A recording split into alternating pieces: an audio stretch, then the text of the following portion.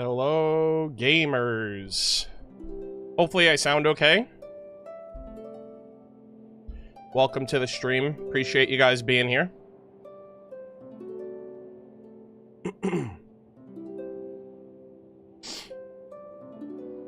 Hello. How's everybody doing? Really quick, how does my audio sound? Do I sound too loud? Do I sound okay? I have no idea. After my last stream with the special program, I did some, I like tweaked my audio a little, so I hope I never peak like that again, but the special program was crazy.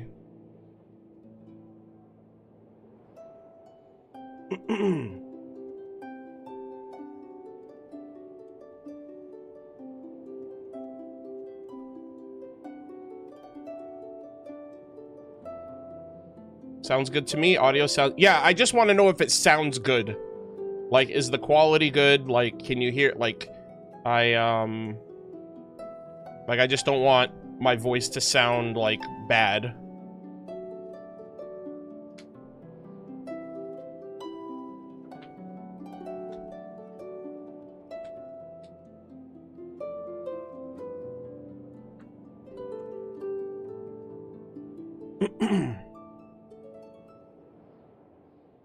Going straight from your YouTube video to stream? Oh, wow.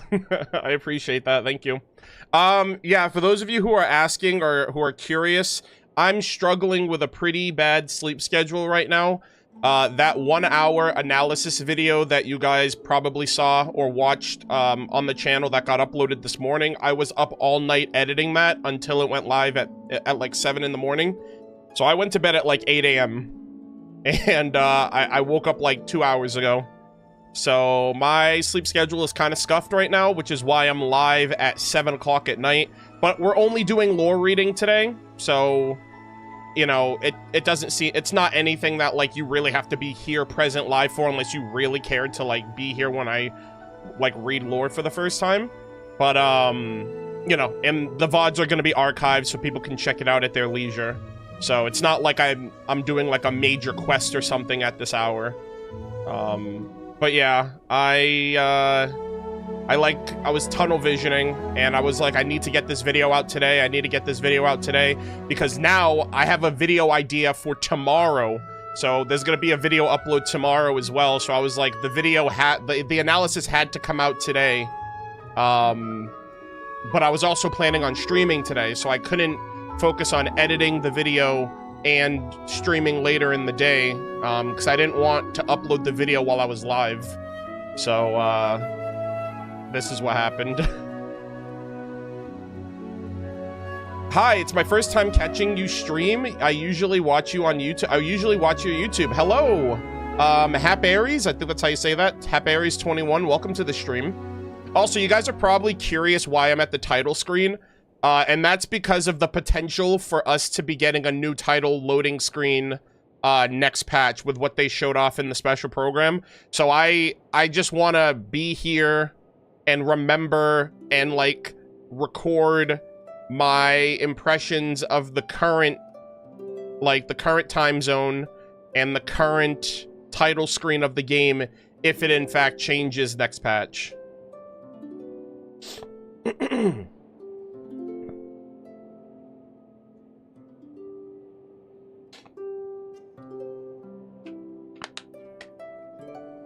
Are you still planning on doing a PS4 send-off video / stream? To be honest, I haven't used my PS4 to stream in ages, and I'm kind of afraid to. So, I might do a recording instead of a stream. Because, like, for a stream, it's like, you know, do I really want to, like, go around Genshin at 30 frames per second with suboptimal settings and, like, walking around the world? I mean, maybe I would, maybe I do. I'm not entirely sure how I want to approach it, honestly. But yeah. Just became a channel member to watch that Zajef account review video. Totally worth it. First time membering on YouTube. Thank you. Yeah, that That collab that me and Jeff did was awesome. That was a 7-hour stream, and I edited the whole thing down to like 3.5 hours, so I'm really glad that people are checking it out and excited to watch it. Will this stream include Varca lore? It should. Unless I literally go off the rails and I never get to it, but it's in the plans.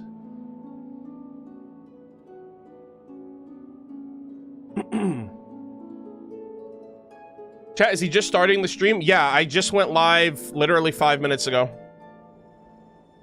So yeah. Does anyone know...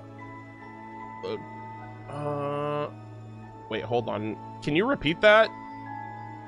Streaker Shock? Because, I don't understand your question. Does anyone know Chronicle Quest Colombina posts you getting the wings? I've done 3. You have to do all 3 parts of the, of her chronicle, of, like, her Selenic Chronicles. I don't know what you're asking, basically. I did all 3 parts. Are there more after that? Yeah, but they're just repeated interactions. It's nothing, like, serious.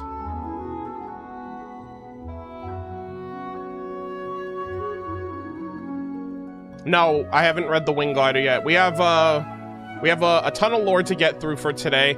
And I actually might do another lore reading stream next week. Like, next weekend, maybe.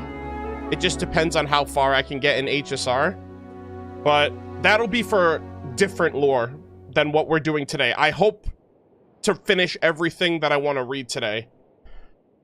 But we'll see. There's a bunch of other books in Genshin and, like, other lore in Genshin that I haven't checked out yet, so it'll be, like, a different, like, cleanup session for lore reading. Yeah, I also have to check out Miliastra. I haven't checked out the last 2 Miliastra updates, and now we're getting another one, which, you know what's gonna be crazy, chat?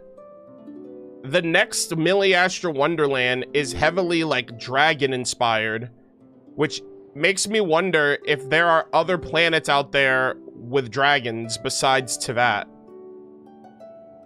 Because, like, these are worlds that Octavia has visited. Unless she visited Tevat at one point when the dragons were still here, and that's what it's based on. But, typically all of the outfits that she gets are based on worlds that she's been to. So it kind of implies that she's been to a world that is inhabited by dragons. So unless it was Dragon King unless it was Tevat before the Heavenly Principles, I'm curious if there's another world out there that has dragons in it.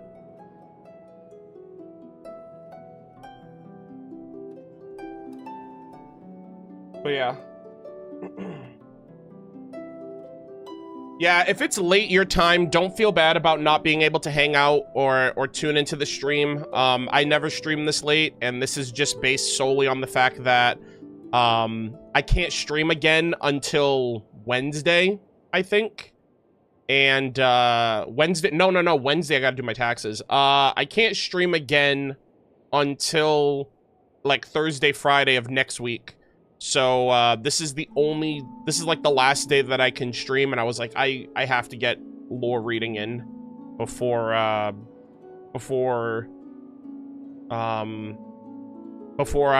like, fall behind on stuff.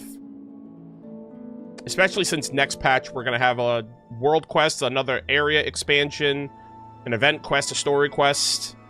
I don't know how many world quests, but I'm assuming more than just the main one. A bunch of NPCs to talk to, potentially some books, so I don't want to fall too behind. Do you think there is a lore behind the loading screen bridge being infinitely built?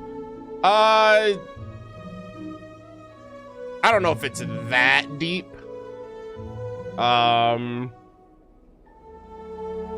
They do have to gamify the game for the player, so...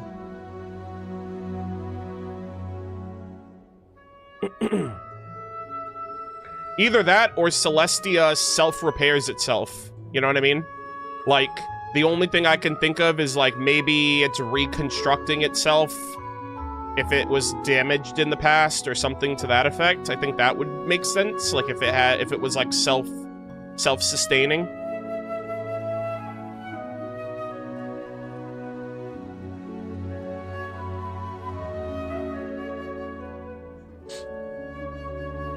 Has years of reading Genshin books gotten you interested in reading outside of Genshin? You know what's hilarious? You know what's crazy about that? You wanna know what's actually crazy? Like, genuinely, I'm not even lying. I was thinking about that last night. I was thinking about how often I read in Genshin, but how unoften I read. To answer your question, no. But like how often I read and how often I'm invested in like video game lore, but like I don't have that thirst for media outside of certain games that I play. Like, yeah, it's kind of crazy. I read. You would think that I'm like you would think that I'm an avid reader with how much I lock in with Genshin. But I honestly, I literally read this much in Genshin because I love the world so much and I want to learn everything about it. So like, I don't get that impression from a lot, and maybe it's the live service aspect of it too, but it's like it's a long-term investment as well versus, I don't know, like I've read books worth of lore in this game. And those journeys would have all started and ended. But, like, Genshin's is still going.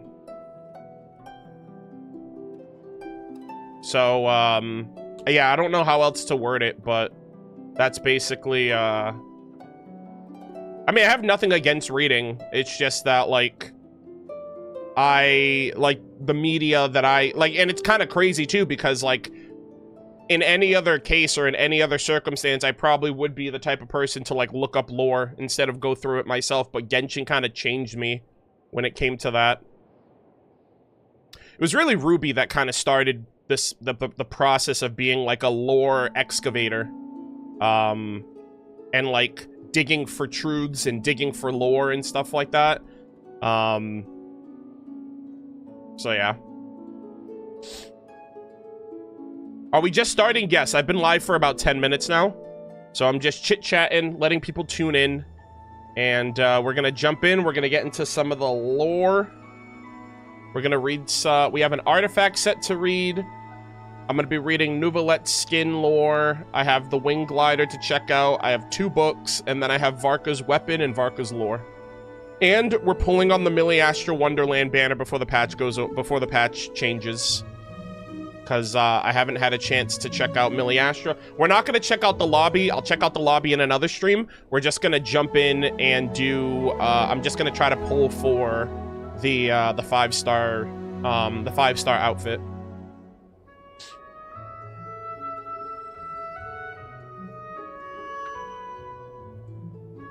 Is the loading screen from 6.5 Asmodee recreating the OG loading screen? I have no idea. I don't know if that was like a preview of the 6 point or the Luna 6 loading screen. Like, I don't know if they're gonna pull a... Brace yourselves, guys. Some people don't like when you mention it. I don't know if it's gonna be like what they did in Honkai Star Rail, where when we got the patch with Cyrene, they literally changed the title screen to be like, to have like the pink petals and like the pink Astral Express effect and all of that. So I don't know if I don't know if next patch is gonna give us like a special effect of, I don't know if we're gonna get like a special effect of the title screen because of the patch. Or maybe because we did the world quest or something. I don't know if that was a world quest thing or if that was like a title screen thing, so we'll have to wait and see.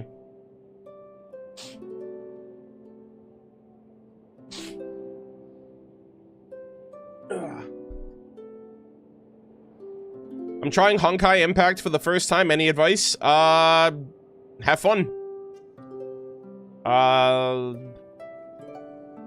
Don't pull for any characters, because the game eventually... If you're doing it for the story, the game... Like, in the early game, it lets you choose whatever characters you have on your account, but eventually, really early on in the story, the game just gives you characters to play, like, for immersion in the story.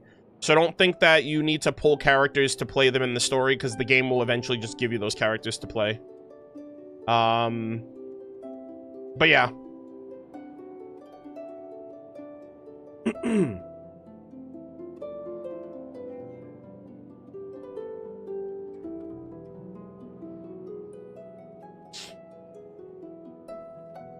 Also, chat, this loading screen is overdue by about 20 minutes. I started at this loading screen before 7 o'clock, and when it hit 7 o'clock, like, if I were to refresh my loading screen right now, it would change to nighttime.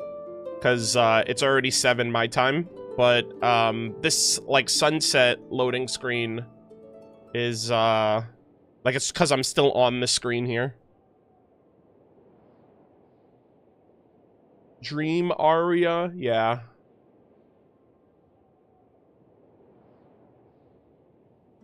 But yeah, I wanted to start the stream on this screen at the very least, because when the patch comes out, I'll see the title screen, because I'm going to be pulling for Linnea the night she comes out. So I'll see the night version of this first. Like, that'll be the first thing that I see. I'll see the night version of the title screen if it changes.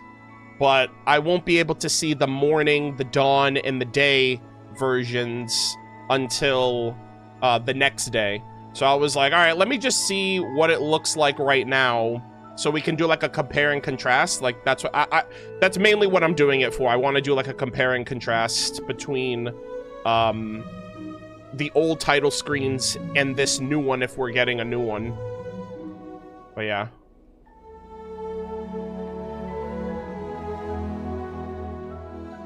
No, we're not sure if the login screen is changing. I'm speaking with the assumption that if it changes, I want to be prepared for it. And if it doesn't change, then no harm, no foul.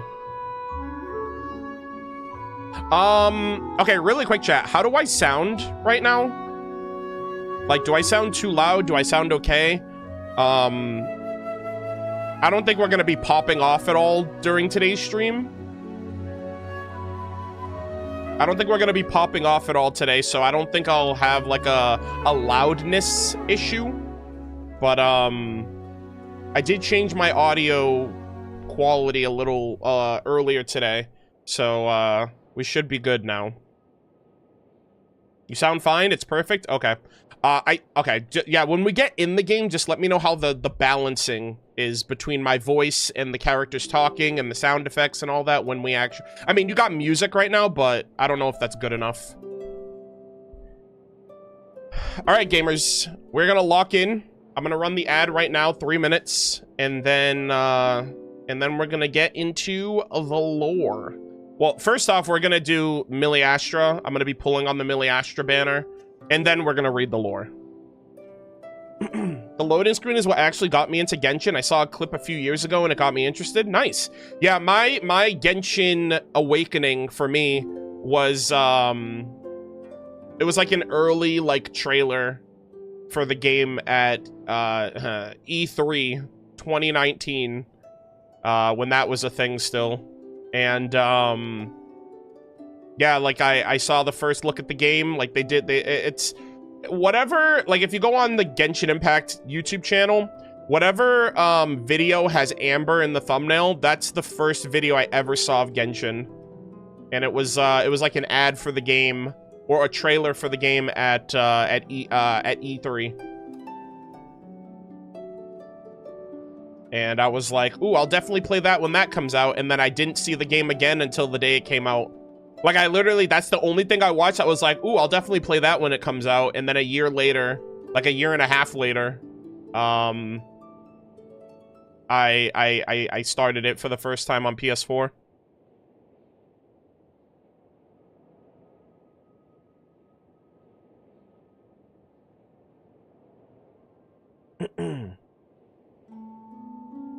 Yeah, I have a friend too that was similar. I had a buddy, well, I'm still friends with him, but I have a friend who started Genshin like around the time it came out, and then he took like, he played for like a couple for like the first 2 patches or whatever, and then he took like an entire year off the game, and then he came back during Inazuma, and then he's been playing ever since. I've heard that a lot about how people play the game. They go away for really, like, they literally drop the game for like a year plus, and then they come back and they're like locked in for good.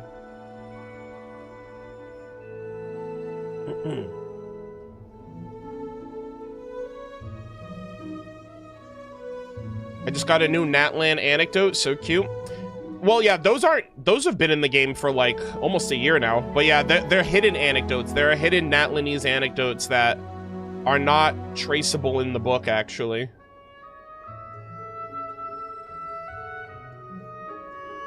Pretty late stream today? Yeah, I know. I'm sorry. I'm sorry, chat. I'll try to be better. Okay. Oh yeah, I gotta send out all my links and notifications. I haven't done that yet, so some people probably still don't know that I'm live if YouTube and Twitch didn't do their job. Also, I hope you guys enjoyed the analysis. By the way, the analysis that I uploaded on YouTube has off-stream recorded footage too. So if you were in the live stream when I did the analysis, there's added context that I put in the video, so it's still worth checking out even if you were here during the live analysis.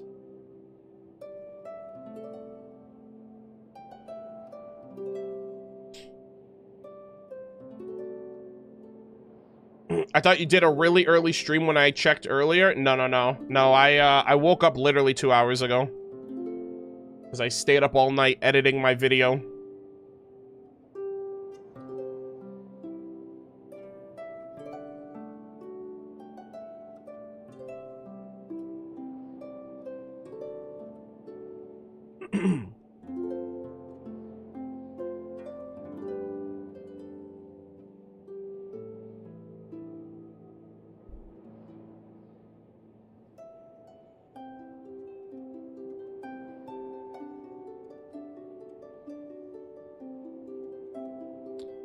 Alright, give me 1 second.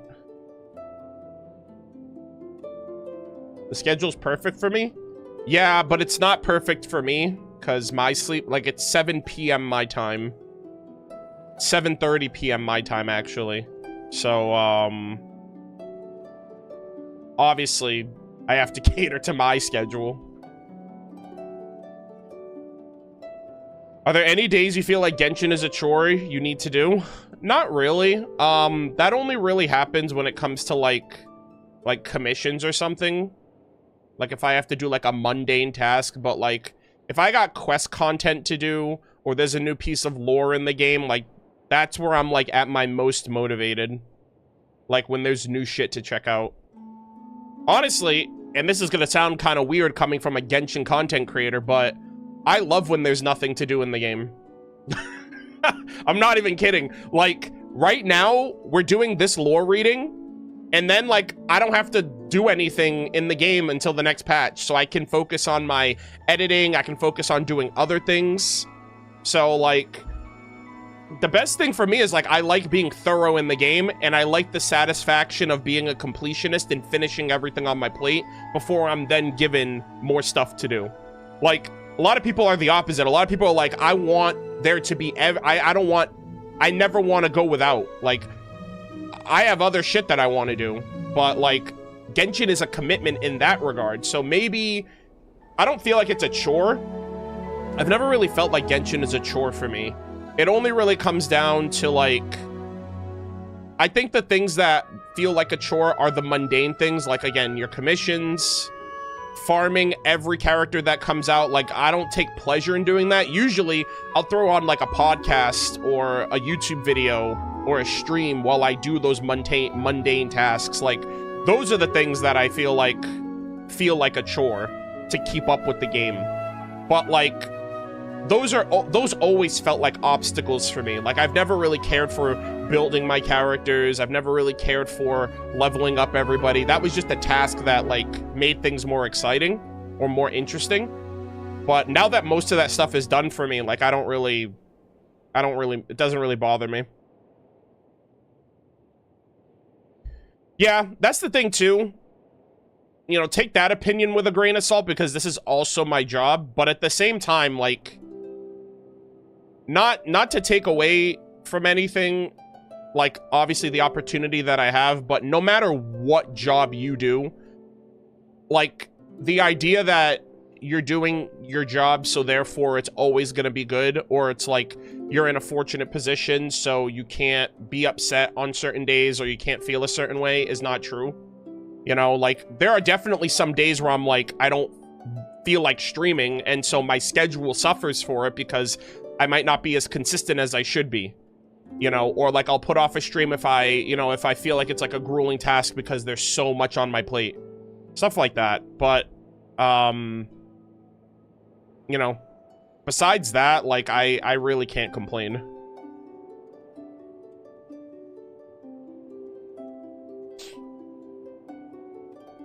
But yeah, I've never booted up Genshin and been like, I really don't want to be doing this right now.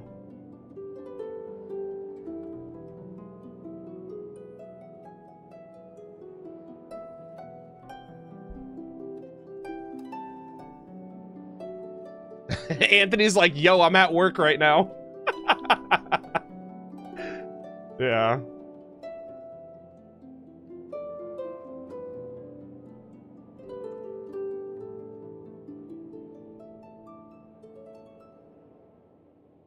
One time after stream, we raided someone playing Pokopia, and because of that, I bought the Switch to play it.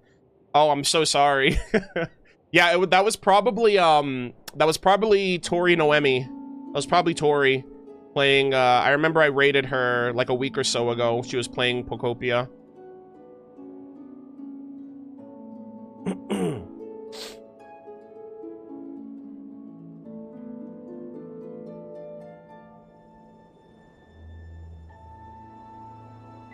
I thought you weren't streaming today. I was about to go to bed. Yeah, I'm sorry. I'm sorry. I promise I'm gonna try to fix my schedule before the next patch.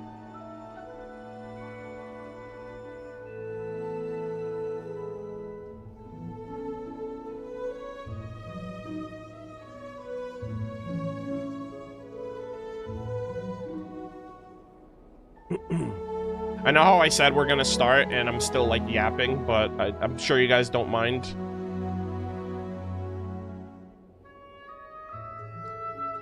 Hey, Arnold, you ever wanted to try Wuthering Waves? Sorry for asking. The game has lore and is free to play. No, that's fine. You can ask. It's no problem. Like, as long as you don't come in here and you're like, why are you playing this dog shit game? You should play Wuthering Waves. It's a better game. Then you should be sorry for asking a question like that. But, like, asking a genuine question, that's fine.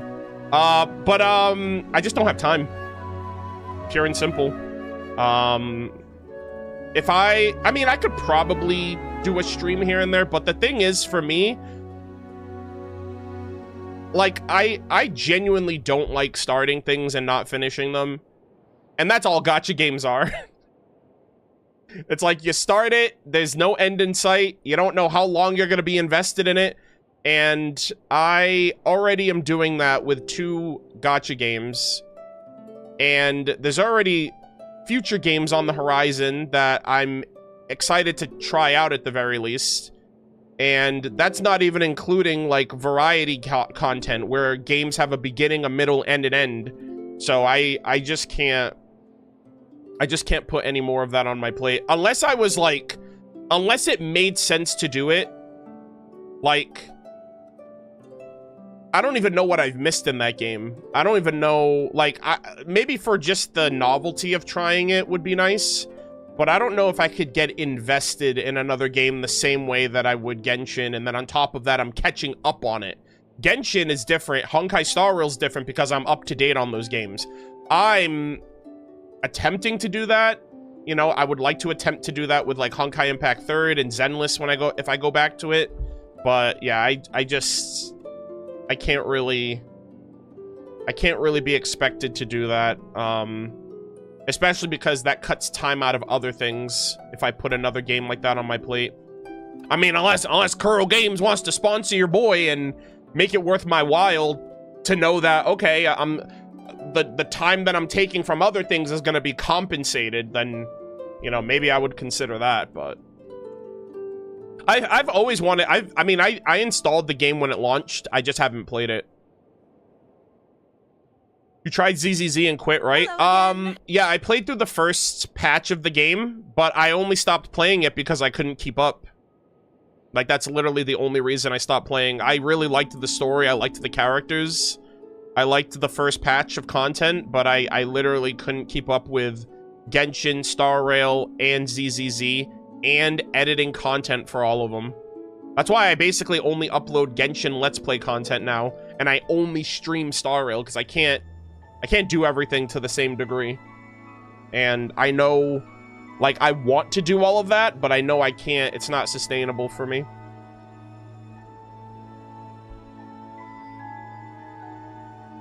But yeah. I'm glad you're playing ZZZ even off stream. I'm not doing the story, though. I'm just keeping up with my account. Like, I'm doing my dailies all the time. Anthony's been doing all of my, like, endgame content. Because, like, there are bosses that are, like, spoilers for the story. So he does my endgame stuff whenever he's able to. And I just focus on doing my dailies. I've built all my characters. I've leveled up all my characters. You know, and I try to do, like, the mini events that aren't really spoilers, like the Bang Boo events every so often. I'll do those because, you know, it's just gameplay, and they're not permanent. But yeah.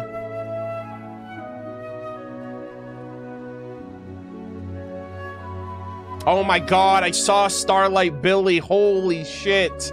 So I guess it means Nicole is gonna probably get a 5-star variant next year, right? Because we got Ambi last year. I think it was last year. We got Ambi. And then this year we got Billy. Yeah, I'm definitely going for Billy. I'm definitely going for Billy. Absolutely. And I'm assuming we'll get an S rank Nicole, which, good lord, I can only imagine what that's gonna look like. But yeah.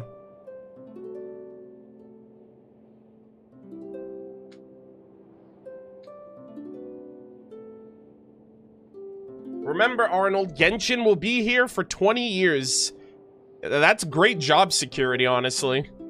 If my content stays at the same pace that it's doing in terms of, like, viewership, support, and it only increases and gets better, like, I'm like, that's great for me, honestly.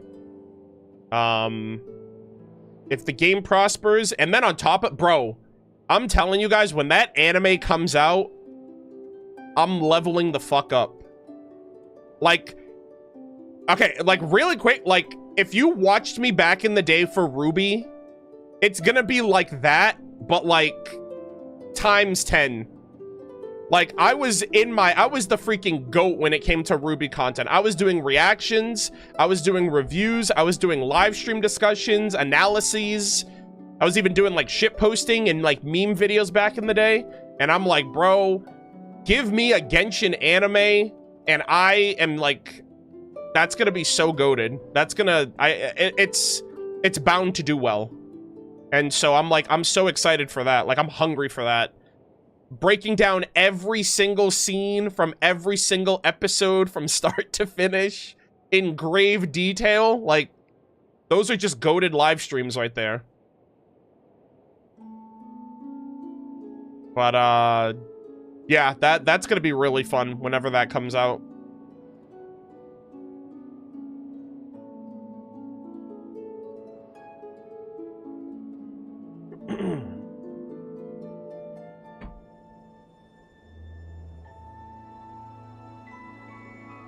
Will it be on the anime channel or the Genshin channel? It'll probably be on the Genshin channel, just because this is, like, holistically Genshin focused.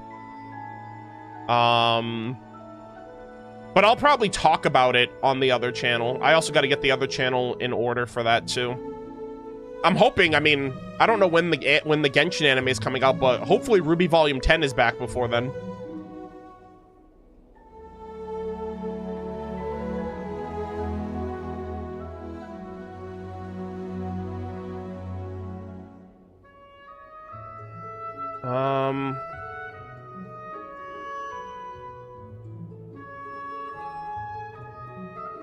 1 billion views on episode 1 reaction, calling it now. Gosh, that's so exciting to think about. I'm wondering how they're gonna distribute it. Cause like, it would be kind of baller for them to just post it on YouTube. Because that's how, like, Ruby got distributed back in the day. But I wonder if they're going to go, like, the Crunchyroll route. Or if they're just going to post it on their YouTube channel.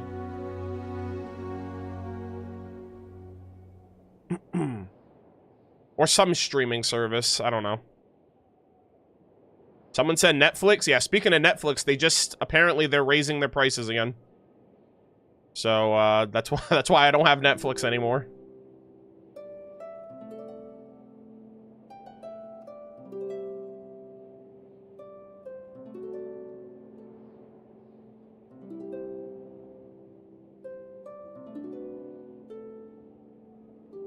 But yeah. All right, chat. Sorry about that. Let's see. I'm gonna run a 60-second ad and then we're gonna start.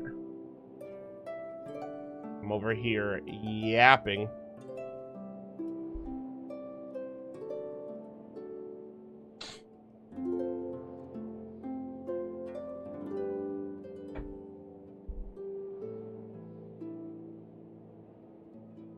As a Lumine player, I'm quite worried about the anime. Like, about her role in the anime. Aquaria mentioned that, like, production on it is going well. So, that's great to hear. No news is good news.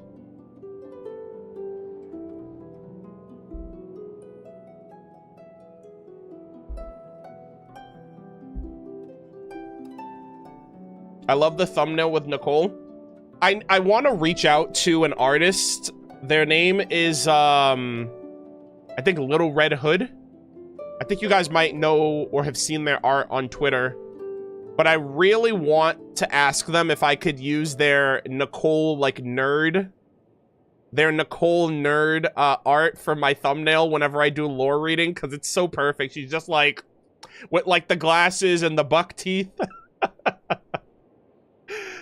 Or maybe I'll commission them. Actually, that'll probably be a better idea. Instead of asking to use their art, I should probably just commission them to be like, can you make something similar that I could just use for my streams? Because I love Nicole, and she's literally like a bona fide, like, lore yapper, and so am I. So I think that would be great.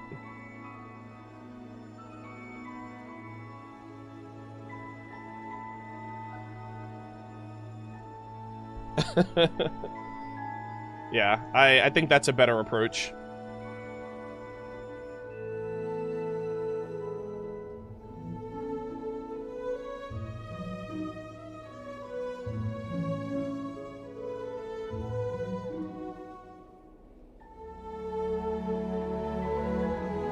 Nicole emote? Yeah, I think so. I need to... I would like to have one. We need another follower emote.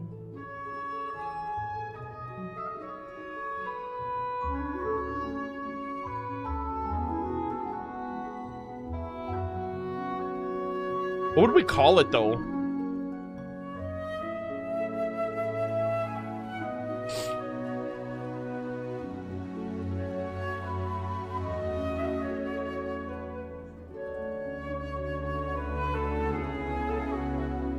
Would it be Yap?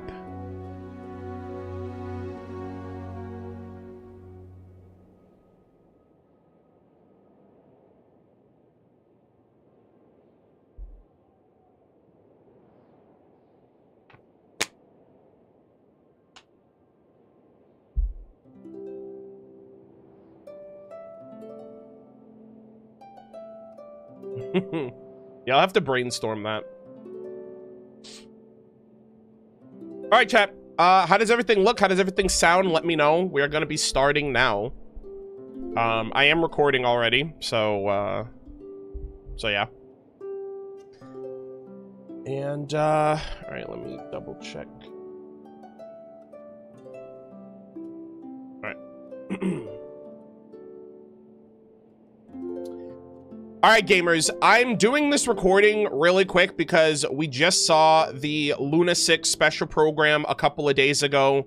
And apparently there was the one scene where it showed what looked to be a refined, updated version of the title screen of the game. And so I don't think I've ever like recorded myself at the start of the game with the intention of, or at least streaming with my intention of like preserving what the title screen of the game looks like for right now. At the moment, I am at like the I think this is dusk, basically. This is like the dusk title screen, and this kind of showcases, I think this is between the hours of 5 p.m. and 7 p.m. for whatever your local time is. And yeah, so I wanted to just kind of showcase this and just see it in its natural state in the expectation that they might change the title screen when the next patch comes out. I might try to do like a better presentation of it. Like I might actually record like each time zone for like the 4 different title screens that we get. If you guys didn't know, there's 4 title screens. There's one for dawn. There's one for dawn, there's one for the daytime, there's one for dusk, and then there's one for night. And the night one actually recently got updated because of the frost moon. So after you did the Archon quest, the moon actually changes if you completed the Archon quest, which is cool. And you can tell between accounts. So if you log into an account that hasn't done the Archon quest, the moon will be different compared to if you finish the Archon quest. So so yeah, I wanted to just showcase and just go through all of these just to kind of see if they do change it, if we can have like a bit of like a compare and contrast between what it looks like now versus what it might look like in the future. So just wanted to do that first and foremost before we log in. So let's do that.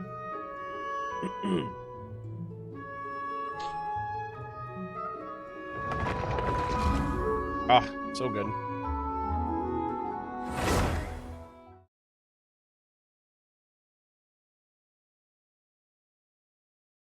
I wish for a Simulanka emote. I will probably make one for that too, honestly. Like a personal one.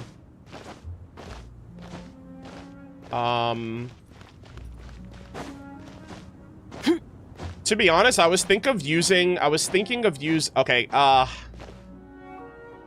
chat. I don't know if I want to tell you guys this, actually. It's been a long guarded secret and I never followed up with it, but because I'm recording and because someone in chat mentioned it, I think I'd rather just tell you guys now. At the time, I'm actually going to go on Twitter right now and I'm going to show you guys it on screen, but at the time, there was this trend going on where hold on, there was this trend going online where on twitter.com randomly, I think it happened before or during Nodcry, there was this trend going on where people were creating daily accounts of like concepts in Genshin, and in an act that should surprise nobody, hold on, damn it, hold on, I need to get this right.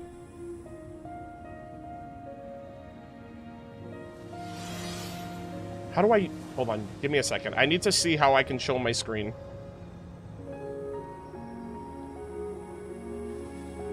Desktop.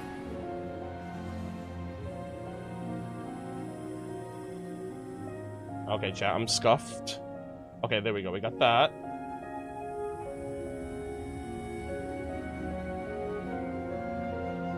Okay, not that one. This one. There we go. All right, we should be good now. In an act that should surprise nobody. Things. If you're interested, I can teach you some arithmetic. First, hold out both your hands. I created we'll start with the daily Simulanka Twitter account. I literally created this, and I literally started it. I made one tweet, and I was like, gamers, I have a life. I can't be doing this. I can't keep up with a daily Twitter account. So I literally created at Daily Simulanka. Simulanka, the gift that keeps on giving. I got 1 follow. I followed the official Genshin account. I didn't tell anybody about it, and I somehow got 7 followers. And this is literally the only tweet that I ever made on the account. The Adeptus arts are most miraculous, but so yeah, and it was basically just a big fucking glazing session of like, oh my god, all of these references, like everything calls back to this patch, to this quest, to the most goated freaking summer event in the game. And so, yeah, if you guys want, oh, look at that. We just jumped from 7 to 15. Guys, I'm never gonna use this Twitter handle. I'm literally just telling you because I was like, you know what? I don't know when, I don't know when or if I'm ever going to reveal this. So I might as well just say it. I might as well just let people know. And, yeah, that I literally committed to the bit because I was seeing all of these other Twitter accounts that were like, daily common chest, daily HP substats, daily world quest, and I was like, this is ridiculous. Like, some people were doing the most ridiculous, out-of-pocket, like, daily foul, like, the most stupidest things, and I'm like, brother, what is happening? And so I was like, ooh, I'm gonna make sure I get daily Simulanka before somebody else does, because I am your relatable Simulanka glazer. And I thought I did it for the bit. I made 1 tweet and I was like, this is some resinless behavior. Let me stop. I already have a main Twitter account. I don't need to. No offense to those people that do those accounts, like the timely accounts, like the mains and all of that. Like, you know, if you guys got the spare time, do that. This is my full-time job, so unfortunately I can't. But yeah, I wanted to share that because I've never told anybody and I didn't know if I'd ever get the chance to. So now you know. And now you might know how truly deep my dedication runs for this for the summer event, because it's goated and I absolutely love it. But yeah. Daily Simulanka. But like, so basically, hold on, let me just go back to it. So the reason I brought this up, so like to go back to like the original purpose of bringing that up, hold on. Daily, okay, I want to just show something really quick.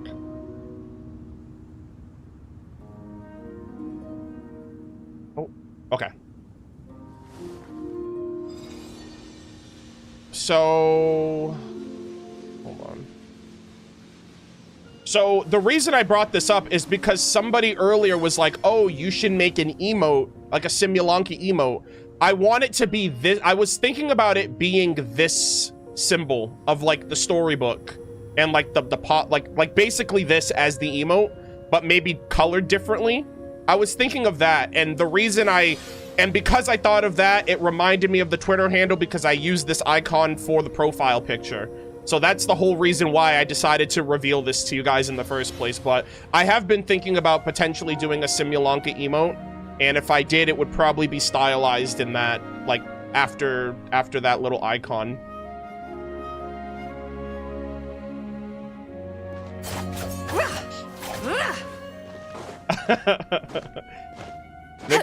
Make a video titled "Coming Clean" with a serious face on the thumbnail, and the works. Yeah. I'm like, guys, you know what? There will be a future compilation video of every time I've mentioned this. Like, bro, if people hate me now, that's gonna sound so grating. But it's gonna be a great timeline of like everything loops back to the summer event. And you know what's crazy, chat? Realistically, I don't think I've ever mentioned Simulanka in a non-relevant manner. Every time I've mentioned it, it's been relevant. Sorry that Hoyoverse decided to make an entire event based off of the mirrored reflection of Teyvat. Like, the reason it's relevant is because the book is based on Teyvat. So, like, it will always be relevant. And unfortunately, they won my heart. They won me over with it, especially with Durin. And so the rest is history. Wait, it's all Simulanka? Always has been. Trust nobody, not even yourself. So yeah, I wanted to come clean with that before we get any further, because I felt like y'all deserved the truth.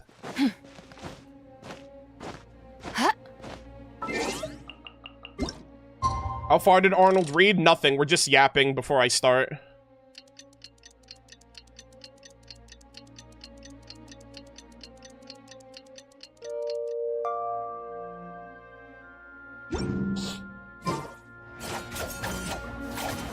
But yeah, so I just think that's hilarious.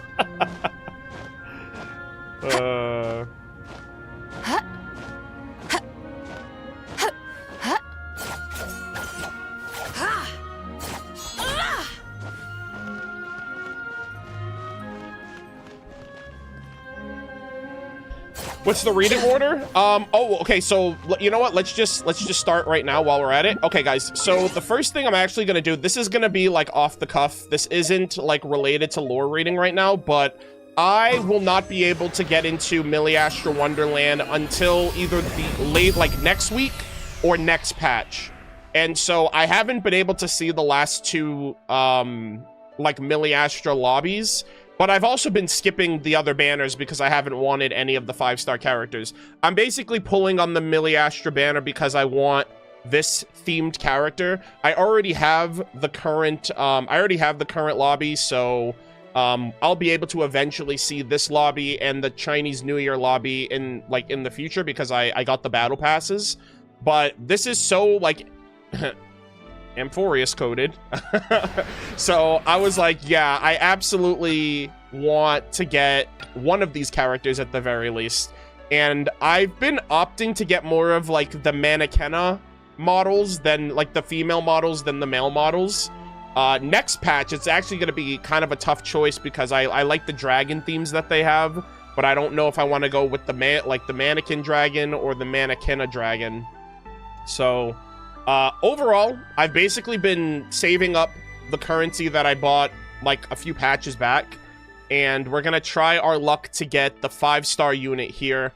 And for the standard banner, I've just been saving up these pulls ever since Milliastra came out. I have 36,240 odes for the standard banner, and then I have, I mean, this is the premium currency, but I have like 800 saved up as well for that. So wish me luck. We're gonna check the pity. How do I check the pity on this again? Actually, oh, here we go. Yeah, I don't, so right now it is it's March 28th at the time of recording, and the last time I pulled was in November. So November, December, January, February, so almost 5 months ago. Yeah, the only time I pulled was actually during the Halloween patch, so the Halloween lobby. So basically when Milliastra Wonderland first came out, that's the only time that I actually got like any of the 5-star units. So I don't know how much. So I'm at 3 pity right now for the costume. I don't know. Is there pity on this? I actually don't even. Okay, yeah. So 70 pulls to guarantee with a low percentage. Okay. So we're at 3 pity and a dream gamers. I just want 1 copy, and I also really want to try to get this outfit if I can. This frog outfit is so adorable. Oh my god. So I want to try to get this as well, and I can probably get this off of the residual currency if I don't get it off of like the pulls. But I do want to get the frog outfit as well. So with all that said, let us begin.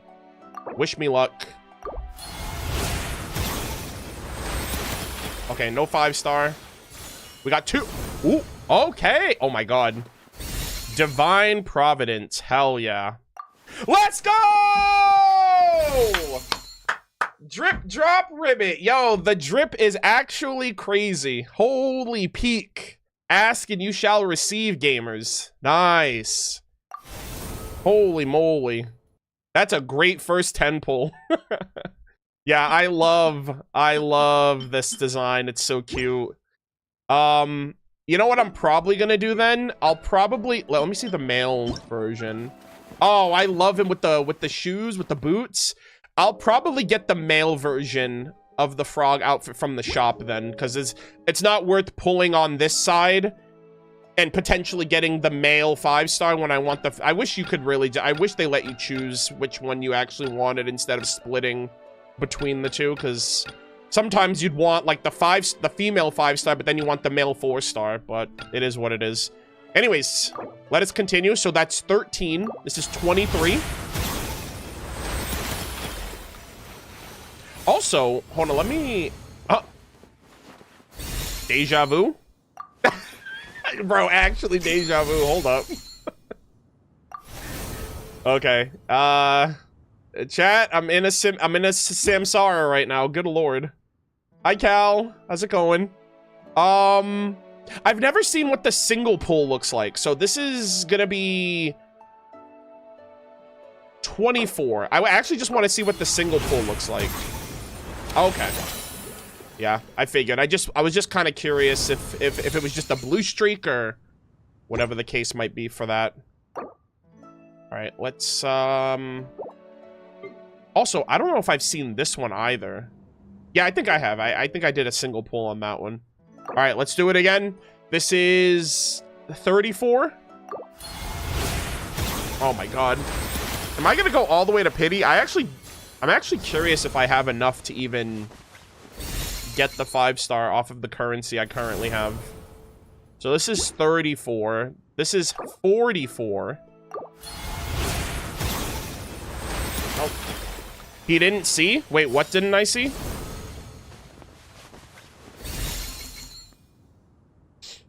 Oh, did I get the same character again? Well, at this point, I'm just kind of locked into... Oh my god, wait, hold on a second. Holy moly. Yeah, no, I didn't see your initial comment. Holy moly. It's time for my annual cameo. Oh my gosh, Jag, how have you been? Yeah, I'm literally pulling for characters, right? I'm pulling for costumes, rather. So, I was like, holy shit. How's it going, man? Holy moly, what a throwback. It's been ages. I hope you've been well, dude.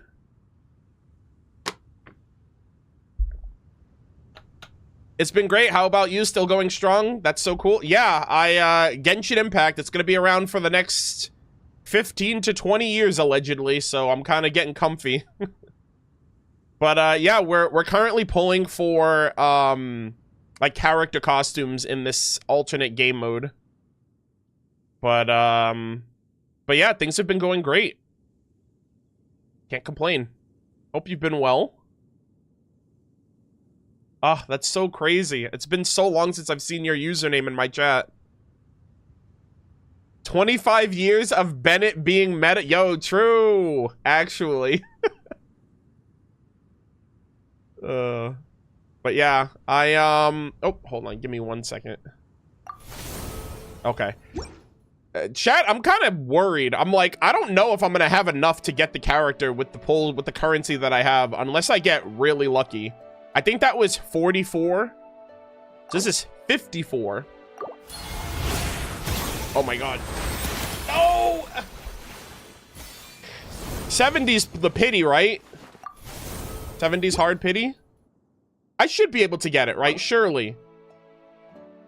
I already forgot what number this is. Hey! It doesn't matter what number it is, because we got him, boys. Bro, if I got a double 5-star, that would have been insane. Let's go! We take those. Cloud Edge's glory.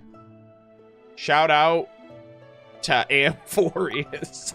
Oh my god, I got the girl! The baseball! Holy shit, I got all the 4 stars. Grand Slam Passion. Hell yeah. I got all the 4 stars. Sheesh. Yo, we take those. And you know what? We're gonna go one step further. How do I go to the shop? I forgot how to get to the shop, honestly. Hold on. I could just buy this one, right? Hold on. It's so hard. I can never remember how to get to the shop. Style catalog? Nope. Oh, that is cool, though. Bro, this is cinema! I got all the ladies. Sheesh. Yo, that's so peak. That looks sick. Oh my god, that is cinema. Alright. I had to do it. I had to do it for Dawn Cloud, chat. That is so good. Alright, no, but seriously, do I have to go into maybe I have to go into Miliastra. Wait, what about redeem? Oh, okay, it's this one. Okay. I'm just gonna get this guy. I'm just gonna get this one outright, just so I don't have to risk pulling. Let's go. Okay. And that's pretty much all I want at this point.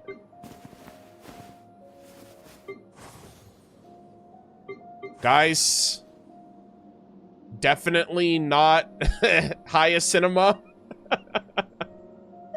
Definitely not highest cinema, just saying.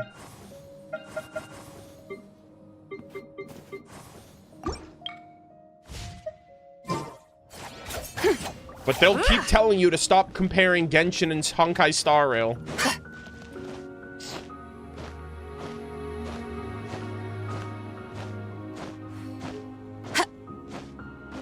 I saw you were online and I was like, damn, I need to say hi at least. I'm less often on Twitch, but it's been great on my side as well. Met someone awesome and Kip, and believe it or not, I may write I might write scenaries full time now. Oh, like you have like a writing gig?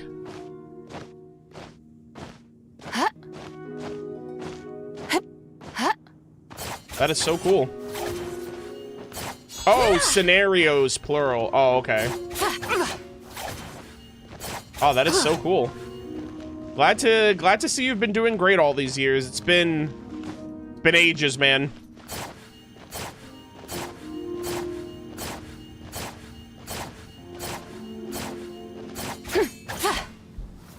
All right, give me 1 second. At least we can't lose the 50-50. Yeah, thank God. That's why I was like popping off, because I was like, okay, we're out of the woods. I was running low. I think I only had enough for 2 more 10 pulls. So yeah.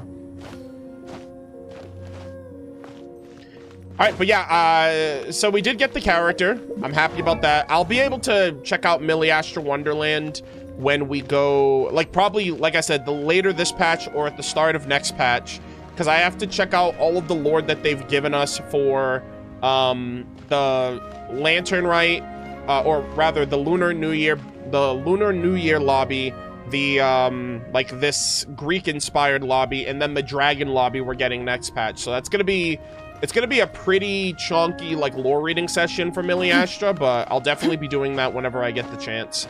That being said, though, let me see if there's anything else that I wanted to tackle. I don't know if there's anything else that I wanted to address before we start.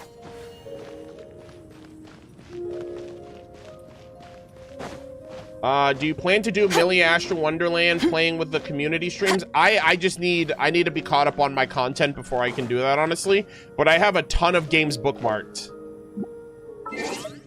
Your coins are maxed? What do you mean my coins are maxed? What coins?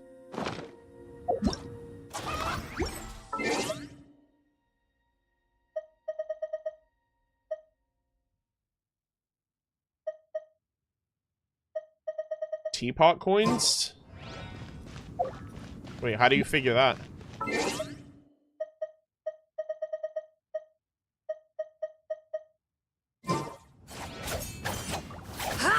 The map? The map? Oh, this you mean? Oh, is it? Let me double check.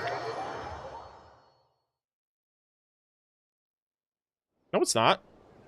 It's at 1650. It's not maxed.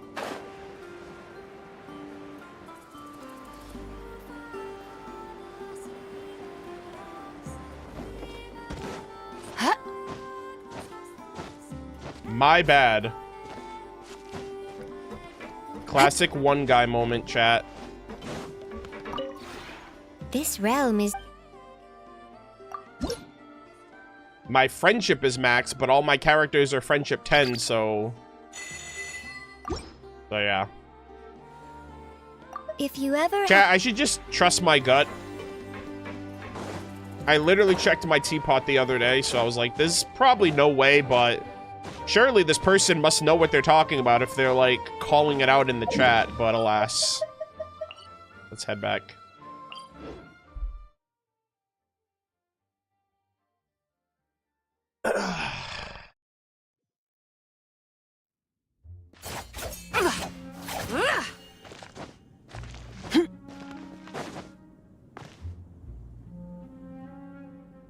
Oh yeah, Jag is an OG. Jag has been here, or I mean, it's been a while since he's been around, but like, you know, that's life. And obviously, that I don't know if they cover or play Genshin or whatever, but like before Genshin, guys, I used to stream other games.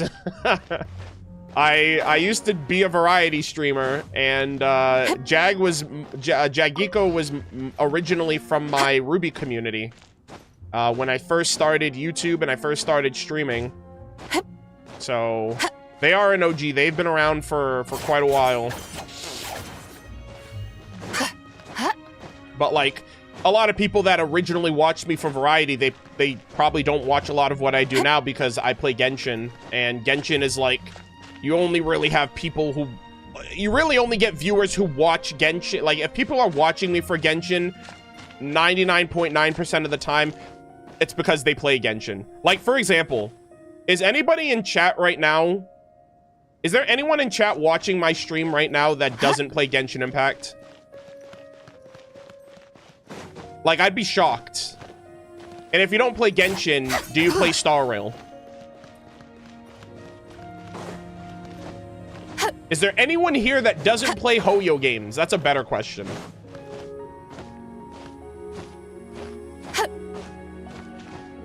Like, you're an actual, like, you're a different breed if you're here and you don't play Hoyo games.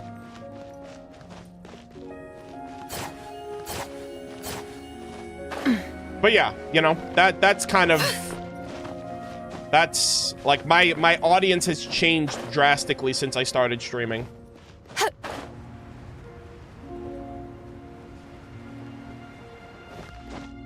But I'm sure there's a lot of you guys, like... Now let me ask this question. How many of you guys have been watching me before Genshin? Or before Star Rail?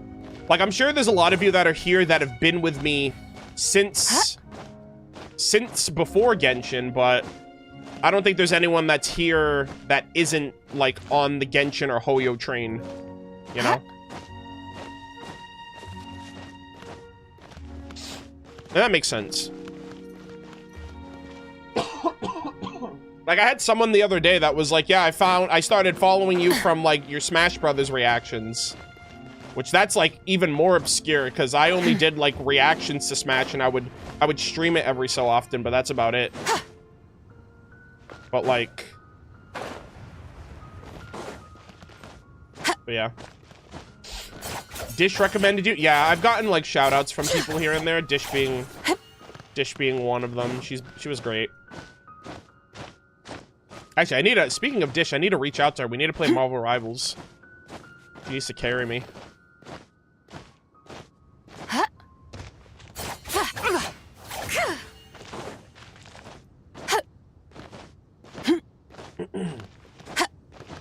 Yeah, most people are probably... I was relatively, like, unknown before Ruby Volume 3. So, like, I don't know if there's anyone that's been here since, like, my anime review days. Back in the day, I used to cover, like, the Naruto manga when that was still going. The Naruto manga, like, Hunter x Hunter anime, a bunch of seasonal anime and stuff at the time. And then I covered Ruby for reviews, and then I started doing reactions in Volume 3, and then I blew up for Ruby Volume 3, and then I became, like, the biggest Ruby content creator. From volumes 3 to 9, and then Genshin came into my life, and Star Rail, and Hoyoverse, and all of that, and so the rest is history. That was over a decade ago. I'm old, chat. What's your favorite character in Hunter x Hunter? Gone Freaks and Neferpito. Those are my 2 favorite characters in the series. Anime only watcher, though.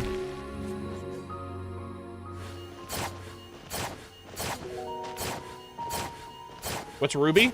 It's a 3D animated series. It's spelled R-W-B-Y, but it's pronounced Ruby. And the main character's name is Ruby, so that that's like a big like learning curve for people if you've never seen Ruby. The show is called Ruby, and the main character's name is Ruby, but they're both spelled differently. One's an acronym and one's an actual name. But it stands for Red, White, Black, Yellow, or Ruby, Weiss, Blake, and Yang, which are the 4 main girls of Team Ruby, which is the name of the show. And it's like this action. It's like this 3D animation where like these characters go to a school to fight monsters and learn about themselves and learn about the world and magic and like freaking larger than life schemes and whatnot. It's pretty great. And it has 9 volumes so far. We're waiting on volume 10 right now.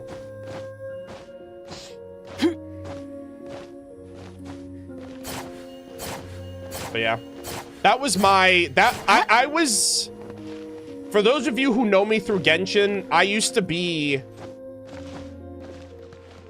this is gonna sound weird, but I was like the top content creator for Ruby back in the day. Mainly because I got a big shout out from the company that made the show, and they were a very close-knit community, Rooster Teeth. And like those shout outs really like propelled my channel and propelled my confidence to pursue like YouTube like full-time and to make videos and stream and all of that. Like if it wasn't for that, I don't know where I'd be, to be honest. Because before that, before like volume 3, I was kind of like, I don't know, I was at like a crossroads in my life. I was making YouTube videos as a hobby, and I was working full-time, and I was also living at home at the time. So, you know, I didn't really have a grip on like where my life was heading. But yeah.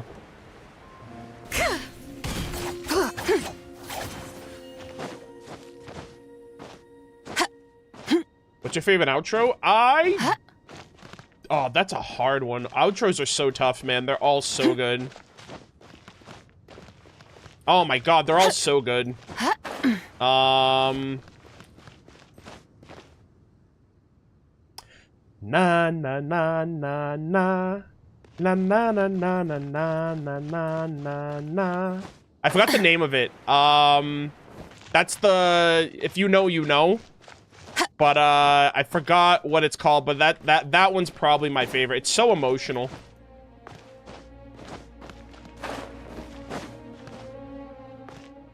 But I think it's by Yuzu, if I'm not, I mean Yuzu's done a couple of outros for them. So actually no, I think, doesn't Yuzu do all their outros now that I think about it? I think Yuzu does most of the outros or all of them. Oh, no, because I think the Greed Island one is by, not the Greed Island one. The York New City outro is, I think, by Grand Rodeo. I think. But yeah.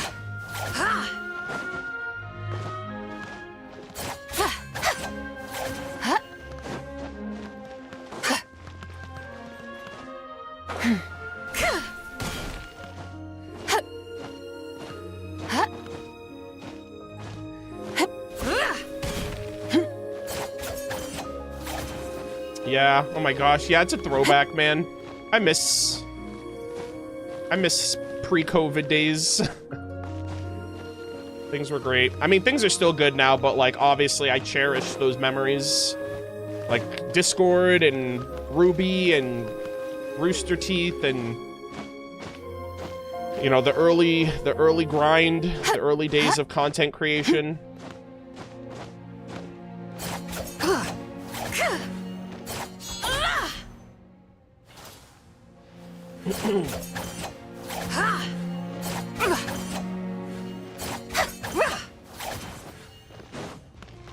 Yeah.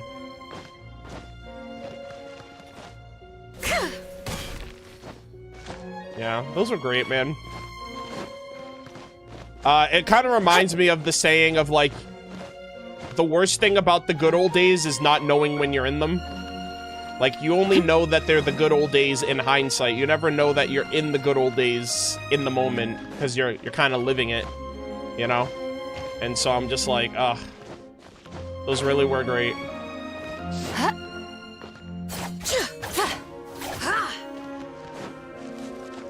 Yeah, Hiyori Itai, Yuzu. Yeah, that's probably my favorite one, honestly.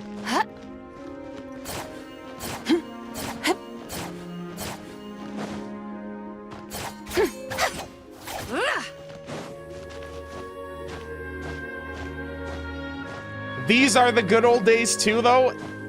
Yeah, but you can't say that because they're not the good old days until you have distance. But yeah, technically, we're always in the good old days because we're always in the present. So I guess that works out too when you think about it.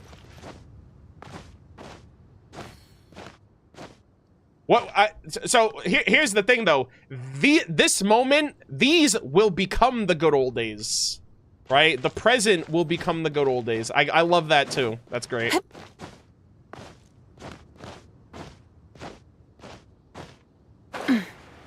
Yeah, these are just the good days. In like 5 years, they will become the good old days. Right now, they're just the days. The good days.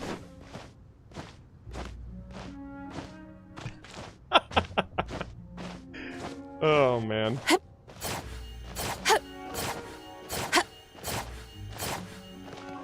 Do you think Ruby... Okay, we basically just turned this stream into like a Q&A, which I don't mind that at all. It's super late my time. I promise we'll get to lore reading. Do you think Ruby and ZZZ would be a good collaboration? Bro, there are Ruby fans working on Zenless, and you cannot convince me otherwise. Nobody can tell me otherwise, and if you say it's not, your opinion is invalid. There's so many things. There's so many things that connect and remind you of Ruby in Zenless Zone Zero. I mean, look at Nekomata. She's literally Blake. The White Fang gang, that's literally the White Fang. Or the Red Fang gang, right? I think it's the Red Fang gang. And it's the Red Fang gang in Zenless, but the White Fang in Ruby. Nekomata is literally a cat Thyron, which is basically a Faunus. The Red Fang gang is like this like organized like crime group, as basically what the White Fang was. And yeah, like, and that's just one example. Yeah, Azrael Vanity, he's a Genshin, he's a Zenless lore streamer, lore creator. And we actually knew each other because of Ruby. He actually used to watch my Ruby videos back in the day. And he also was like in my Discord for a time, like when he was like, he said that he was watching me when he was in like middle school, which was crazy. And he'll even say the same because he's a big Ruby fan. So yeah, I think Ruby and Zenless would be a crazy collab, but I just don't know I don't know if if that would ever happen.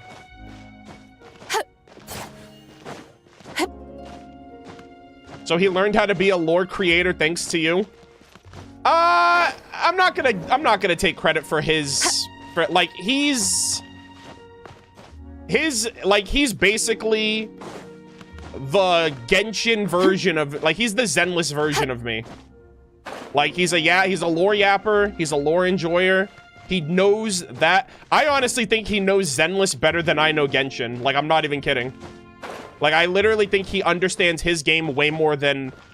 Because, like, I have a good memory, but, like, he can literally snap you to, like, specifics of, like, recounting events that happen in the game.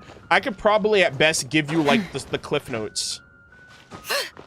And I remember, like, the core details, but, like, not the finer details. Like, I know I remember some obscure things here and there, but I feel like he actually has a lockdown on his game compared to me. But yeah. It just proves that we were both kind of locked in. Like, we both have that temperament. We're both, like, locked in when it comes to the lore that we enjoy. And, you know, we both enjoyed Ruby, I think, for similar reasons. And then me for Genshin and him for Zenless. So it kind of works out.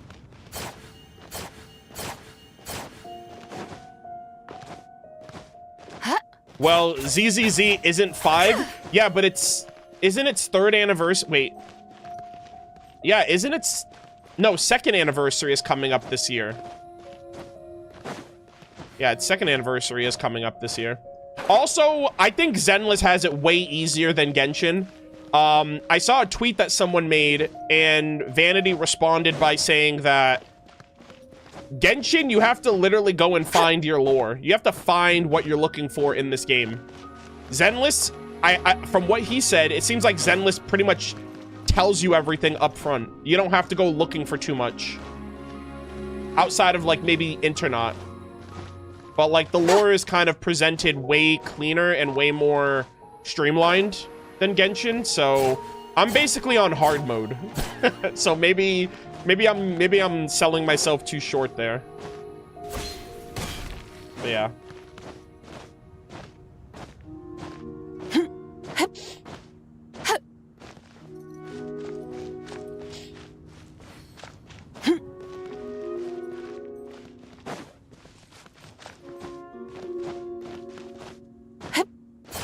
But yeah. All right, so chat, we're gonna be reading the artifact set here.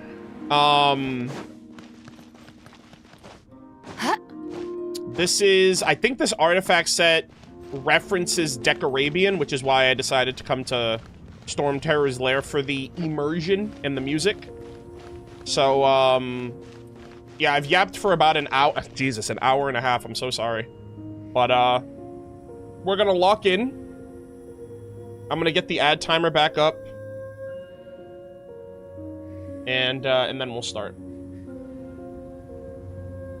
The Adeptus arts are most miraculous, but unless one first cultivates the mind before cultivating these arts, all their feats will be like the moon's reflection. Your yapping is the best. Shattering. Hey chat, when I catch up on everything, this is how all of my streams are gonna be. We're just gonna have like Q&A streams every day. We're just gonna talk about stuff. That's literally like I'm just gonna be like a professional yapper when I'm not playing the game. Hello, Yuffie. Have a comfy lore reading. Hope you and chat are having a wonderful day. Thank you. It's rather late, so that's like the only blemish on today's stream. I have like a pretty rough sleep schedule, and then after today, I have the next 3 days to tally up my taxes and pay the government thousands of dollars. So that's fun. And then I have jury duty after that. So I'm kind of going through it right now. So this is a nice little respite before I gotta go be an adult for like the next like 2 to 3 weeks.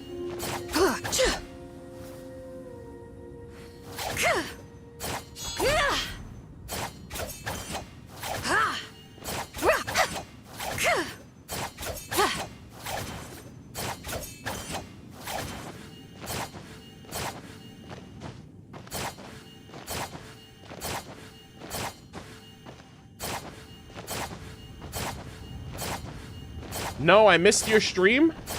I just woke up. No, you didn't miss anything. I literally went live late. I've only been live for an hour and I haven't even started reading yet. I've just been yapping this whole time to chat.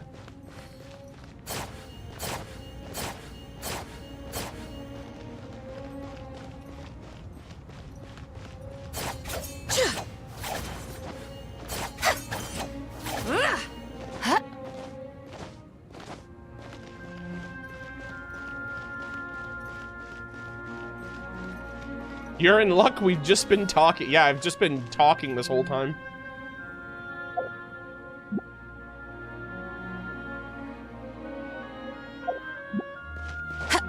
Yeah.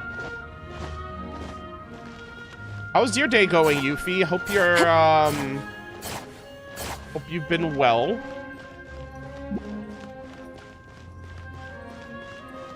Can you see yourself doing a Genshin cooking stream? No.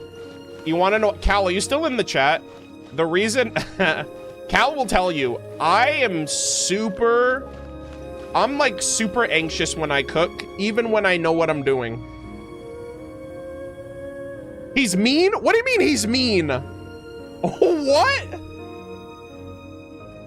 I'm asking you to vouch for me. And you're over here attempting to throw me under the bus. What the heck is this? In the kitchen, he's so mean. Do not say that. You're about to get me canceled. I swear to God, I'm not mean. What are you talking about? What? That's slander. I could sue you for that. And take half of everything you own, which is also half of what... which is half of what I own.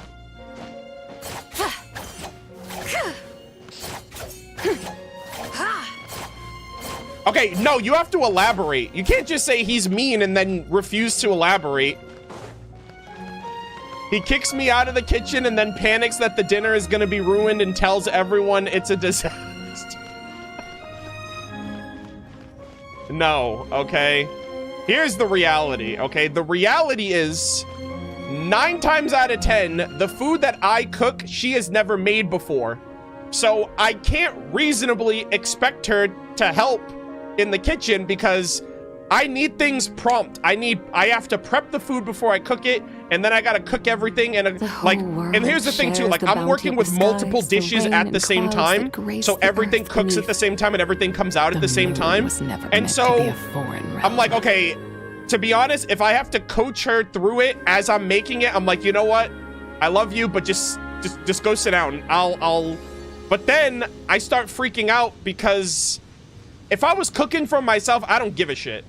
I'm like, you know what? If I burn the freaking chicken, if I overcook the rice, I don't give a damn because I'll just eat it anyway because I'm resilient. But if I'm cooking for other people, my stress level like goes up because I don't want to fuck up somebody else's food. So, so that's her perception that I'm being mean. And I remember specifically, I was making the stuffed peppers and I made the rice in a way that I had never made it before. And I thought it came out terrible. And I kept going up to Cal and telling her, I was like, Cal, I ruined dinner. I'm so sorry. Your mom's gonna come home from work and and your sister's gonna come home and everyone's gonna expect dinner and I just ruined it. And I would tell her that like every 5 minutes and she's like, Arnold, you're honestly annoying me.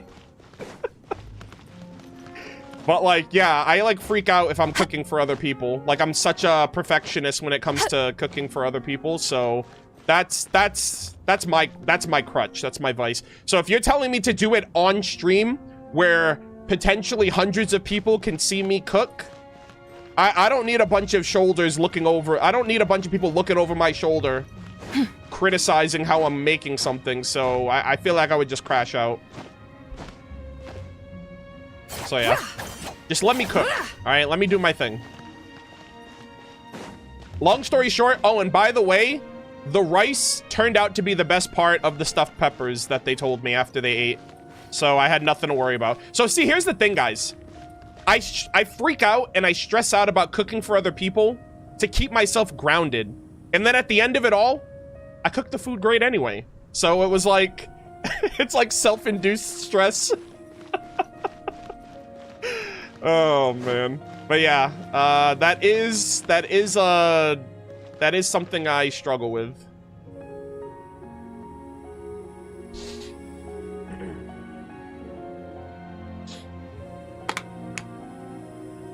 All right, Kaylin, you're being very creative with your interpret. This is the first time I'm ever hearing if you're that my cooking is akin to you doing math homework and not understanding it with your mom for hours and you crying. Like, what? Yeah, that's... I'm helping you clip farm? I don't know if that's what you're doing. Chat's gonna be like, Arnold, you're a terrible boyfriend. What are you doing? You're commit. Okay, what? Okay. I don't know if this is the bit you're thinking it is. I don't know, man.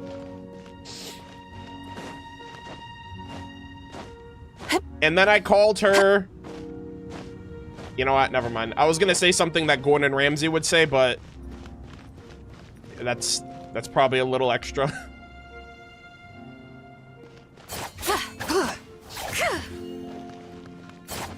And then I called her an idiot sandwich and told her to go sit down.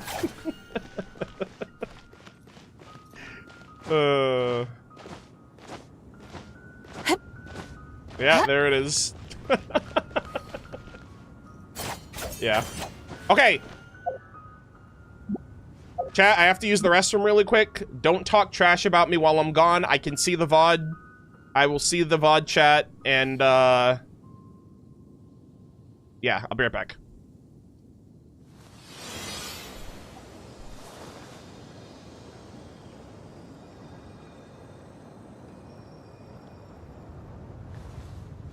He's gone! Cal, speak your truth. Huh. Bro, you didn't even let me leave the room. Bro, I literally walked 2 steps and he was already, they were already typing. That's crazy. Wait, what are we not supposed to talk about? Exactly.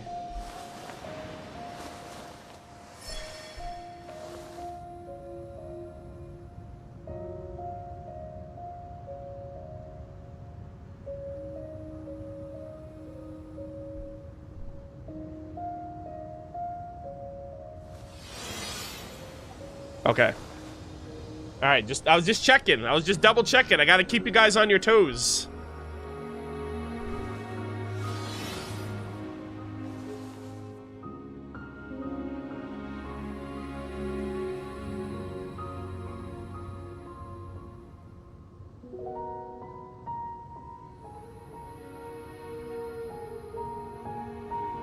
The Adeptus arts are most miraculous, but unless one first cultivates the mind before cultivating these arts, all their feats will be like the moon's reflection on water, shattering at the slightest touch.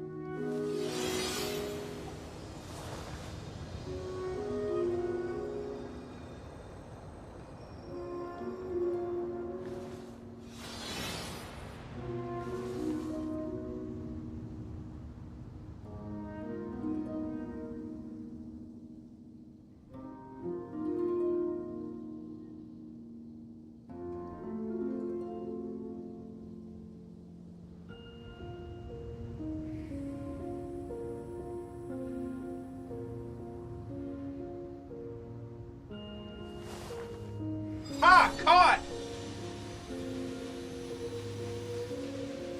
Alright, chat, you guys are wait.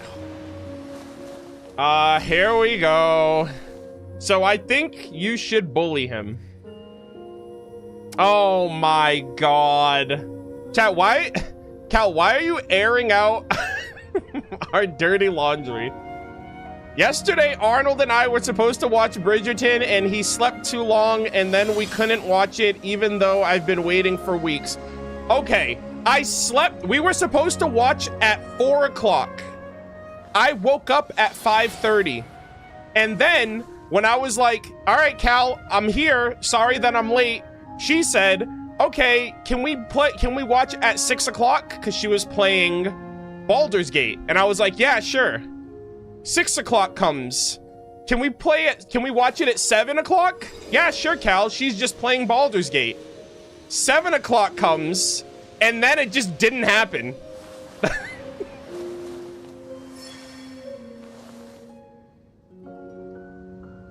So it's like, oh, I was late, so now she's justified in being late, and then it just didn't happen. Why weren't you playing Baldur's Gate? Because I was editing a video that you probably watched this morning that I uploaded. I was working. I was making content. And if you didn't watch it, what are you doing? Go watch my video, okay? I need views.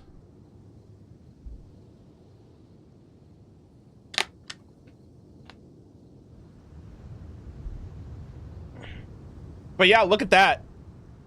What's chat gonna say? How dare you do your job? No, but I fell asleep because of the special program. I got like 4 hours of sleep, and then I woke up at 7 in the morning for the 8 o'clock stream. And after the live stream was done, I was exhausted, so I went and fell asleep. And then I slept too long.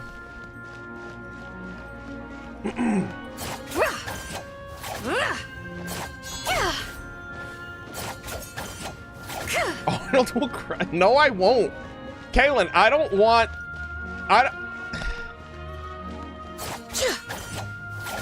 Oh my gosh. I don't have the... I don't know. I don't know how to... Plus, aren't we supposed to be playing Peak? Oh my god, me and Cal played Peak for the first time the other day. That was fun. We were like stumbling over each other and freaking eating poisonous berries and dying in the wilderness together.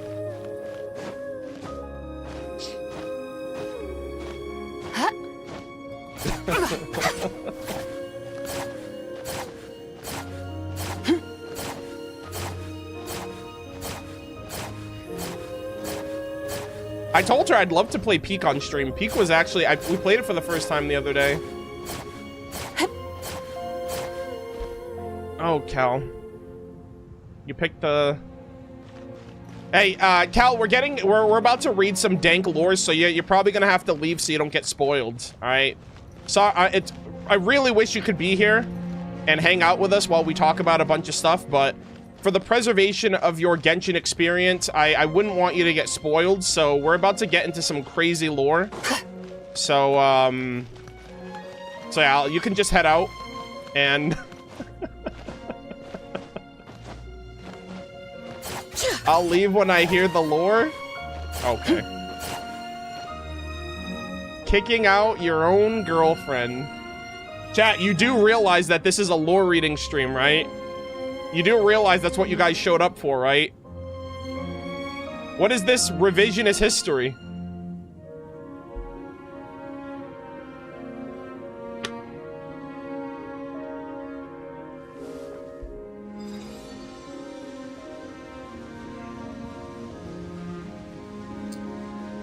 All right, chat.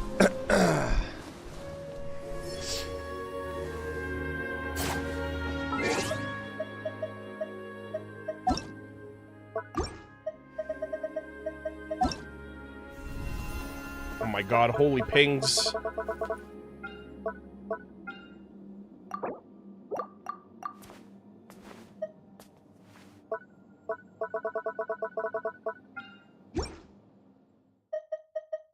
Alright.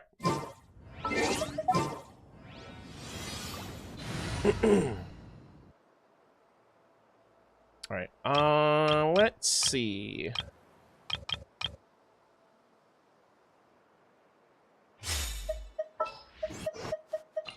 Increasing our combat strength?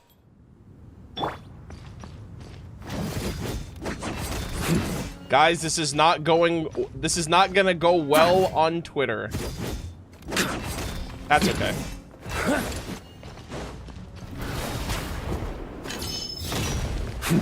What artifacts are we reading? We're gonna be reading the... I don't know what it's called. I always forget it. The Wind...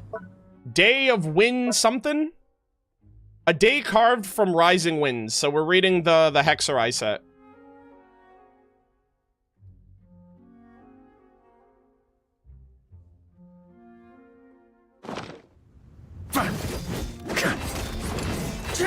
Nah, it's fine.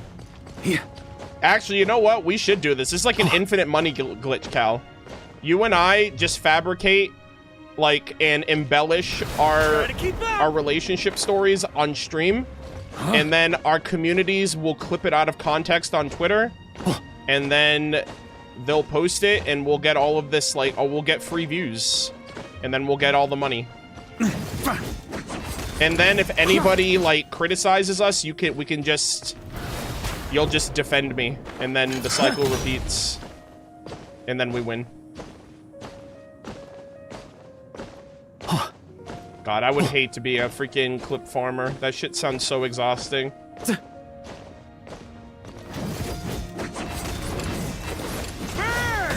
On me. Or we could just stream Baldur's Gate 3 together. Hey, I bought the game, okay? I'm getting there.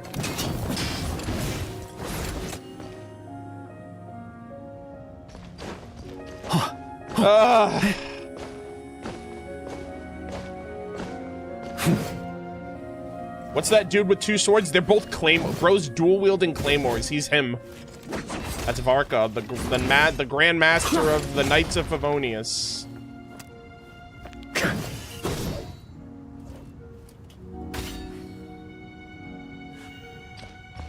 I go. Oh, really? Based. Wait, did I buy it? I think I bought it. I got a few things during the Steam sale. I'm pretty... you might have to check my Steam history. I don't know if I bought it. Maybe I thought I bought it. But... I don't know. I think I did.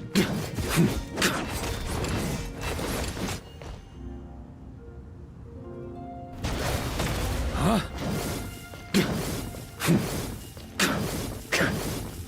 Okay.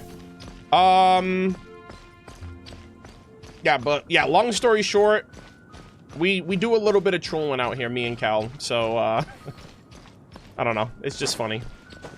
All right. Let me, start recording.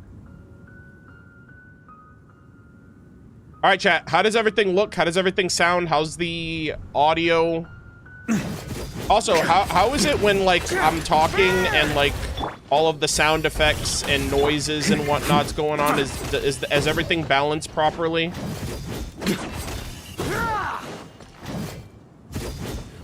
It's balanced? Okay, cool. All right.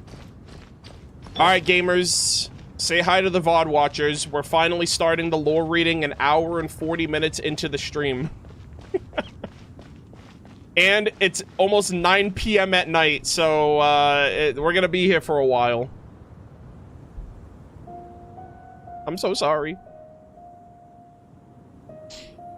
Alrighty, ladies and gentlemen, boys and girls, we are back for some more Genshin Impact lore reading content. We are at Storm Terror's lair, aka Old Mondstadt, aka Decarabian's tower, or former tower.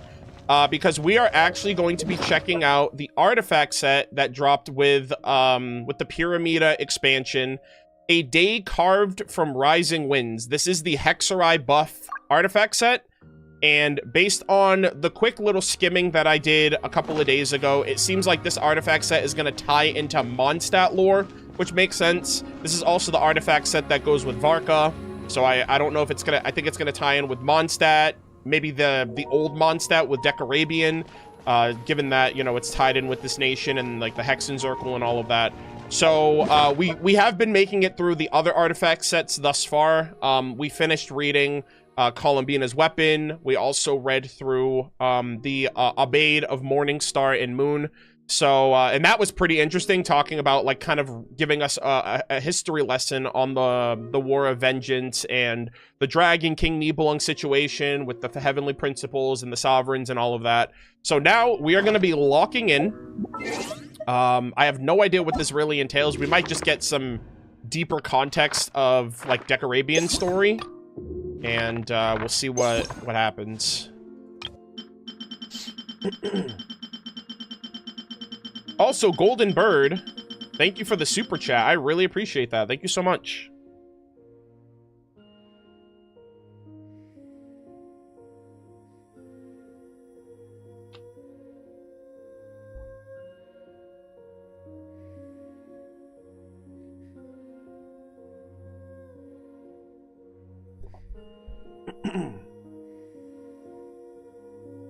All right, let's see. Oh, okay, so there is a reading order to this too. So just to double check, we're going to be reading the plume, then the circlet, then the goblet, then the sands, then the flower, in that order. All right, so we are going to start with the plume first. We have Dawn's Brilliant Oath. A feather accessory of azure, clear as the dawn, said to have once belonged to a guard who cast aside his name in ages past. Okay. All right, let's lock in, gamers. This was a barren age of old, a time when the pale dawn had yet to pierce the cold night. The warrior clad in iron had never beheld the open sky. Sharp winds held... Okay, let's, I'm just checking chat, making sure everything's good. Alright, let me start again. That was a barren age of old, a time when the pale dawn had yet to pierce the cold night. The warrior clad in iron had never beheld the open sky. Sharp winds held aloof the frozen heavens above.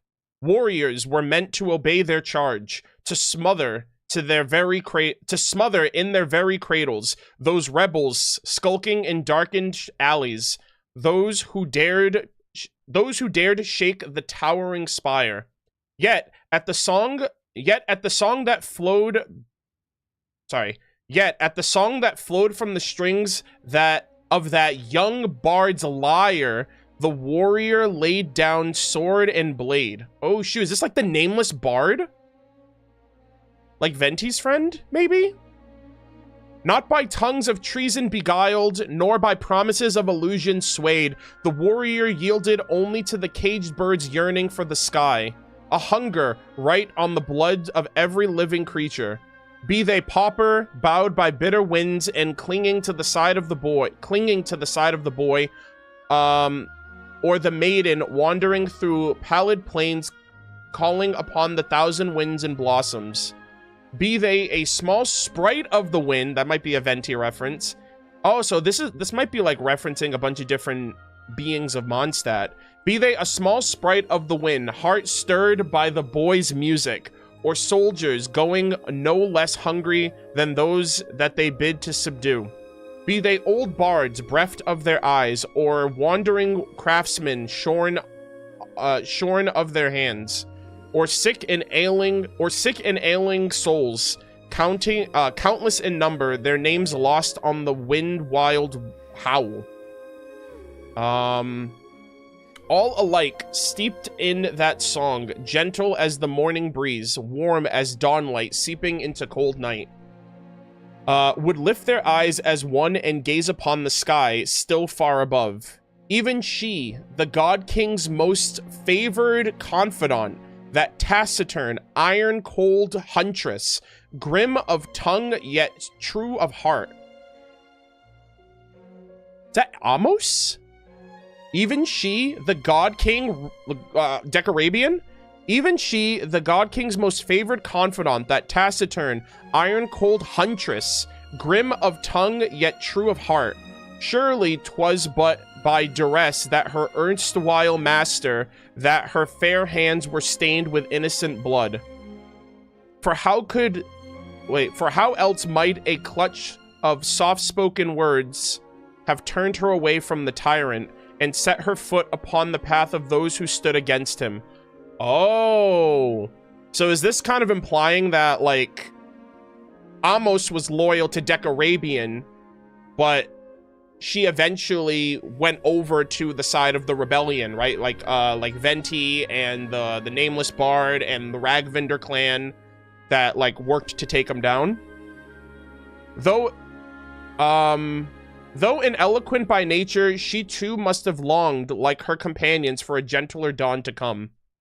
And so, the silent warrior cast aside both duty and name, weaving her snare from within the shadows. Gathering, for the boy who sang of morning, the wind scattered across the long night, until at last they rose to blow against the towering gale wail. Let the nameless flower kiss away your tears, and grieve not for the parting that tomorrow brings, until the breath of dawn erases my name and reveals for you the light that is true. Yo, that's really interesting. So this is almost like from the perspective of, like, Mondstadt as it was at the time.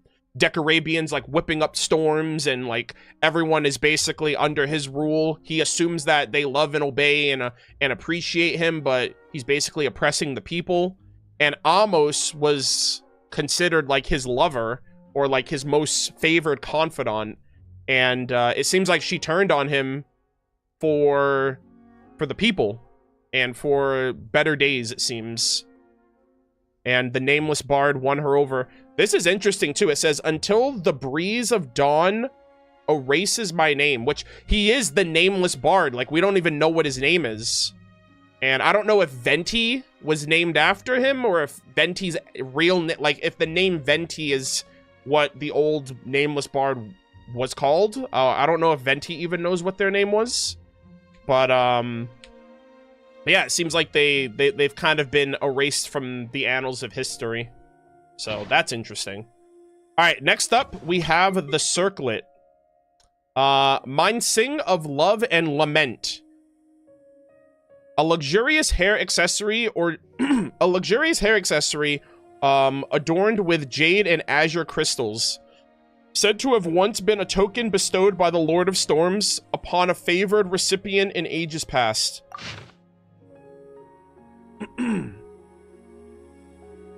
Okay, let's see. Blood red wine gleamed in golden cups. Water-hued jade lay upon pale braids. Bare feet no longer treaded slivers of silver snow. Only slivered silver fell about her feet like snow. Beneath the shadow of the towering spire, amidst the prison of delusive enchantment, the huntress believed herself cherished by a tyrant. Consider... Oh, wow. Consider the wandering craftsman who proffered to her a mechanical singing bird of pure gold, begging only for his life. Both his hands were shorn by her king's sharp, cold wind, lest the toy ever be made again for another's delight. Oh. Wait, what does shorn mean? I gotta look that up. Shorn. Definition.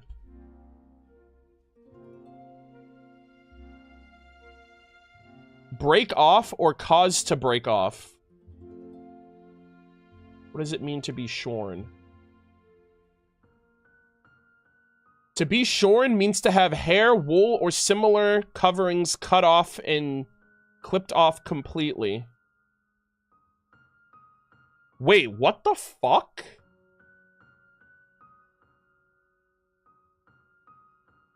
Bro, what the hell?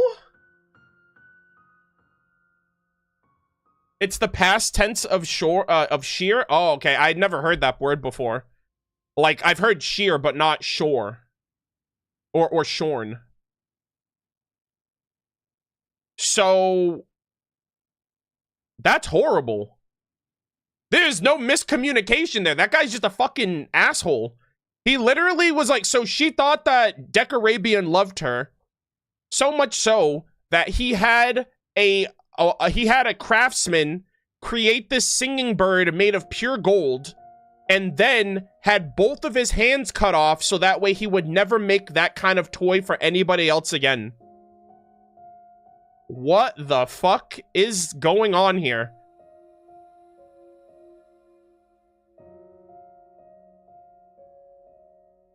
Yeah, they left this part out of the plot. This part of Decarabian was not in anything prior to Mondstadt up to this point, which is insane.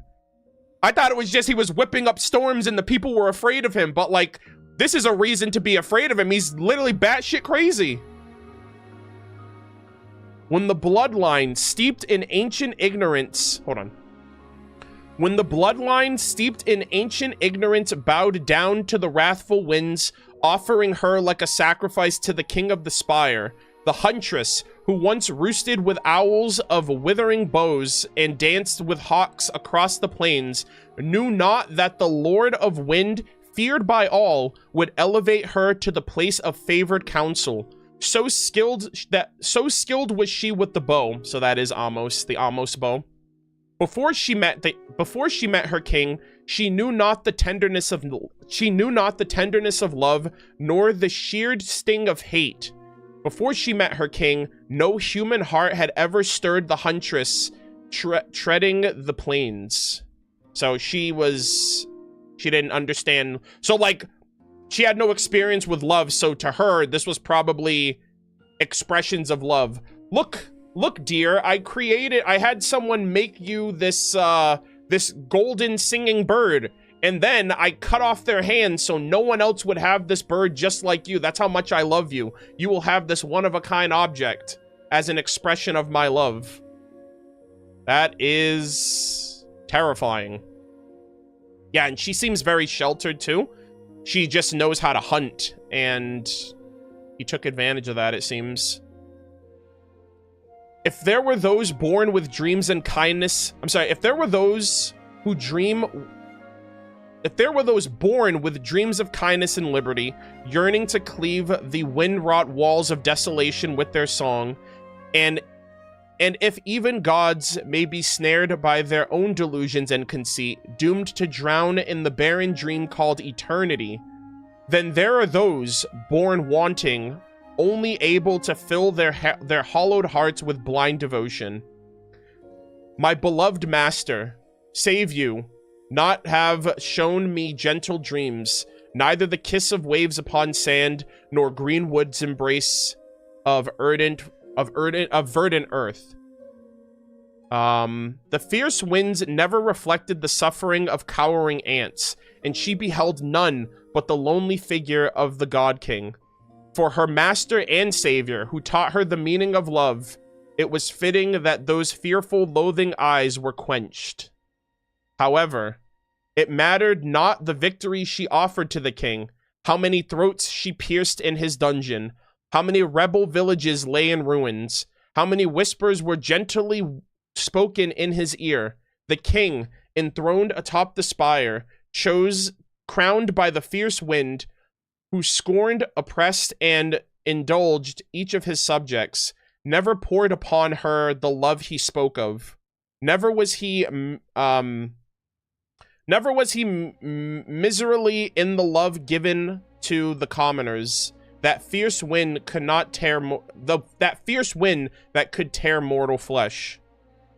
Yeah, so he was never the person that he claimed to be. He never showed her any kind of love or anything. Yeah, also the mention of eternity I did hear, or it did remind me a little bit of like A's dream of eternity. Awoken from blind devotion, she realized she was the only one who spoke with sincerity.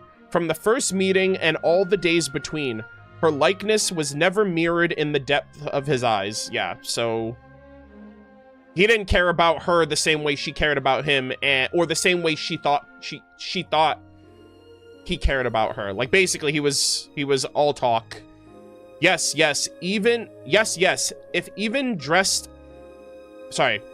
I'm, like, struggling to read today. I apologize. Yes, if even dances offered beneath the veil of wind and gentle whispers could not earn her a moment of his gaze, if all bloodied glory and the delight of slaughter could not make him look only upon her, then let his gaze linger forever upon the moment her image was seared into it. This she could grasp, the sole treasure worthy of repaying the king's love. This alone, of all that he had shown, might rightfully be named as love indeed. For he spoke of love, but was only accompanied by razor winds. My beloved master, save you, my heart shall love no other. So I beg you, look only upon me, none but me. Thus spoke one, a mortal knowing not of love, to a god who could not know it. Even in the moments they tore each other apart, neither had ever truly known the other's heart. This is very messy, honestly. Yeah, this is pretty messy. Like, he is basically just telling her all the things that she probably wants to hear, but not committing to it, like, with his actions. He's like, yeah, I love you. Do this for me. Do that for me. But then when she's looking for that kind of reciprocation, he's not there for it. And I don't even think he understands the concept of love. And she's slowly becoming bitter and resentful of it. And, like, even potentially jealous, because it's like, well, if your eyes aren't set on me, then, like, if your love isn't for me, then who's your love for? So I think that last line does it really does it justice at the end of the day. Neither had ever truly known the other's heart, so she can't understand what he's going through, and he can't understand what she's going through because, like, their whole situation is a matter of circumstance.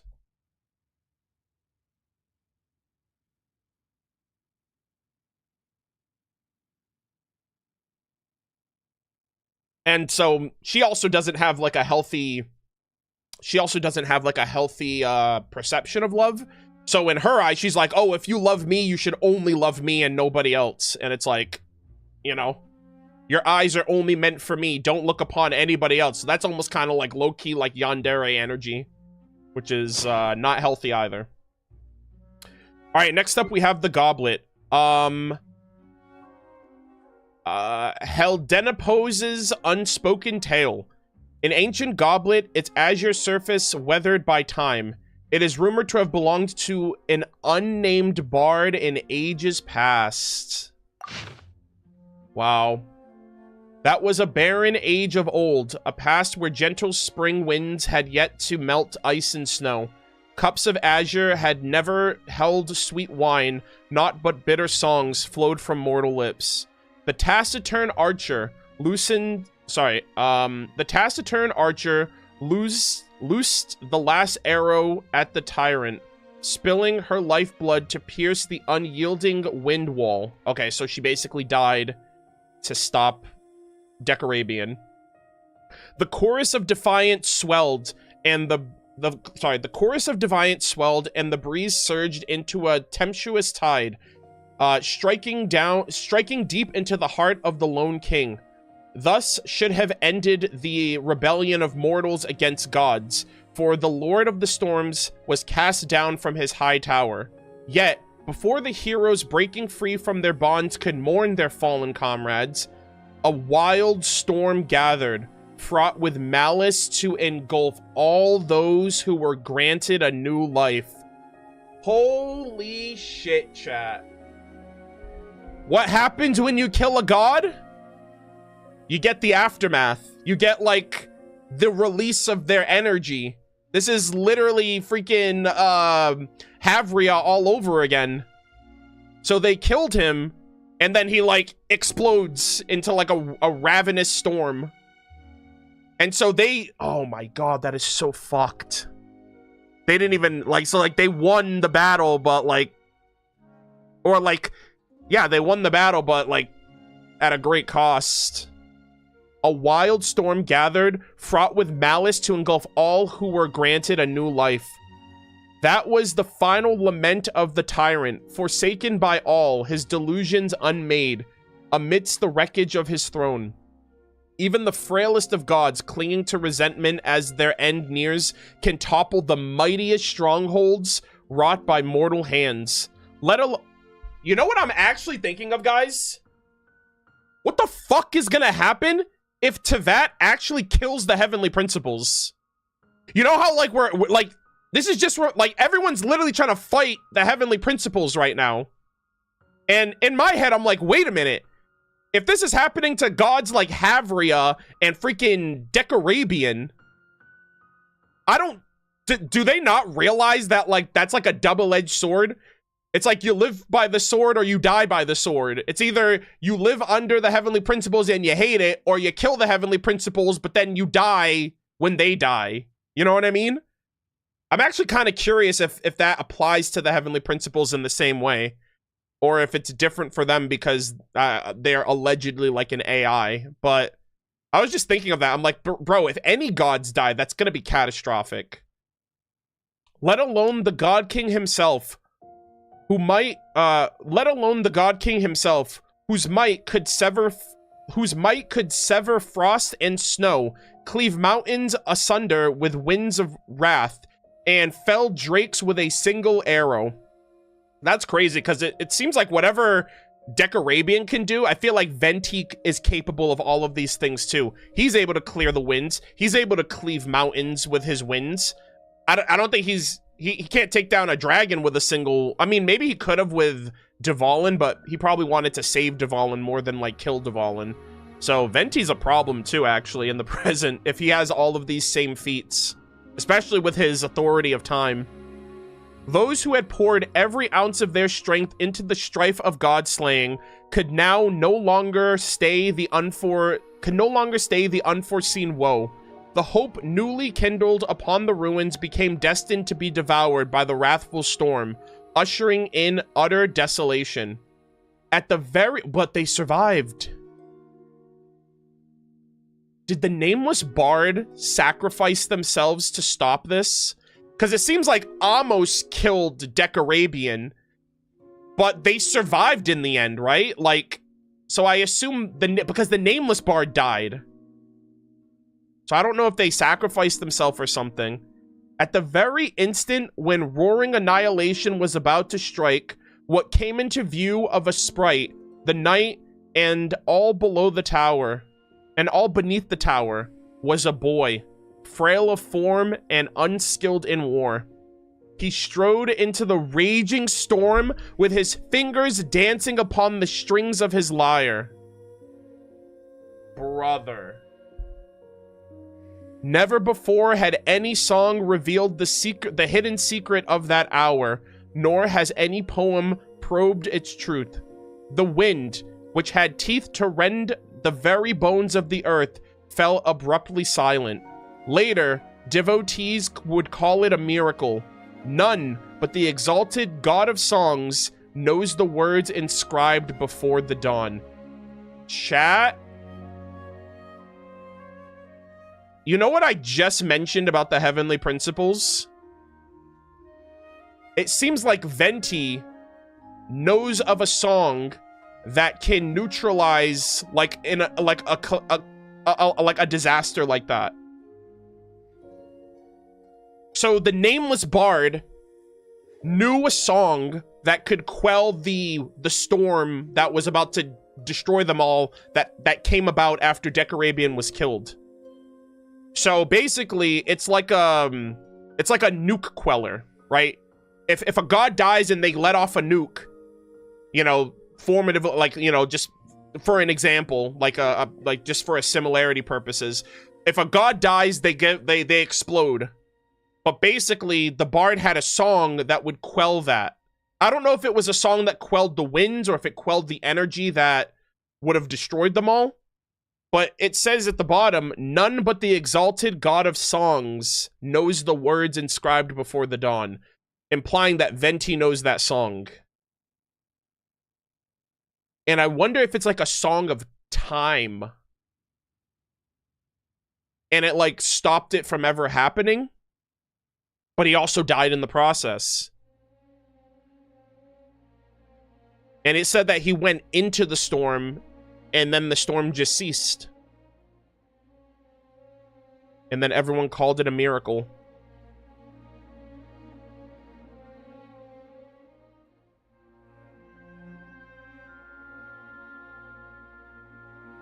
Huh.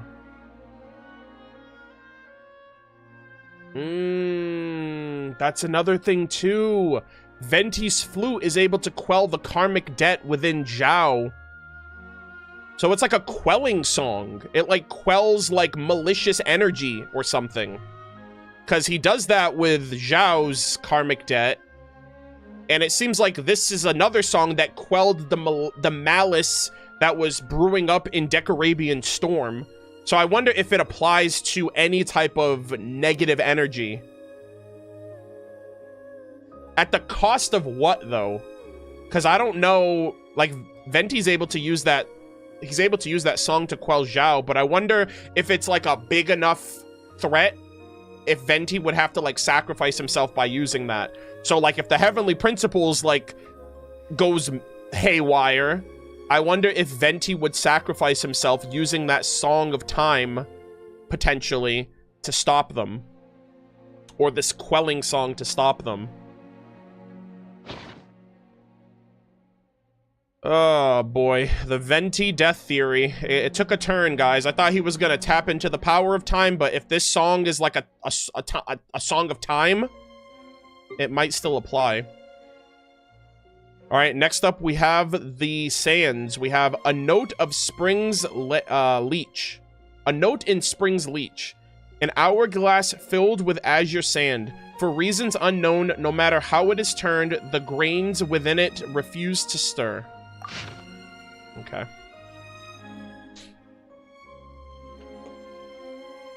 Isn't this about Venti's friend? About Venti's friend? Yeah. But the thing is, Venti took after him.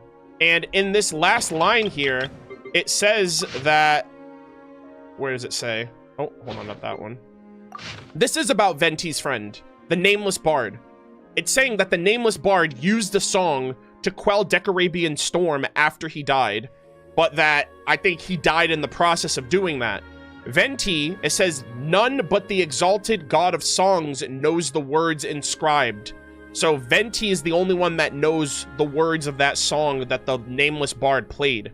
And Venti also looks like the Nameless Bard. And Venti is the god of songs because he knows every song ever written. He knows songs from the past, the present, and the future.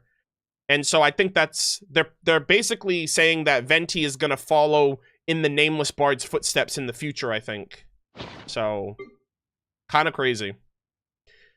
Alright, so we have a note in Spring's Leech. An hourglass filled with azure sand. For reasons unknown, no matter how it is turned, the grains within it refuse to stir. Alright, let's see. Iron blades fail to slash it, nor can imprisonment of stone confide it. The wind has no fear of the future, but constantly flows in its direction. O sorrowful tyrant, no matter how much blood stains your hands, as long as the wind still blows, you shall not claim the freedom of song. Are those the words of the song, actually? I wonder if those are the words of the song. Hold on. As the tempest raged before the crumbling divine throne, the frail youth strummed the strings of his lyre for the final time. Guys, that's the song of the freedom, song of dragon and freedom, I think. Or that's kind of what it reminds me of. As the tempest raged before the crumbling divine throne, the frail youth strummed the strings of his lyre for the final time.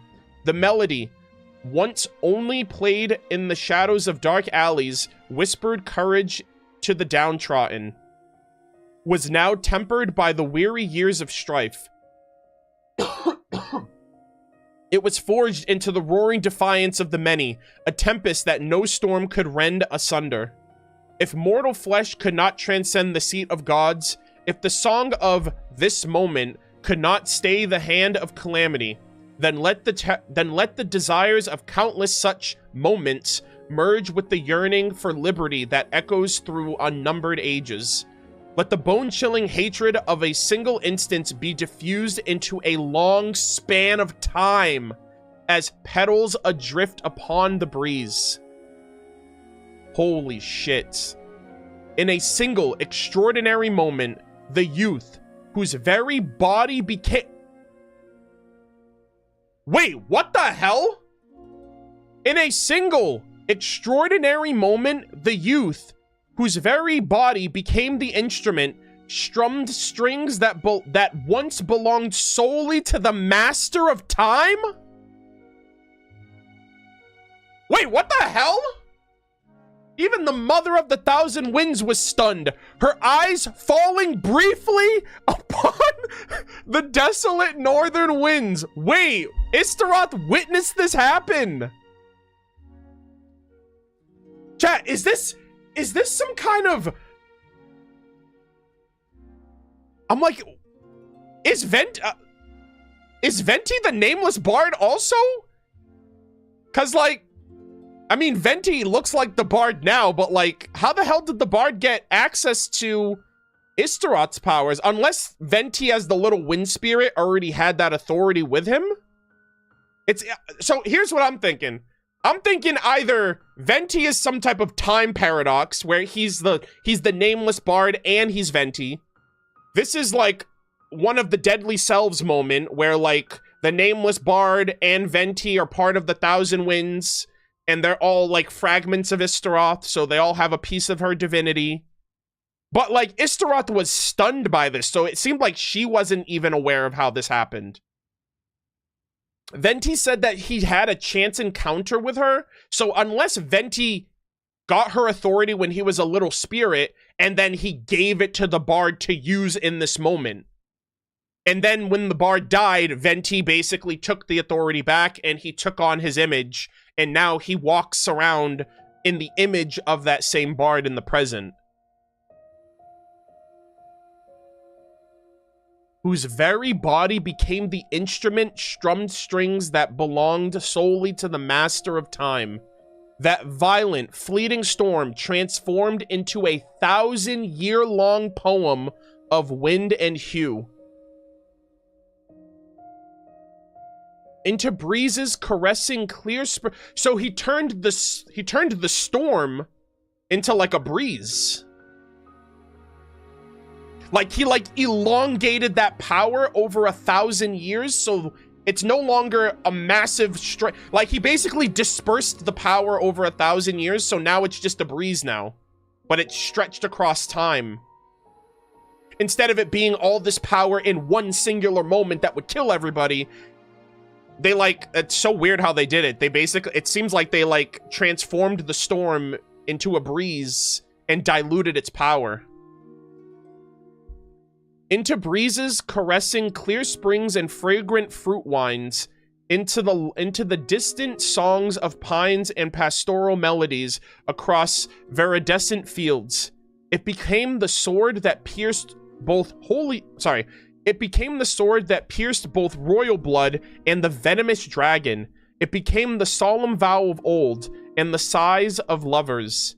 At the break of dawn, the symphony of 1,000 years began its first note. Wow. Its name is Mondstadt, and all who hold freedom in their hearts are its musicians. Oh my god. Bro, that is so peak.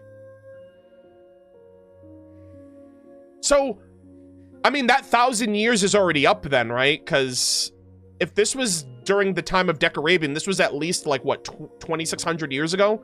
This is around the time of the Archon War. So, 1,000 years has long since passed since this moment.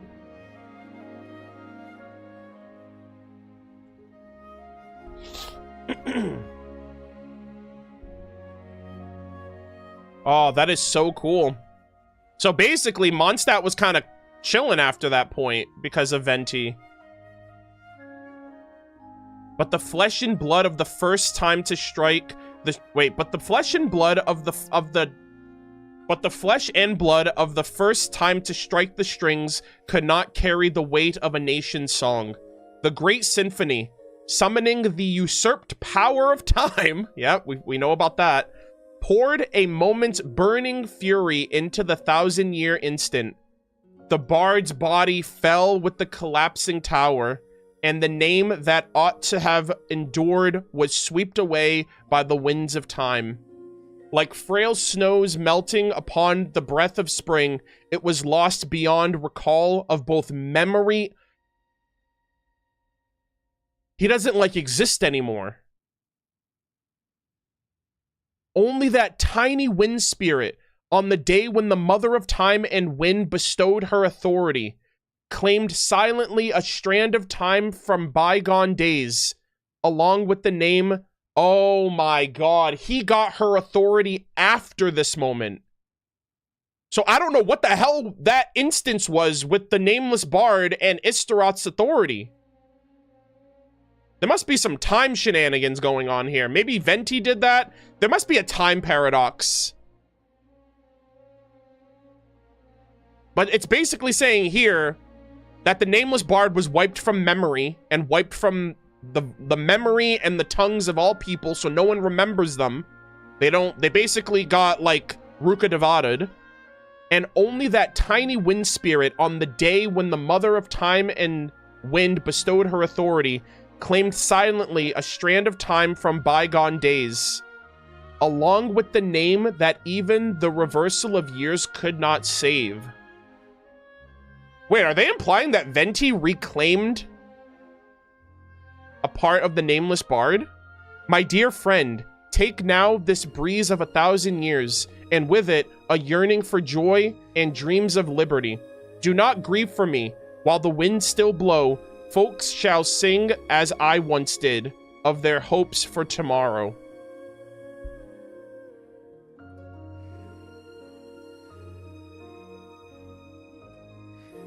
Ah.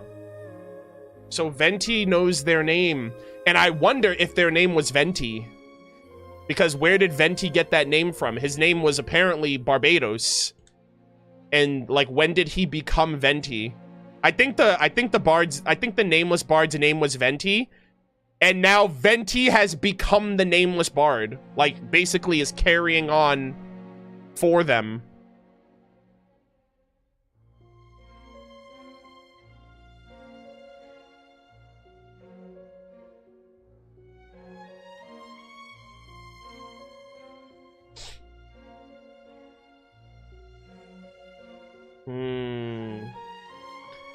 Interesting. So, here's another thing, too, that I'm curious about. I wonder if... So, what I got tripped up on was that even the Mother of the Thousand Winds was stunned, her eyes falling briefly upon the desolate northern winds. I wonder if Istaroth is stunned because the Nameless Bard did this, not because they, like, that they did it in that moment. Like, what I'm basically curious about is I wonder if this Nameless Bard also got a piece of Istaroth's authority and they cashed in on it during this moment, and that's why she was stunned. Like, oh shit, you're using my authority now? And the price they paid was their time.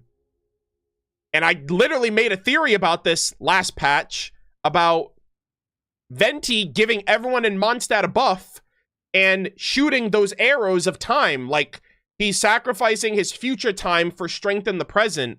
So I'm kind of curious if that's what the Nameless Bard did. How they had that encounter, how they got Istaroth's authority, I have no idea. Maybe she saw something in them, right? Maybe she just chooses Mondstadters every so often, right? She gave one to Venti for some reason. And so maybe she also gave one to the Nameless Bard for some reason. You know, to, like, protect Mondstadt in the future or sacrifice themselves for the greater good. But it's very clear that the Nameless Bard had Istaroth's authority and tapped into it and sacrificed themselves and their existence as a result. And Venti claimed his name and also got a shard of Istaroth's authority.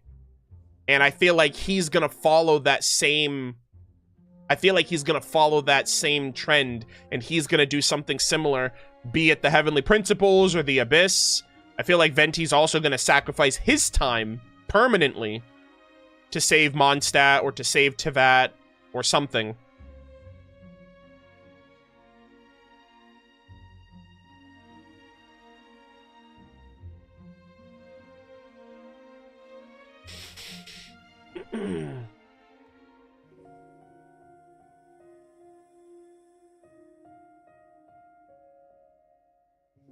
I think it's implied that Istaroth didn't give her power to the Nameless Bard willingly. That's why she got surprised that someone was using the time besides her.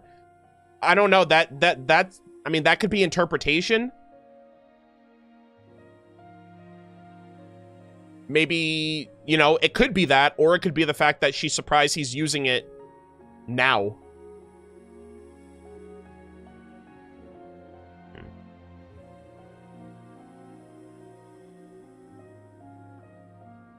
Because then it's like, where the fuck did he get that power? How did he find...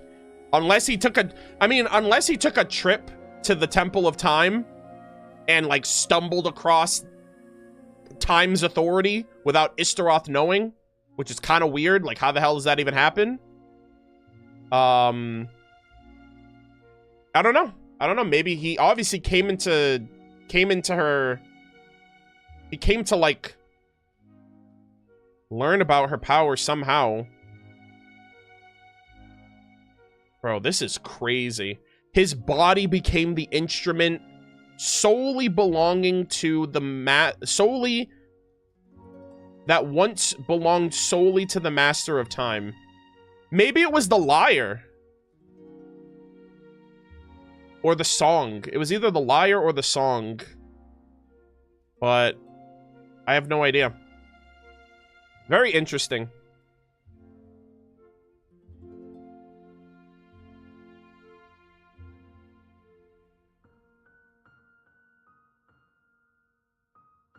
Like, I wonder if it was like the Holy Lyre de Hamel, which needs the tears of Dvalin to be powered in the first place. So I don't know. Maybe it was the lyre that he strummed that had the power inside of it, along with his song that created this moment for him. And Istaroth was like, "What the heck? Someone actually did it?" But interesting.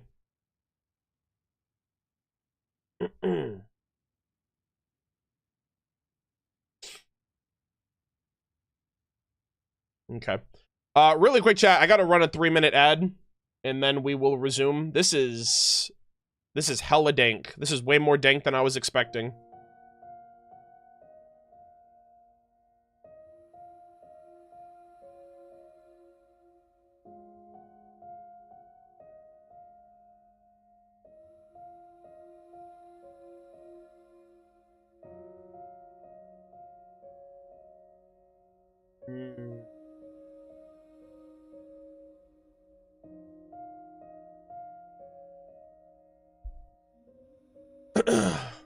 Bro, this is kind of crazy that Hoyoverse is really locking in to, like, this is a Venti story quest lore that was offered in the game in 1.0, and then we just kind of were left off with whatever lore we had about the Nameless Bard and Venti, and that was about it.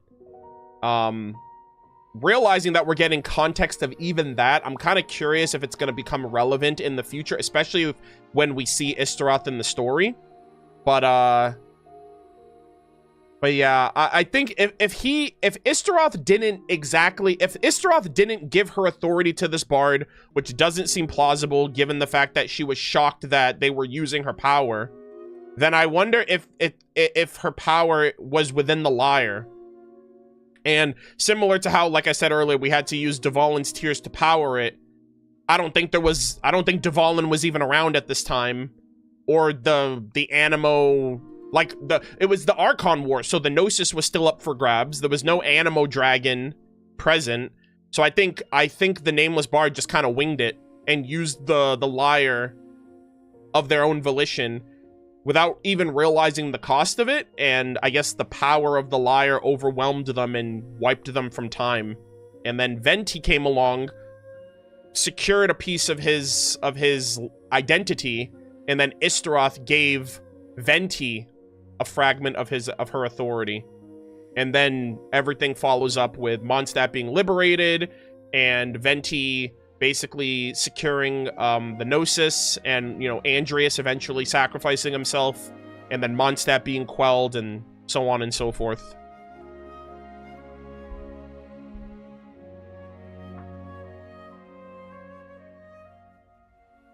We absolutely need a Venti story quest part 2. I mean, we're gonna get one. There's no fucking way that we're not gonna get a second story quest. Nahida got a second one. A got a second one. Zhongli got a second one. Farina didn't get one because she's not the Archon anymore. And Malwika hasn't gotten a second one yet, so there's still a chance for that. But, like, even if it's like Ludi, I think it'll be like a Ludi Harpastum tie-in as well. At least I hope so. I've been saying that for years. But, like, the Venti second story quest is gonna, like, unleash and unlock, like, new potential. We're finally getting Dorman Port, so that's another check off the Mondstadt box. It seems like we're gonna be learning a lot of stuff about Asmodee in the future, so, I think Istaroth and Venti and Mondstadt lore is heavily overdue. But yes, I do believe we're gonna get a Venti second story quest, and it might put into context Venti's purpose and Venti's plans and Venti's motivations with utilizing time and what he has in store for it, right, for the future. And to be honest, I feel like he's going to go down the same way of the Nameless Bard. I made a theory about that well before I read this. So, it's just a matter of when and how, not if. And knowing Venti, he'll probably keep his cards close to his chest until the end game.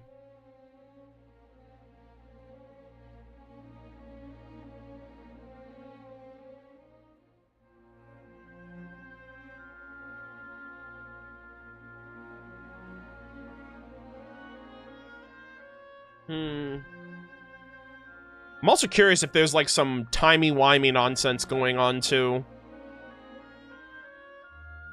But,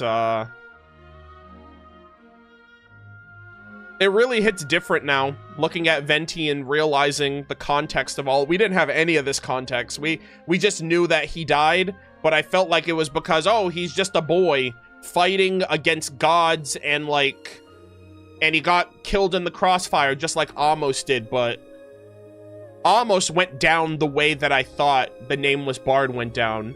The Nameless Bard literally just got eviscerated from time and, like, tapped into some supernatural, like, divine, primordial shade powers to stop, basically to save Mondstadt. And if you don't think Venti would do the same thing for Mondstadt, you're crazy.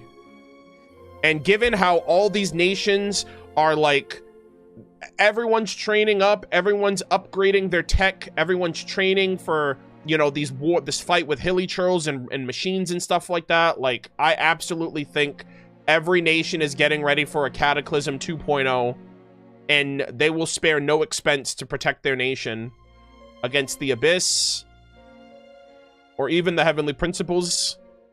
And I think this is Venti's trump card. When all things fail, this is what's going to save Mondstadt. Zhongli might have something in store too, where he sacrifices himself. I could see all the Archons and Neuvillette doing that, sacrificing themselves to save their nations. And then you go back to a land, a world with no Archons and no one to, like, defend the world.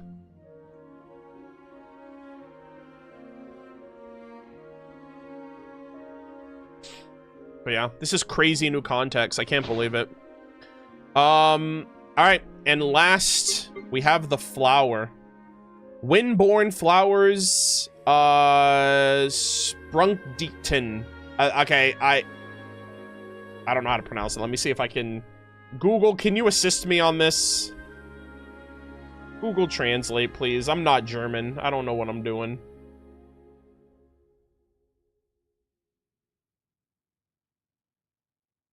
Sprunchdichtung? Hold on. Sprunchdichtung. Oh, okay, I kind of had that right. Windborn flowers, Sprunchdichtung. I'm an American. I'm doing the best I can. I'm sorry. All right. An azure crystal bloom that never withers, said to have once belonged in ancient past to a wandering girl who invoked the 1,000 winds and countless flowers. Oh my god. In the name of Gunhilder's clan head, I hereby pledge allegiance to the newborn god. Oh my god! We once wandered through knife-like north winds, enduring grievances as cold as We once wandered through knife-like north winds, enduring grievances as cold as burial shrouds. So this is like the Gunhilder ancestor, right? Because the Ragvinder clan was around back then. This is the Gunhilder clan, which will eventually, like, manifest itself into, like, Frederica and Jean. Oh, this is so sick. Our homeland has long been buried in a dead silver silence, and our old customs have faded into desolate ruins. Wow. But like flowers forged by fierce winds, our spines shall never bend. We shall never betray friendship in days of bitter darkness, and we shall never forget the oath written in blood. Dude, this is so freaking sick. So the Gunhilder clan is pledging their loyalty to Venti in this moment. And I wonder if the Gunhilder clan were, like, caught up in the crossfires of Decarabian, right, during that time.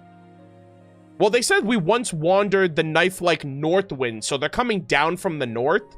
I don't know if that's like a Snezhnaya reference.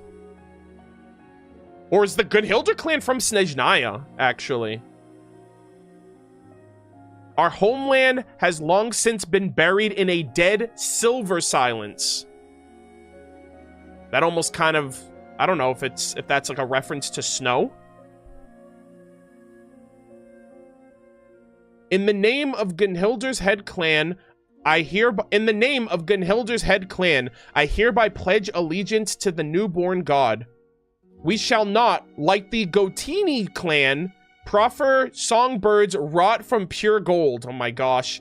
Nor shall we,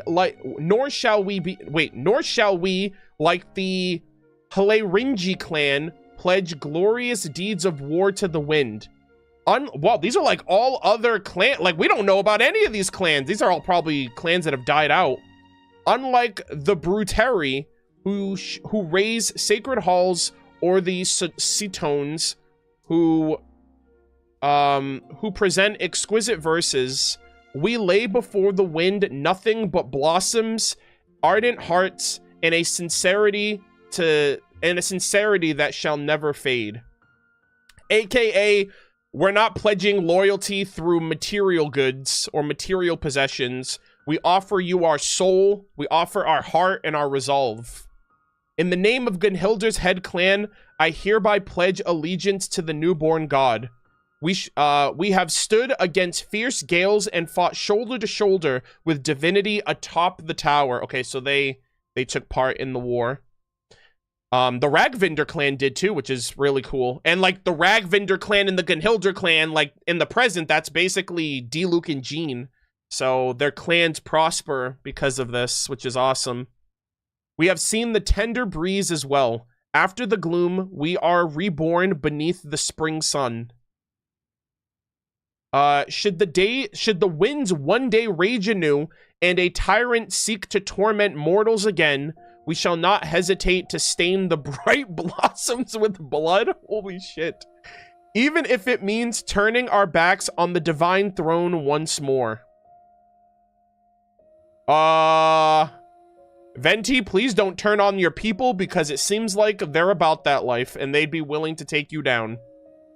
If the winds remain ever gentle and the heavens look kindly upon our realm, we shall guard the song of Mondstadt without falter, as the new winds once bestowed upon us their sheltering grace. Oh my god!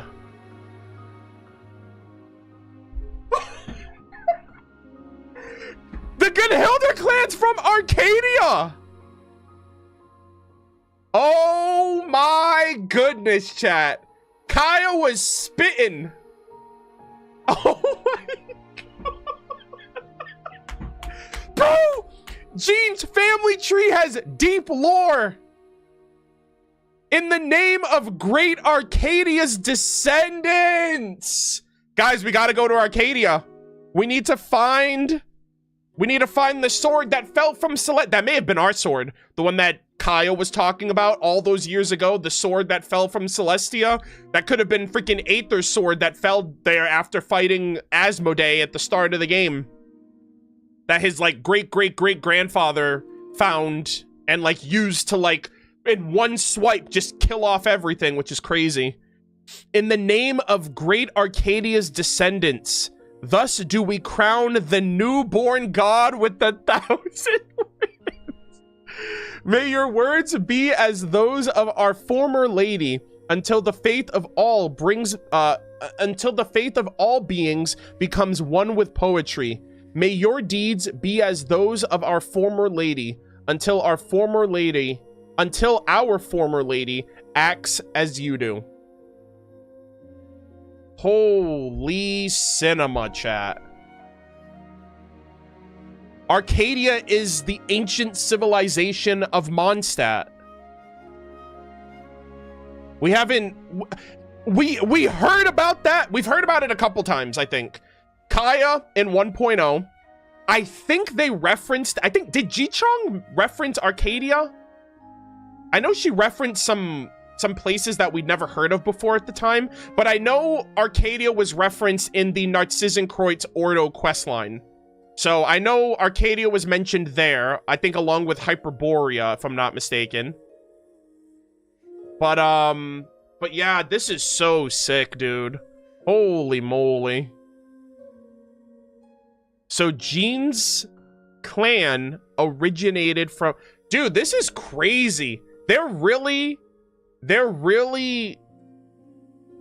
tying up all these loose ends. We just got Longon. We're getting all these other ancient civilizations that are like in the suppository of Asmodee's Temple of Space. And those might be the blueprint. I actually wonder if like Asmodee's repository are like the blueprints that the heavenly principles utilized in creating the Tevat of today even.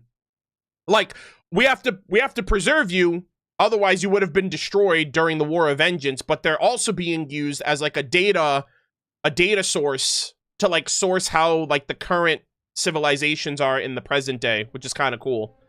But yeah, I'm expecting Mondstadt lore in the space of the Temple of Space then, because I don't think we saw anything Mondstadt oriented at all.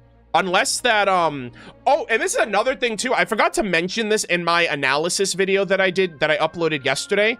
But the one NPC's name, his name is Istoria.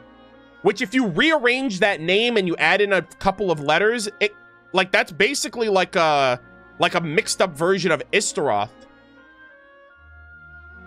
Oh yeah, sorry, repository, not suppository. Sorry. But yeah. But I know Istoria means history, but it also could tie in with Istaroth, because like Istaroth's name is in that same vein. And then Zeitland, her name translates to time, so time and history and Istaroth, like I feel like that all kind of jumbles together. So I really hope we learn more about Istaroth and now Arcadia when we go to Asmodee's realm. Holy shit, chat. This just makes me love Mondstadt even more. Now I'm looking at even looking at this place in a new light. It's like, wow. Nameless Bard, Venti, Istaroth, the Authority of Time. We've evolved so much from the start of this game. I remember coming here in like 1.0 and eventually doing Venti story quests, and I'm like, oh wow, the people fought a well-fought battle for their freedom against the God of Storms, and that was about it. 5 years later, we have the true context of what really went down, and it's kind of crazy. Humanity is built different. We got Almost lore in there too. Gunhilder clan. We're getting Seamus Peg as well. So I wonder if Seamus and Frederica, I'm assuming Frederica is going to be playable if Seamus is an NPC only character, but I'm hoping that Frederica is the head of the Gunhilder clan. She is literally the freaking peak of her clan. She's everything her clan's built up to now. I really hope she gives us some Arcadia lore, or I'm gonna ghostwrite right now, chat. We're gonna get Frederica when we go to Arcadia. I think that would be just as baller. I wonder if we'll go to Arcadia, like actually go there.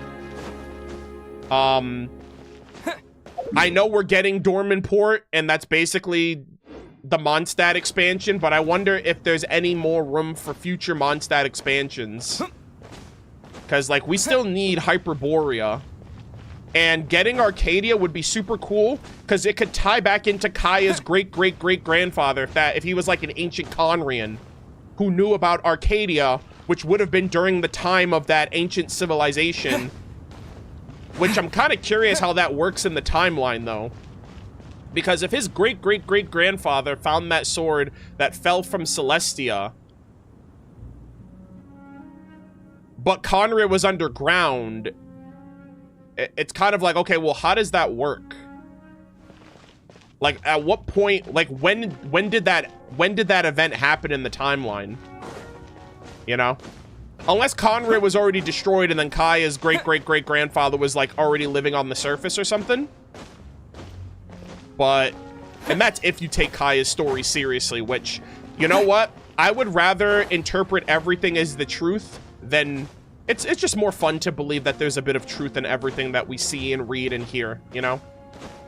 But, maybe the sword fell underground in Conria? Well, no, it would have had to fall into Arcadia. But I don't know if Arcadia was above ground or underground, but I assume Kaya's great-great-great-grandfather was a Conrian. But didn't they say his great-great-great-grandfather was like a pirate? That's it, because of his eye patch, I think? It's been ages. I have to actually let me do some research right now. So you know what? If his great-great-great-grandfather was a pirate, this was probably post-Cataclysm. Like when that sword, especially if it happened after the Cataclysm, if that sword has anything to do with the Traveler.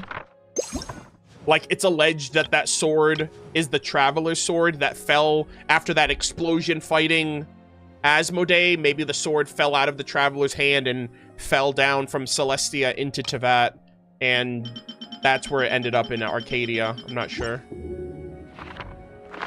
Let's see.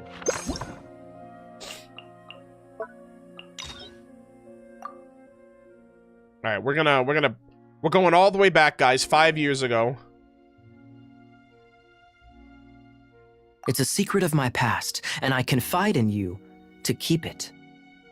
Don't worry, Paimon's lips are sealed. As a matter of fact, my grandfather was a pirate. Oh, it's his grandfather. Oh. I thought it was like his great-great-great. Why do you sound so blithe? Do you think I'm making... Wait. It's his grandfather, so that's not even that far back. That's like only 2 generations back. So I'm like, so it's your father's father, which was had to be like at least 100 years ago then. Interesting. As a matter of fact, my grandfather was a pirate. Oh.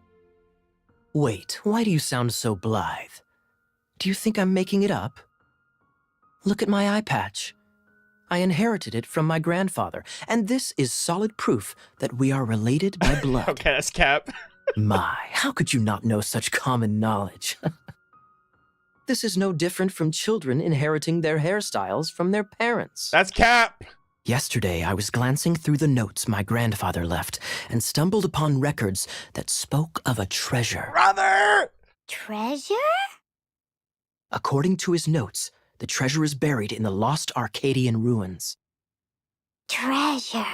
Lost Arcadian ruins, so we gotta go and dig that place up. Okay, Kai is definitely capping. There's no way that inheriting an item is equivalent to your hereditary traits. Like, that doesn't... Like, Paimon's being 3-head right here. He's, like, literally lying to her. But I think surrounding that lie... Inheriting the eye patch from his grandfather being a pirate, and this sword being from Celestia, I feel like all of those could be true. Kaya, what kind of treasure is it? Gold? Or better yet, gems? A magic sword that grants the wielder unrivaled power. Oh, wow! The sword was dropped from Celestia into the sea by a god.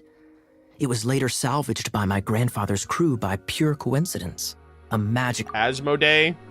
It was dropped from Celestia by a god fighting the Traveler, potentially. Maybe, kinda, sorta. But he said it fell into the sea. But it fell into the sea, and then his grandfather fished it out, and then I guess his grandfather, like... Oh, well, he's gonna get into it. It's been years. I completely forgot about these details. The sword was dropped from Celestia into the sea by a god. It was later salvaged by my grandfather's crew by pure coincidence. The moment he gripped the sword, thunder roared, billows howled, and the clear skies were suddenly swallowed by raging winds. Sheesh. With the might of the magic sword, my grandfather went on to defeat a hydra, a silver-haired banshee, a wicked abyss dragon. All right, I need some information on that wicked abyssal dragon, especially if that was 100 years ago. Was that another one of Rhindaughter's abyssal creations, potentially? That'd be kind of crazy. That'd be cracked.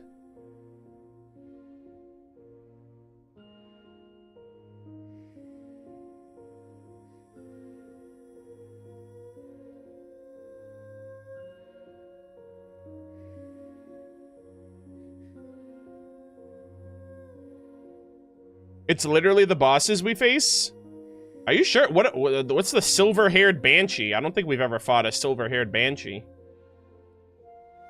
Obviously, the Hydra would be like Osile. The Wicked Abyss Dragon is like Durin. Or... I mean, we haven't really fought an Abyss Dragon, but I guess Durin's the...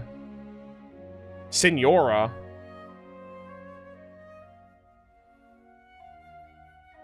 Signora's blonde, not silver? Also...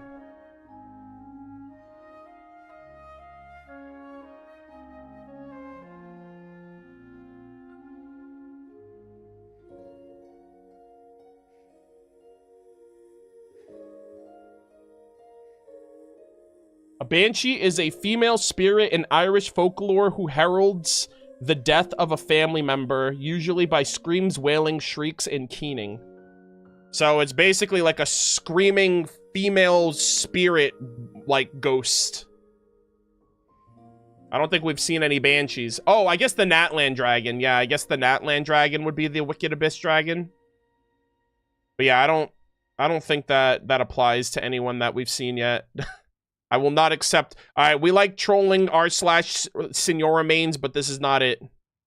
But the immense power of the sword enticed many more greedy pirates. Someone really just said Paimon. And you know what? She is silver-haired at the very least, and she does yap a lot.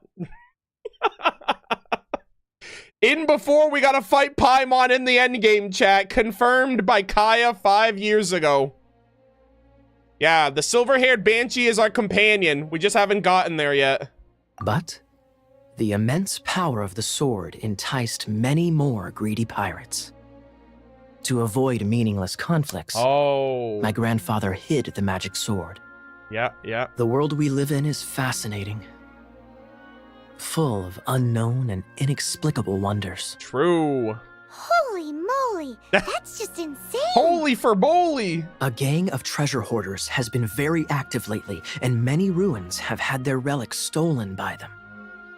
I'm afraid that they will soon discover the Arcadian ruins, and the magic sword will be lost. Yeah, I lied straight to my fucking face, bro.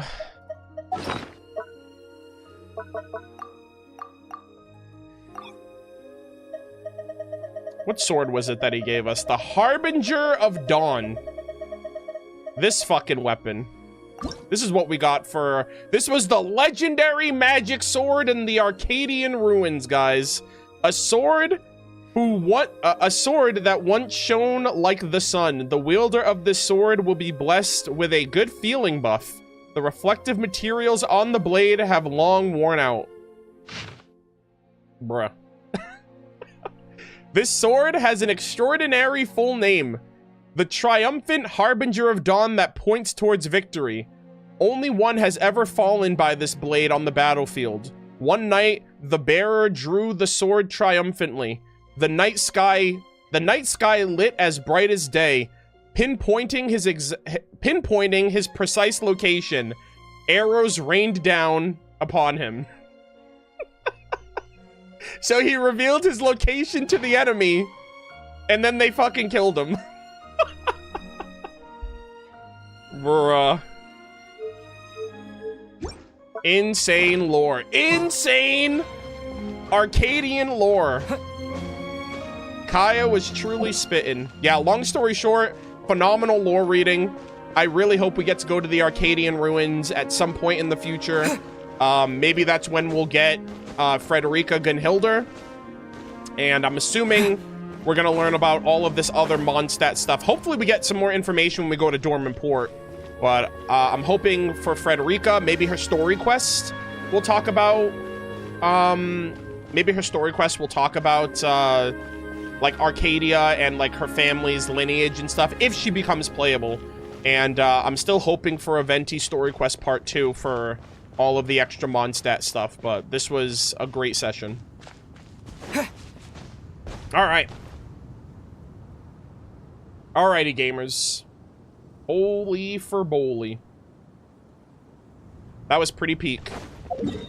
We are going to be transitioning now to good old Fontaine. We're gonna be reading Neuvillette's skin lore next. I wonder if Arcadia was the same place, was at the same time as Solvendagnir. I kind of wonder if that too. Like, if they both existed at the same time, but because, you know, Mondstadt looked drastically different, they probably existed separately, but within the same, like, territory.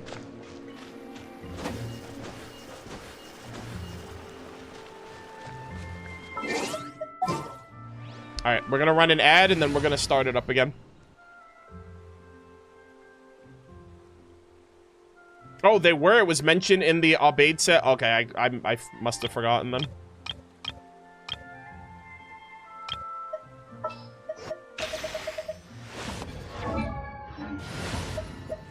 The pleasure is all mine. Yeah, we read the artifact set last time I streamed. Or like a while ago.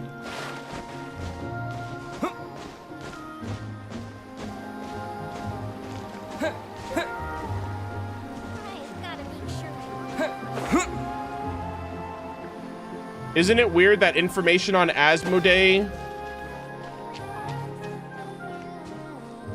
the sustainer of heavenly principles, the god that traveled wanted info on from the beginning of the game, was like 5 minutes away from where we started, and the place that Paimon kept us from exploring until now?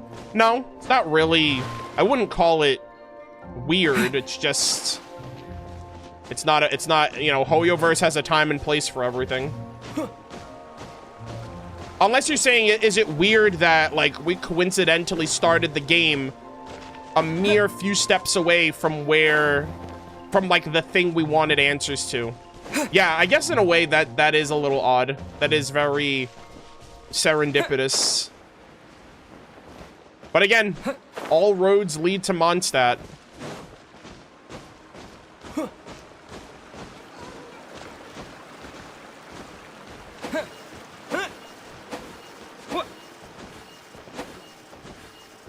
But yeah, but I mean, that's by design, right? Hoyoverse is locked in. They know what they're doing. They know how they're setting up Mondstadt and, like, all of this stuff. So the fact that we're coming back full circle to Mondstadt makes sense.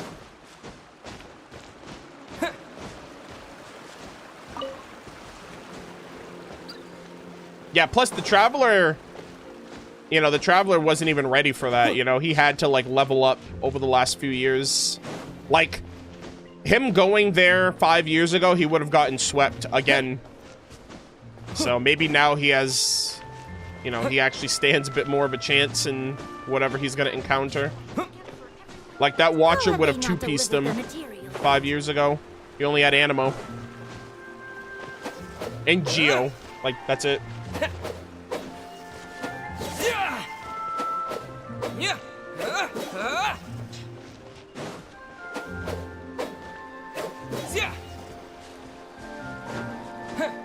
That's a fire line.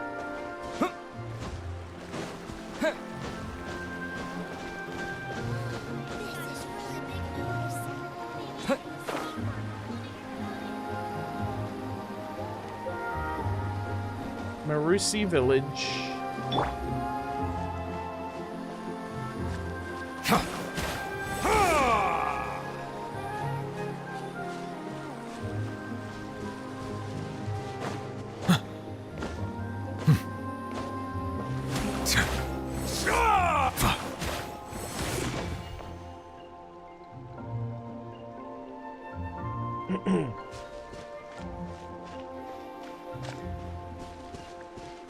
All right, gamers. How does everything look? How does everything sound? Let me know. We're gonna lock in.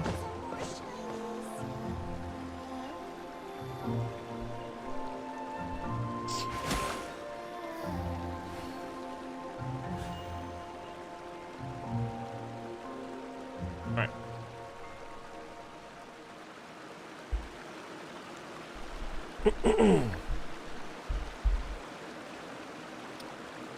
Alrighty, gamers, we are back. I'm actually going to be recording this. Okay, so actually, you know what? Let me, yeah, I'm going to tag this on at the end here. Okay, so,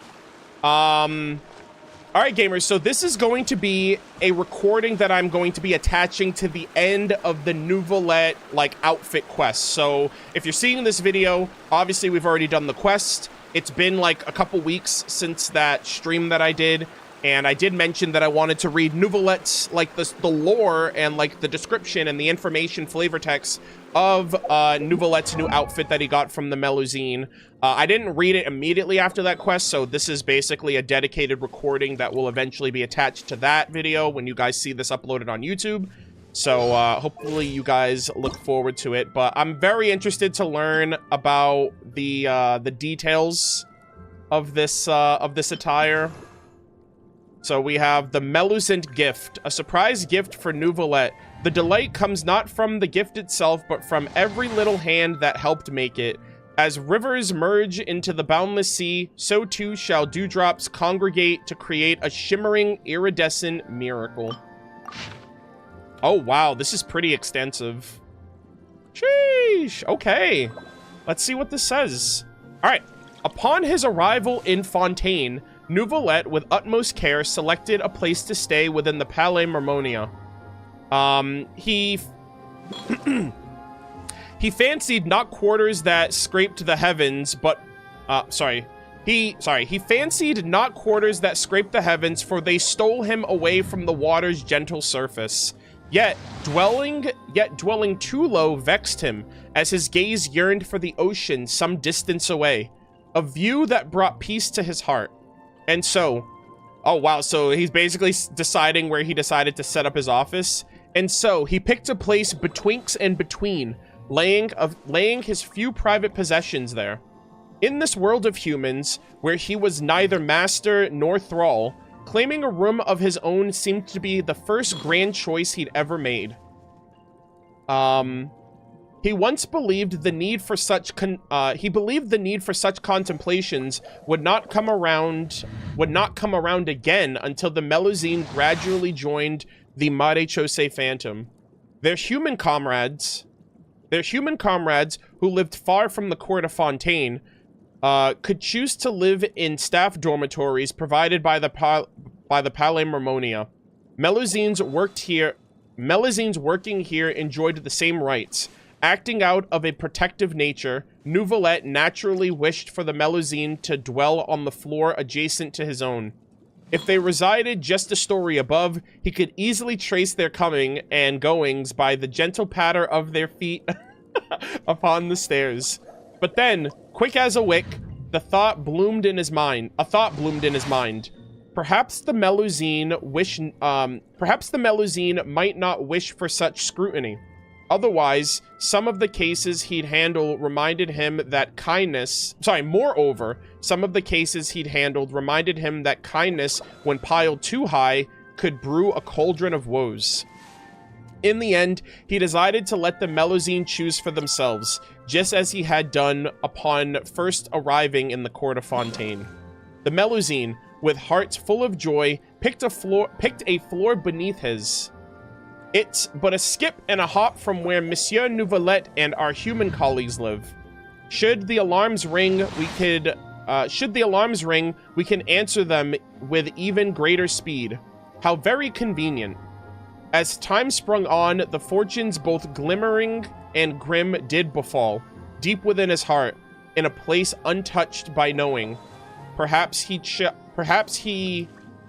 chided himself for deeds beyond his grasp. Yeah. So he wanted to keep the Melusine close, so they're a floor below him, which is great. As the Dragon of Water, he had always believed he bore a certain responsibility for this primordial world.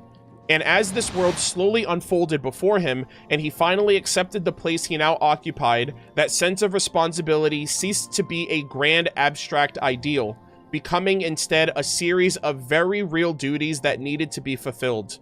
Or, to put it more bluntly, born in this manner, however unwilling he might have been to admit it, he was bound to enter the present age, and in time, feel the stirrings of a desire to do something within it. Like now, for example, Neuvillette thinks, having already taken the Melusine and Passive under his care, to fulfill their wishes ought to be written into his memorandum, and, while there was still time, treat with the utmost seriousness indeed. With that in mind, he changed into his new clothes, and he walked out of his office. His footsteps rang with certainty. However, the events that followed soon drifted beyond his control once more. By pure chance, he ran into Snezhnaya and Wriothesley, and as he wandered along with the two of them, talking about this and that, he found himself in unforeseen places, acquiring oh my god, he's literally just... Is this talking about, like, his time when he was, like, going out and buying stuff? Acquiring unexpected things. He did not help but wonder whether such a tale of his travels, told upon his return to the Melusines and Passive, would delight them. Neuvillette found himself anxious, fearing that a journey taken so freely and without plans might lack order, and that, in doing so, he would fail to live up to their kindness. Say, head nurse, have you ever felt that being overly responsible can, at times, be a sort of arrogance? Thus spoke Wriothesley, while Neuvillette was lost in his own thoughts. Perhaps he was reading too much into it, and when the Duke addressed Snezhnaya, he seemed to throw a glance in his direction. Neuvillette was startled. That was exactly the sort of person he was. Mere praise left him untroubled, for to him it was nothing more than a part of polite human interaction. But a critical remark like this would send him into a fury, making him wonder whether he once again done something odd. Oh my god, he's an overthinker. He overthinks everything. Soaking himself to the bone in a downpour came to mind. Then I think you can afford to be a bit more arrogant, Your Grace, instead of neglecting your work for an entire month, Snezhnaya said, clearly dissatisfied. And perhaps you could take a lesson or two from the Duke's modesty, Monsieur Neuvillette. Ah, another fork in the road. Snezhnaya turns to a silent Neuvillette, her face lighting up with a smile. Monsieur Neuvillette, which path shall we take? Indeed. Perhaps pleased by the change of topic, or perhaps with a hint of meaning behind it, Wriothesley also turned to him. Quick, Neuvillette, you have 3 seconds. Oh my god, Wriothesley's such a troll, bro. Quick, Neuvillette, you have 3 seconds. Which way do you want to go? Neuvillette stared down the plain, unremarkable fork in the road, as if transported back to countless moments where he had to make a choice. Yet this time, there was not a trace of heaviness in his heart. Perhaps it was the gentle night breeze in the foreign land that made the words responsibility feel suddenly distant. It had nothing to do with his ancient identity, nothing to do with the expectations of others, and nothing to do with factors beyond his control. Perhaps some things were simply that simple, and he only had to consider what he truly wanted. Let's take the path with more people on it. Of course, some simple responsibilities can't be set aside, but if there's no shop selling Zhao lanterns along the way, we'll have to come back. We'll have to come all the way back to find one. I did make the Melusines a promise after all. All right, sure. Yeah, I had a feeling that this was recounting the trip that he took to Liyue during Lantern Rite, because Snezhnaya and Wriothesley were with him there too. I love that though. Yeah, so Neuvillette is trying to find out the distinction between decision making. There's a difference between deciding what do I want to eat for dinner versus deciding, I don't know, your firstborn child's name. I think those two options have different weights of like responsibility. And like, but the difference is like, it seemed like Neuvillette always weighed every decision he made with this, with like life altering like weight to it. And so, you know, when they say, hey, do you want to take the left path or the right path? That's like a no-brainer. It's just like, it comes down to what preference you want. You know, you're still going to end up in the same spot at the end, I think. But yeah, that's just one of the many things that Neuvillette's been gripping with and trying to learn more about himself. Not even really about humans. It's just about himself, like understanding and learning himself more. So that was a very sweet, tender, very down-to-earth moment for Neuvillette, very humanizing for him, which I appreciated. And I mean, the quest itself, like, I was literally grinning from ear to ear the whole time. Like, I love the Melusine, I love Neuvillette, I love everything that they do for them, and I'm really surprised that they decided to drip him out for the festivities of Lantern Rite, and we got to see Posse, and she had a voice and everything, so this was spectacular. And I hope you guys enjoyed the lore reading for it as well. All right. How was the lore? I mean, we're still reading. We just finished the Neuvillette, like his outfit lore. We just read through that, and we got a book to read now.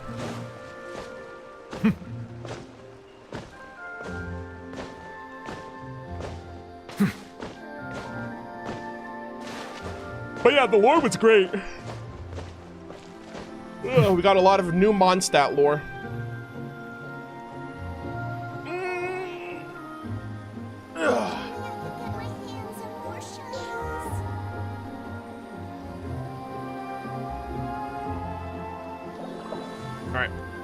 Alright. We're gonna start up again in 60 seconds. Okay, where should I go for this, actually? Let me go to Nod Cry for this. I'm gonna go to the Final Night Cemetery. Yeah, we're reading the Fae book. We're reading one of the Fae books now.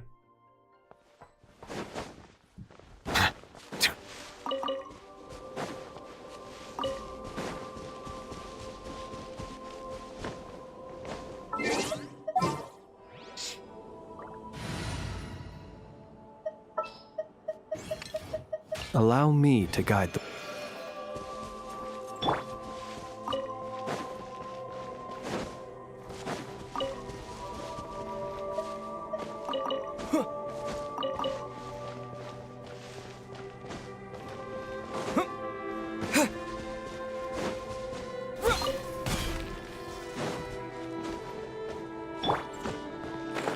Ah, that one's gonna get away.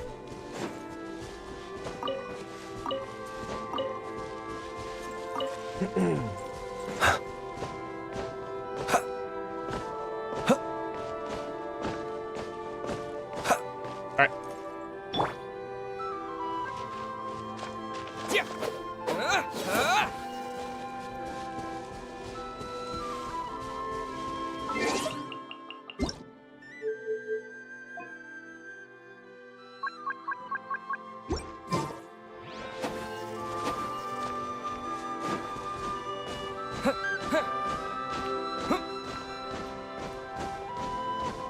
I also like how Rise's anecdote was locked behind Neuvillette's skin quest because Posse was in it too. Yeah, I'm glad that they didn't like spoil that, essentially. Like, they let you do one into the other. I think that was great. And like contextually, it makes sense to see her there first.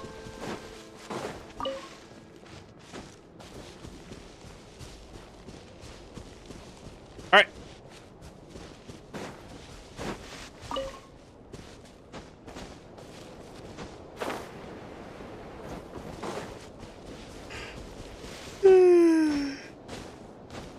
Excuse me.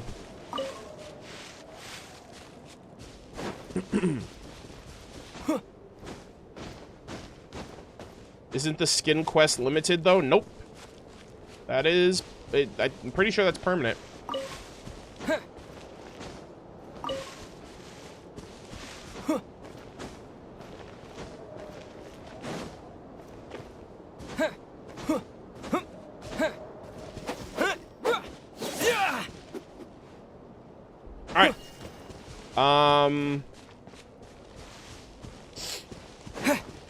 Alright, let's lock in. I'm gonna wait for the music to start up.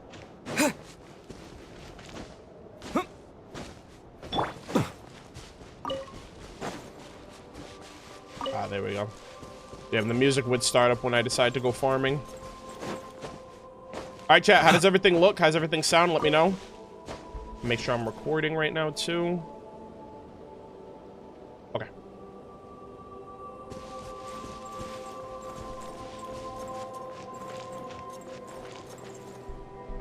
right, gamers, let's lock in. What have we read so far? I've read through the Day of Rising Wind artifact set and Neuvillette skin lore. We're about to read the brief history of the Pale Starborn. So one of the Fae books. We're gonna be reading that now. What was your first job? I worked at a McDonald's for 6.5 years. That was my first ever job.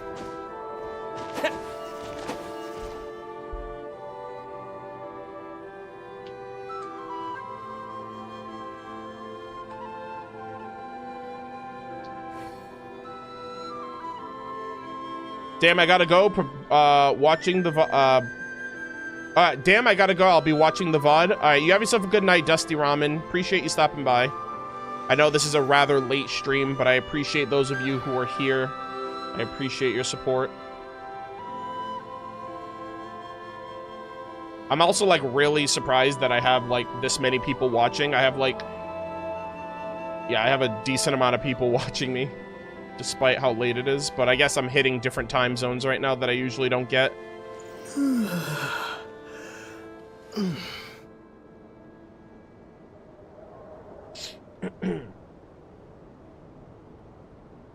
Yo, put the fries in the bag. Actually, that's what I used to put many things, including fries in the bag. Yep.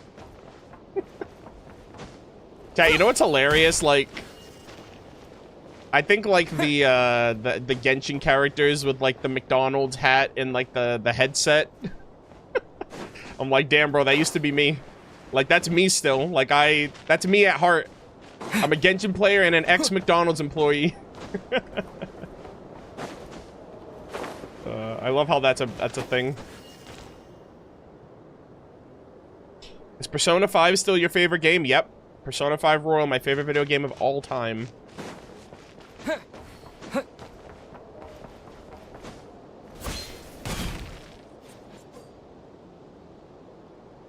Did you ever used to give extra fries?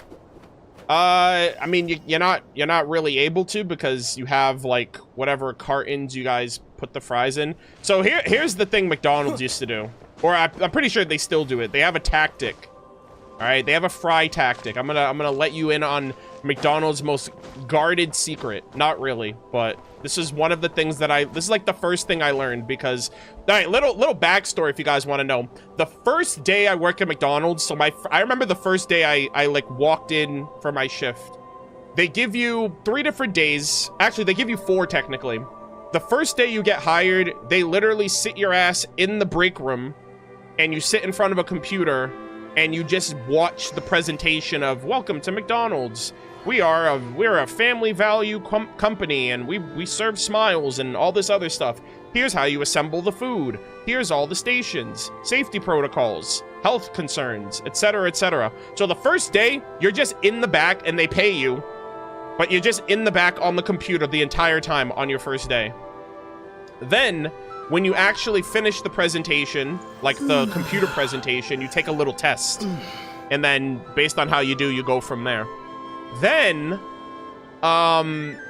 you're on the floor.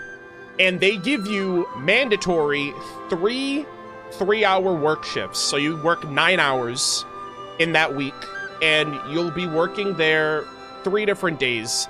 And the idea is that they're going to train you on one location. They're going to train you on one position for those 3 days. And after those 3 days, you're off to the races. Basically, you have 3 days to nail one position. You have 9 hours to nail one position. This is what my first 3 days was like. Day 1, I was on the fries. Day 2, I was on cashier. Day 3, I was in the drive-thru. And then they were like, all right, Arnold, go for it. And I was like, you guys trained me on 3 different things instead of hyper training me on one thing. So I don't know how to do any of these things well. That was my first job. That was my first work week at McDonald's. They gave me 3 different tasks when they were supposed to give me 1 task with the same worker, by the way, for all 3 days. And they were just like... And so when they were like, all right, Arnold, go and do this station, I'm like, I don't know. I don't remember. I was there for 3 hours, and then they swapped me to something else. So like I was literally like, I don't know how to do anything well. I was like a jack of all trades, master of absolutely nothing. So and I had a different trainer on each day too. Absolutely scuffed, bro. I'll never forget it. But that was my first training week. And yeah, and that was just like my first experience at McDonald's. But when I was training on the fries, I remember my manager. His name was Michael. We called him Mike for short. But he was a manager. And Michael told me when I was on the fries. First off, like I could fucking do that shit in my sleep now. It's so easy. But when I first started like learning how to put the fries in the either the small, medium, or large size, it's all about it's literally just a technique. You just have to keep doing it until you get good at it. But what I was doing, and this is very consumer friendly, I was packing the medium and large fries, like I was packing them with fries. And my manager looks over and they were like, you don't want to do that because if you pack in the fries, you smush the fries on the bottom when you put more fries on the top. But the customer gets more fries out of it, so it's kind of like... So what they said is you're supposed to fluff them, not stuff them. So you're supposed to just fluff the fries into the box. But what happens is when you fluff the fries, and this has happened to me before, if you fluff the fries, when you shake the fries, you noticeably notice you get way less that way. The technique is you're not supposed to let any of the you're not supposed to be able to see the back of the fry box. Like that's how you know that you've properly made a certain medium or large fry properly. If you can see the white and yellow stripes on the fry box, then there's not enough fries in it. But you don't want to pack them in there because, you know, you'll just end up smushing people's fries. And but that was a technique that they told me. They were fluff them, not stuff them. And then I was like, sure thing, Mike. And then eventually I was just like, yeah, if you ever work when I'm on shift and I'm on fries, you're getting peak fries always. So yeah.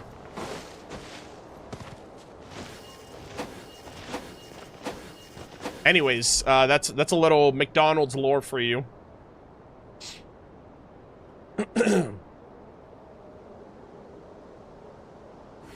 Alright, gamers. Let's lock in. 30 seconds, let's lock in. Bro, this VOD's gonna be crazy. Some people will be like, Arnold, I learned so much more about you than I did about the lore. I learned so much more about the streamer's lore than the actual game lore. This is crazy.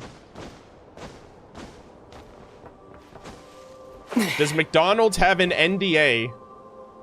No. By the way, that's not really a trade secret. That's just the standard practice. Imagine needing an NDA for an entry-level job that you can get without a high school diploma. Yeah, we need you to sign at the dotted lines. You can't tell anybody what you did in these doors.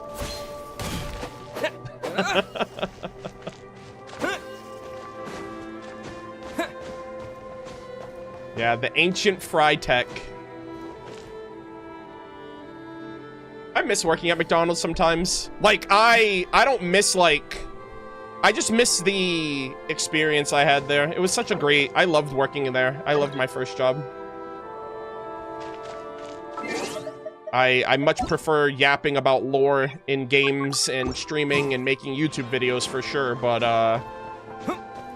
I don't miss the 9-hour 6 to 2, 5 to 1 shifts. Waking up, walking to work in rain, sleet, or snow every day for 6.5 years straight. I don't miss that. I was such a people person, though. I loved talking to customers and talking to my coworkers and stuff. It was a very social job. I was such a social butterfly. I loved it. And the customers loved me for it.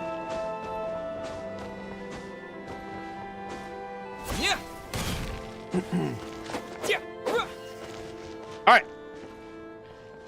Ladies and gentlemen, boys and girls, welcome back to another Genshin Impact playthrough session. I'm gonna be honest to people watching this video. You guys probably thought, like, oh wow, Arnold's starting the video and he's getting into lore. I just spent like the last 20 minutes talking about my first time job at McDonald's. So if you guys want like the nitty gritty lore for that, check out the VOD on the VOD channel. But we are here at the Long Nights, or the Long Night Cemetery, because we are going to be checking out some lore readings. We just went through reading the lore on the Abide of Morningstar and Moon artifact set. We just read the new Mondstadt artifact set with the Hexerai buffs, learning about the Nameless Bard, about the War of Vengeance with Fanes and the Dragons and everything else in between. We also just checked out Neuvillette's outfit lore for the Lantern Rite, outfit that he got. And we are finally going to be checking out, and the reason I came to the Long Night Cemetery is, or the Final Night Cemetery, I should say. I don't know why I said Long Night. I'm getting the two Lightkeeper locations mixed up. The reason we're at the Final Night Cemetery is we are doing this in honor of the Fae, which applies to Flynn's, because we are going to be reading one of the two new books, or one of the three new books that was dropped during the Pyramida expansion. I believe it is called A Brief History of the Pale Snowborn, or Starborn, yeah. A Brief History of the Pale Starborn, which I assume that this is in regards to the Fae. Yes, a book on Fae history based on certain details within. It's believed to have been written by Fae elders. So at this point, I really thought we were going to learn about the Snowland Fae during Nodcry, or that we would get an abundance of them during Nodcry, but it seems like the Snowland Fae are going to be a major part of the story and the lore and the world building when we go to Snezhnaya. It doesn't seem like there's many of them in Nodcry as of right now, and right now we have Flynn's. And we're actually getting Linnea, who is a changeling Fae, along with Lumi, the Jack Frost Fae, that we have confirmed for Luna 6. That's coming out next patch at the time of recording. So I'm sure Linnea will tell us more about the Fae when we get her revealed. We also know about some of the Fae, like here and there. I actually wrote down some notes about like the Fae that I know so far. So we have the changeling Fae, we have the Jack Frost Fae, and we have the Lantern Fae. Which applies to Flynn's, and then the Changeling we learned about from some of the world quests in Nodcry, and then Linnea is a Changeling, and then Jack Frost is like a Jack Frost Fae, which is Linnea's companion.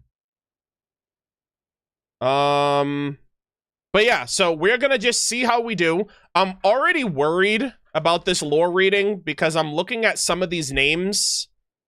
And I'm like, I can't be fucked. I can't be bothered to deal with the pronunciation. So chat, please don't get on my case for this. And anyone watching YouTube video, I apologize. Anyways, let's lock in A Brief History of the Pale Starborn.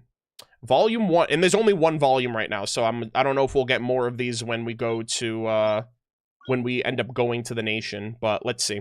Volume 1. In the third year of the 428th cycle. I'm already thinking of Amphorius. I'm like, cycles? I can't do this. Hold on. What the hell does that mean? The third year? What cycle? 428th cycle. Chat, am I supposed to remember? You know what? I'll just write down 428th cycle. I don't know what that means. But year 3. So I assume this is like there's a number of years for every site. Do we know how many years there are per site? I have no idea. This is a little weird. All right. Yeah, I guess it's the phase equivalent to like centuries or whatever, but we'll play it out. Let's see. In the third year of the 428th cycle, that is the 78th year after Emperor Monomac Snezhnyi raised the imperial capital 127 upon the frozen earth, the emperor dispatched envoys unto the fiefs of the villa and said unto them, To whom do you offer tribute? They answered, unto King Miskislav.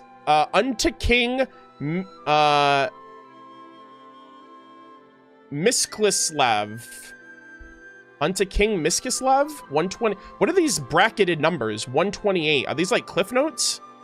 And the imperial emissary said unto them, do so no longer, for they demand unlovely tribute. And the villa did cease its tithings. Okay, hold on. Oh, those are sources. Okay, I'm like, what the hell are these brackets? I assume they're gonna have the... Okay, let me write some of this down. Emperor Monomac.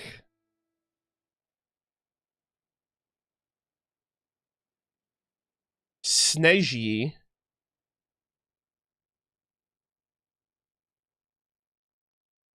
Is that the... That's not the Belyazar, is it? Because the Emperor reminds me of like the Belyazar, like the leader of like the nation or whatever.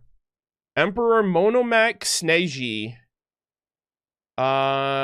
Raised an imperial capital. Okay, so the Emperor is the head honcho, and the Emperor goes to this other, I assume this other group of people, and they say, who do you tribute? So basically, it seems like they're going to these other tribes, and they're like, oh, who do you glaze? Like, who do you fight under, or who do you tribute under? And they said, King Miskislav. King...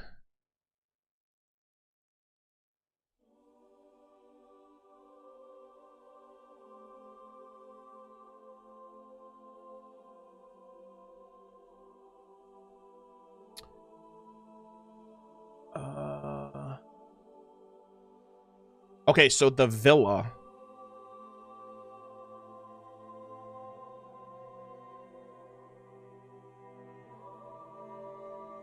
Okay. Alright, so this first passage, Emperor Monomac goes to this tribe, this villa tribe, and says, like, basically, who do you serve? They say, we serve this guy named King Miskislav, and the Emperor is like, yeah, you're not doing that shit anymore. And then they're like, alright, we're gonna stop. Okay, that's interesting. The 4th year of the 428th cycle, the 5th year of the 428th cycle, in the 6th year of the 428th cycle, King Miskislav spoke to his people, his kin, and his confederates, accusing the Pale Star Scout of breaking the standing peace agreement. Oh, is that like almost like a Pale Star, like, edict almost? Accusing the Pale Star, which is like the Belyazar, or the leader of the nation, of breaking their standing peace agreement. He demanded that the Emperor pay tribute for 10 years, the grain of 600 granaries, and gold to fill 30 storehouses, and sufficient slaves to transport such bounty. This was 30 times the amount that had been demanded of the villa. The Emperor rejected this ultimatum, and both sides prepared for war thereafter. Bro, what the hell? The Emperor was like, yo, I want the smoke right now. He's like, hey, fuck that guy. You're not gonna serve him anymore. And he incited this war. Okay. Are these, I assume these are Fae that are fighting each other right now? Let's see.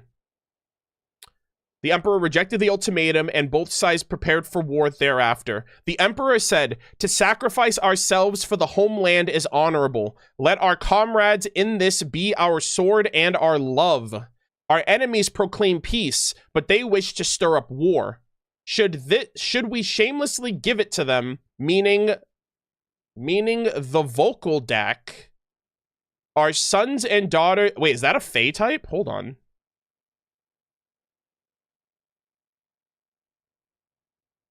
Okay, what? Okay, I'm gonna write that down. Hold on.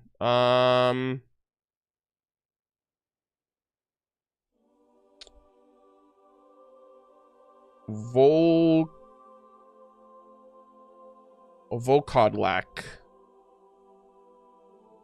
Okay. Let's see. Okay, so the Emperor is saying, all right, we sacrifice ourselves in times of war. If we shamelessly give in to their demands, even though you're the one who shot first, or you're the one who incited this first, our sons and daughters shall fight war greater still. Thus, let us fight bravely for our survival. Let us taste the honeyed wine of victory, or let us make of ourselves a glorious oblation.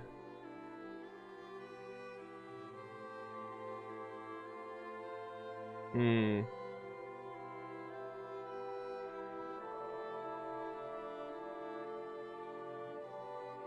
right, hold on. Let me try to interpret this.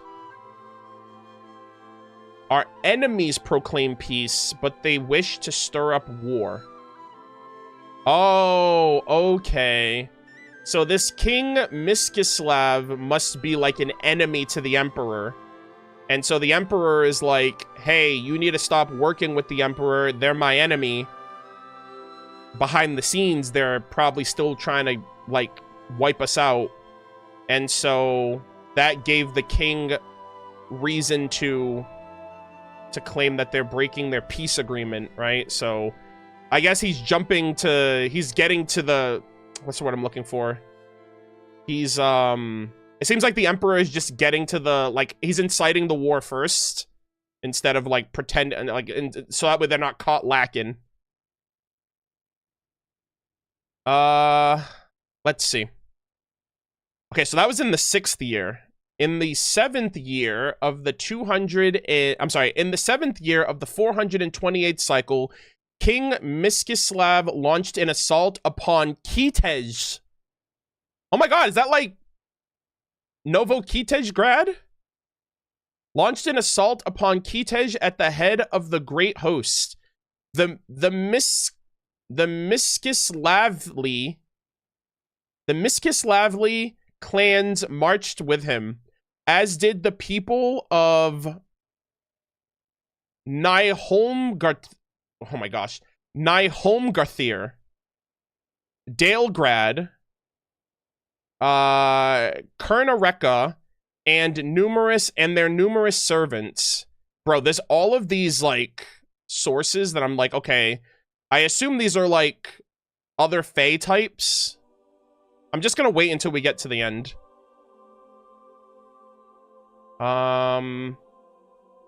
3 times the armies clashed at Kitezh, in the foothills, at the frozen lake, and on the plains.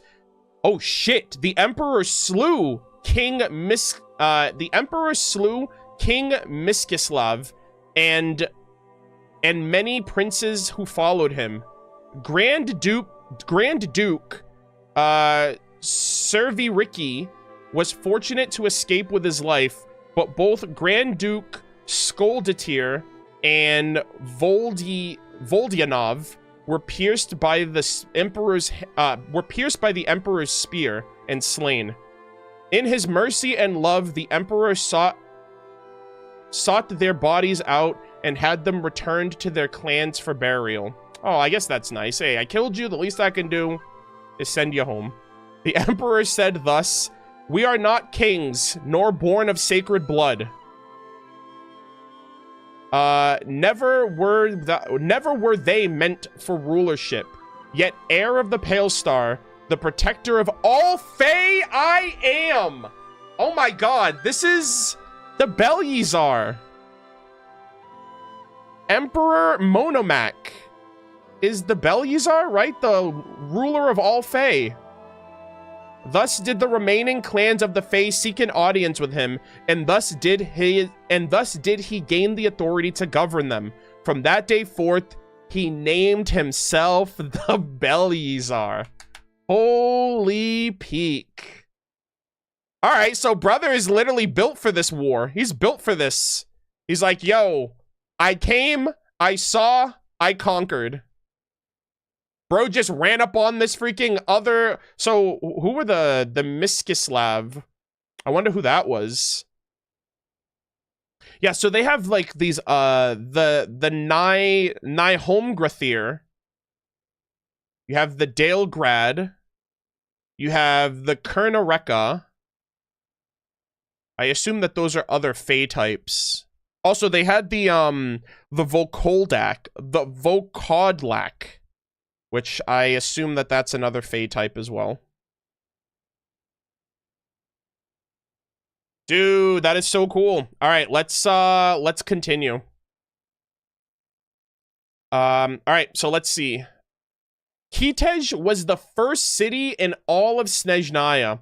Isn't Novo Kitezhgrad the capital city? Yeah, the imperial capital. Yeah.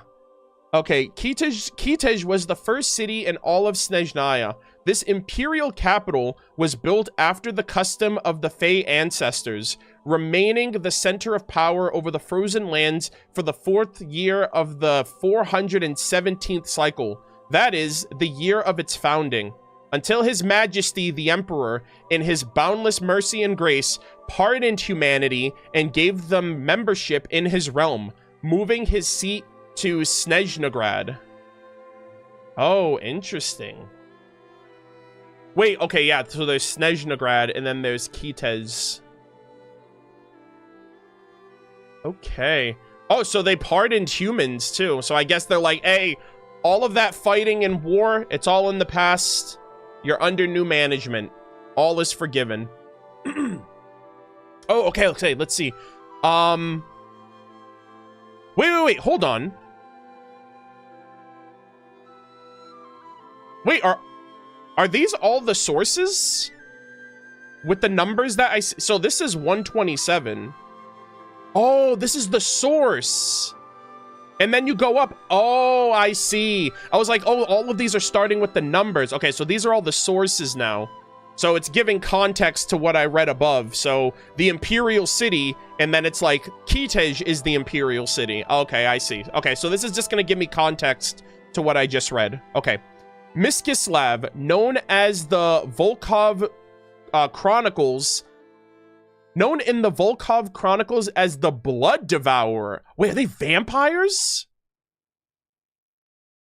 The great ruler of all Volkodlak, the wise blood drinker. Wait, what the fuck? Bro, there's freaking vampire Fae?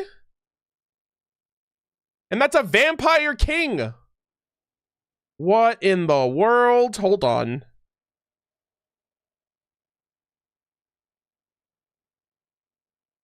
Mstislav, known in the Volkov Chronicles, which I assume that's like a book of Fae, as the Blood Devourers, the great ruler of all Volkodlak, the wise blood drinker, the master of the Mstislavli alliance.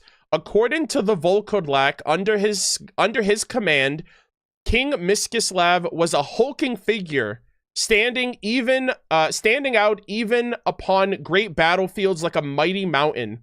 As such, he was also known by Fae chroniclers as Glory Nish, or Son of the Mountain. Interesting.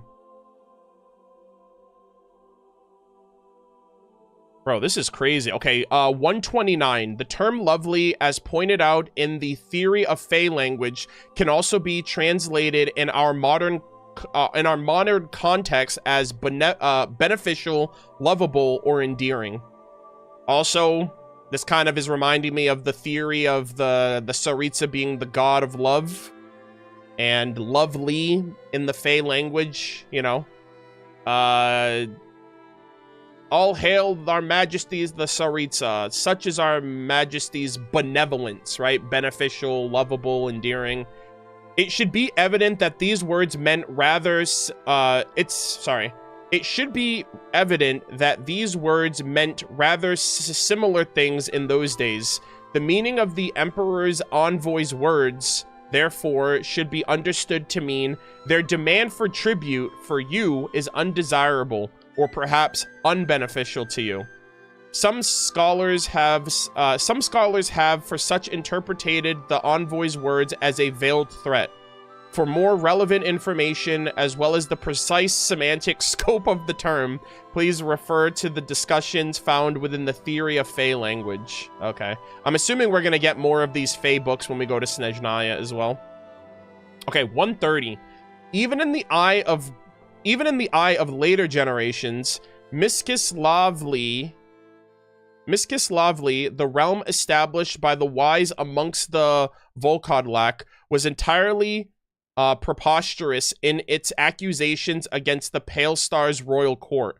Yet the accusations were not wholly unreasonable, or rather, King Miskislav, king of the Volkodlak, whose kingdom bore his name, sought to provoke war for a truer purpose. That is, his fear of the Pale Star's rise since the previous conflict. Under Emperor Monomac, the alliance centered around Kitezgrad developed an entirely new character over the course of the century. It rapidly advanced both in economy and governmental structure. To allow Emperor Monomac to gain the upper hand in this tug of war was anathema to King Miskislav. Thus began the war that would ultimately shape the destiny of this continent, shrouded in silver snow. Okay, so basically, they were worried that the Emperor getting more power would be, like, the end of their, like, way of life, or their power in general. So this is just all, like, a vie for control and power, and, I guess survival at the end of the day. 131. Oh, wait, what? The Nihomgrathir were Volkodlak of bovine aspect. That's like werewolves. Or like wolf-like. Hold on.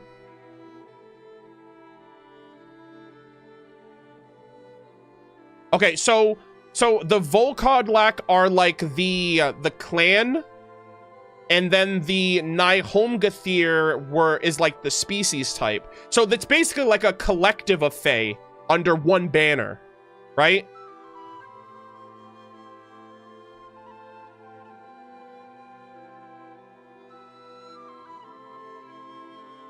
Were cattle?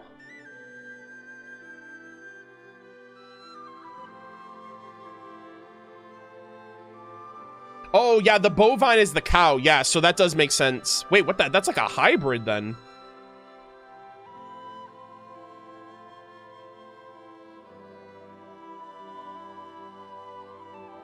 LMAO Arnold, what? I'm trying to figure this out. Someone earlier said werewolves, so I was like, oh, are these the werewolves they were talking about earlier? They're all bloodsuckers. Also, Cal, you shouldn't be here. What are you doing?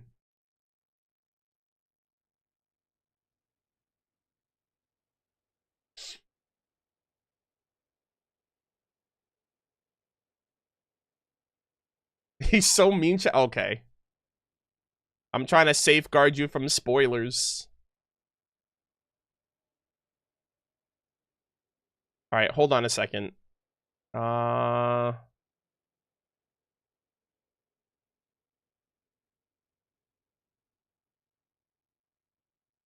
Okay, so really quick. Okay, so is the Volkodlak the name of their like tribe or their group? I'm getting like confused with the names. It's the clan. Okay, let me write this down then.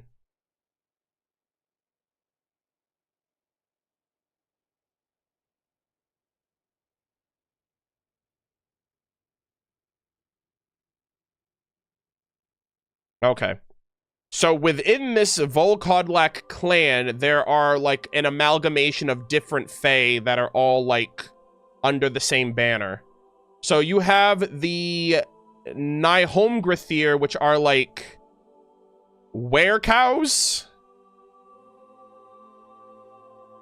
Like blood-sucking cows? What the hell? Or blood-sucking bulls?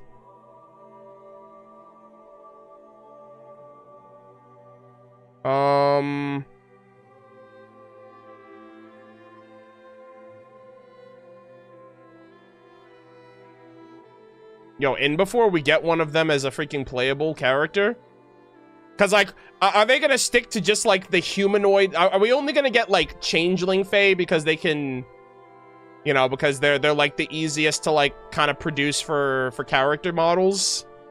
That'd be kind of cool. Yeah, maybe it's a minotaur. Maybe it's more associated with a minotaur than an actual, like, cow.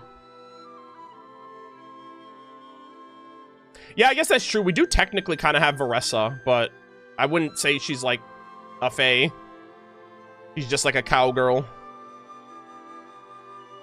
Okay, so let me go through all of these again. So we got, okay, so we have,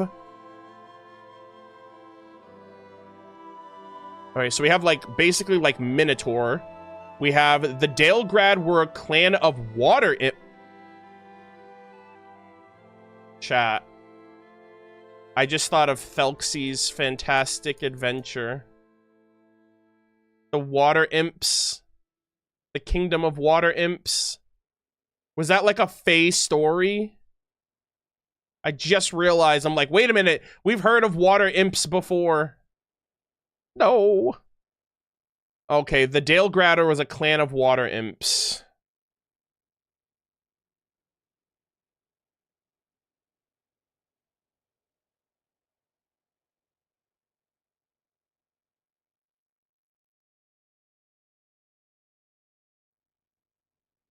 Okay. Also, I gotta go up. This is kind of dank, so I apologize if I'm, like, going back and forth. I need to make sure I have, like, all this info.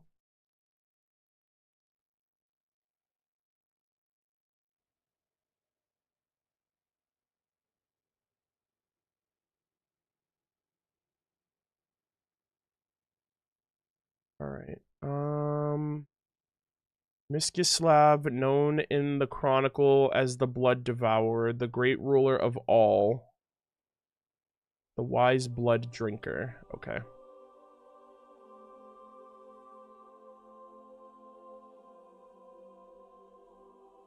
So are they like...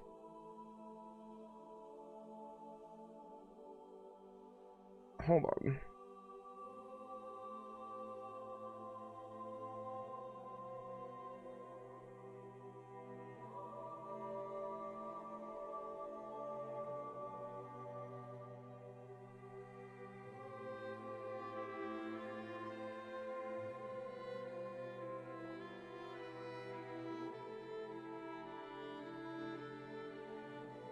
So, like, are they were creatures or are they vampires?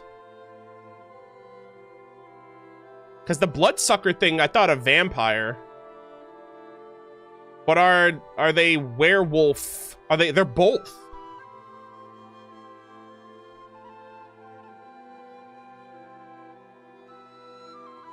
Vampiric werewolves.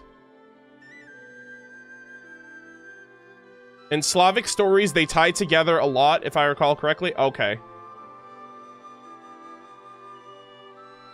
Yeah, I'm not familiar with the mythology here. So I guess the Volkodlak tribe overall were just like werewolf-like vampire creatures.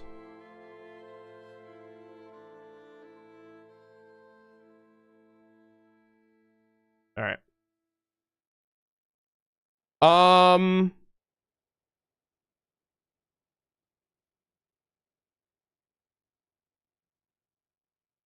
The Cernareka were Volkodlak with wolf-like appearances. Okay, so you got like Minotaur bloodsuckers, you got wolf bloodsuckers. Holy moly. Cernareka. Wolf.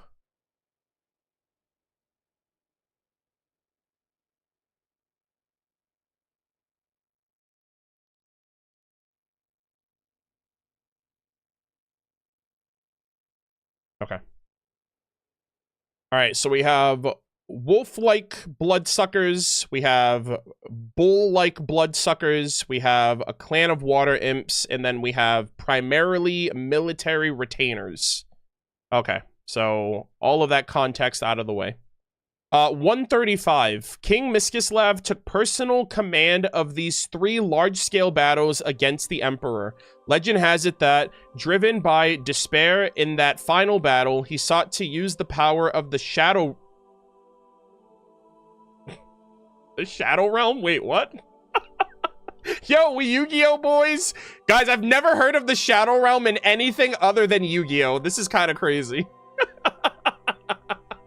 He sought to use the power of the Shadow Realm to delay the advance of the Pale Star Court's forces. Is that like the Abyss?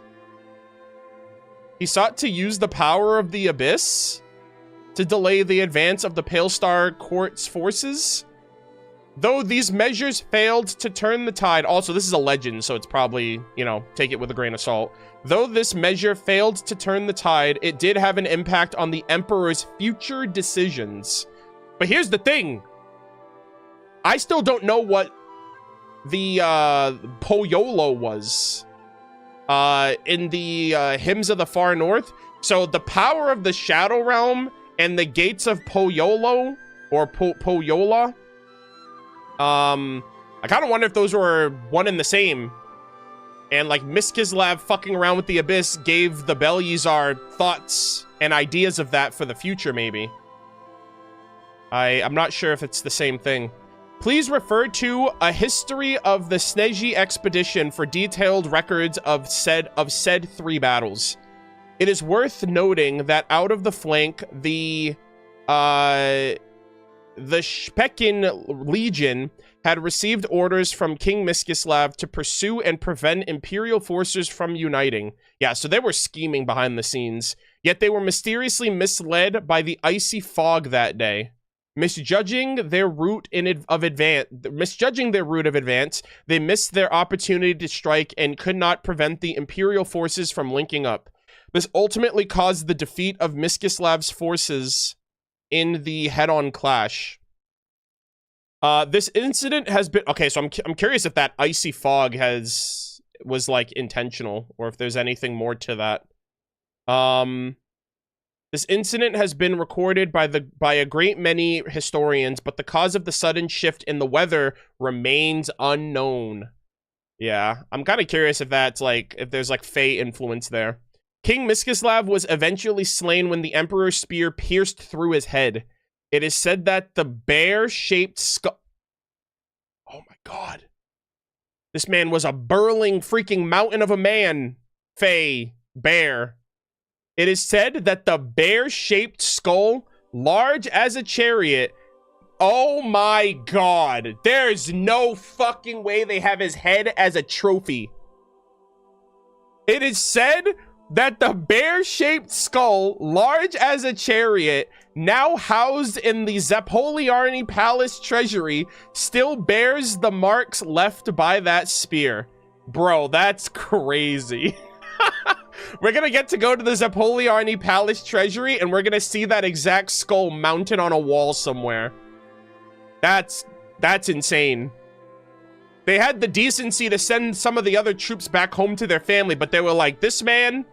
I'm literally gonna behead them and put their skull above my mantle. That's a crazy souvenir.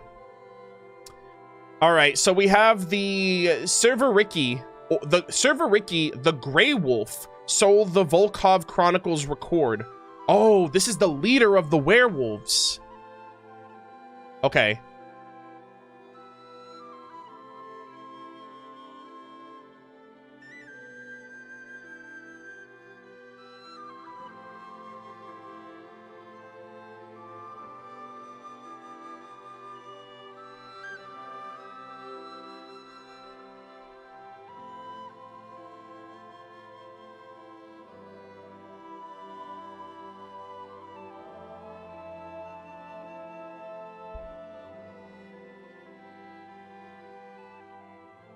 It's pronounced, the last thing I'm gonna do is get any of these pronunciations properly, so, you guys are gonna have to just bear with that, unfortunately.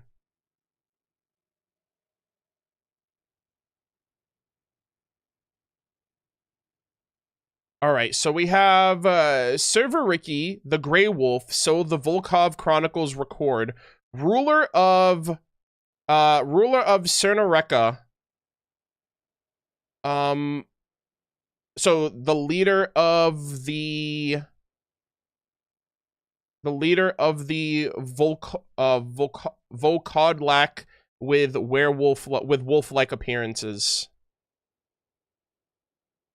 Okay, hold on. I'm a little confused. Hold on a second. I'm actually a little confused. Hold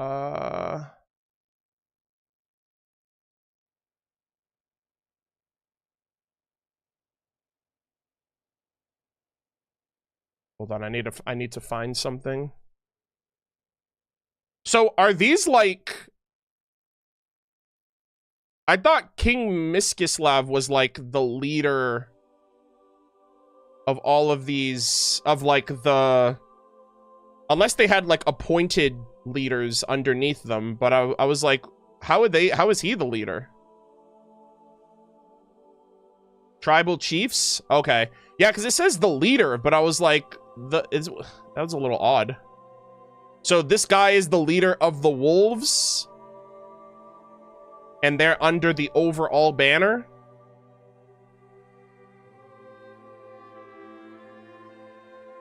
Okay. Yeah, that was just a little confusing.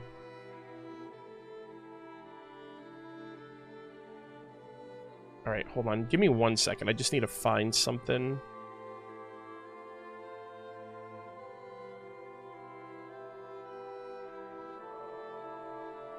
Yeah, because they say Miskislav, the great ruler of all Volkodlak. And then this says here, you know, this other passage says here that this guy is the ruler of this specific group of Fae. So that was the only thing I was confused about. Okay, so let me just fix this up.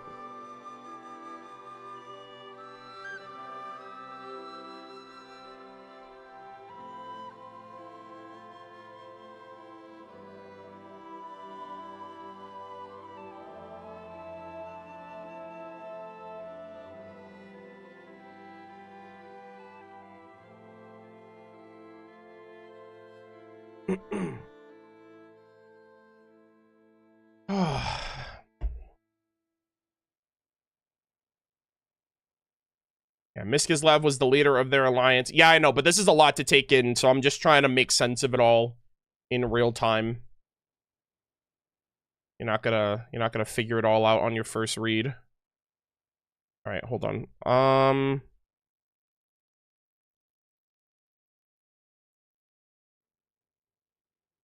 Ruler of all.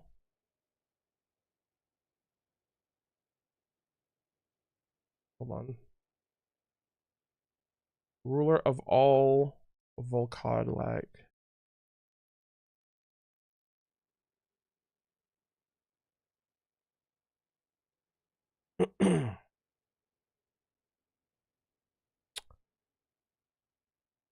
And then we have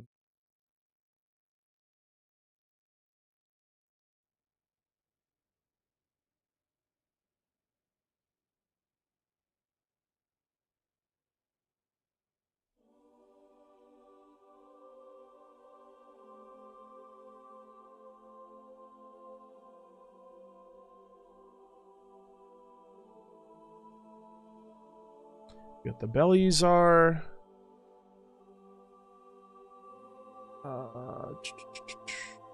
Got King Monomac.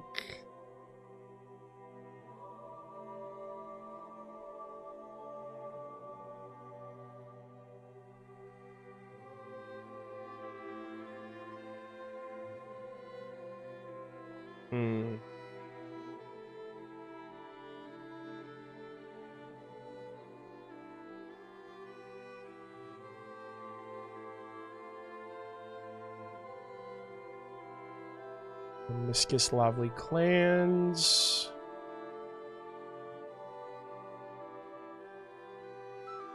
Okay, I see now. So the people of, like, the bovines and the water imps and the werewolves and the servants traveled with them. 3 times the armies clashed. Oh, Grand Duke. That's where I saw the name. I was like, I swear to God, I saw that name earlier. So, Server Ricky was the Grand Duke. So, he's basically the under, like, he's like an appointed leader of King Miskislav. Okay, there we go. That's why I was a little confused with the... I was like, who's actually the leader here? So, okay, that's what I was looking for. Grand Duke. Gotcha. Okay, that's what I was looking for. Okay, let's switch it back up. This is gonna be a pain in the ass to edit, but it'll, when I edit this, it'll be put together. Sorry to anyone watching the VOD and is like, oh man, Arnold's trying to make sense of this all in real time. All right, let's see. Later generations, King Miskislav, king of, okay, so he's the leader of...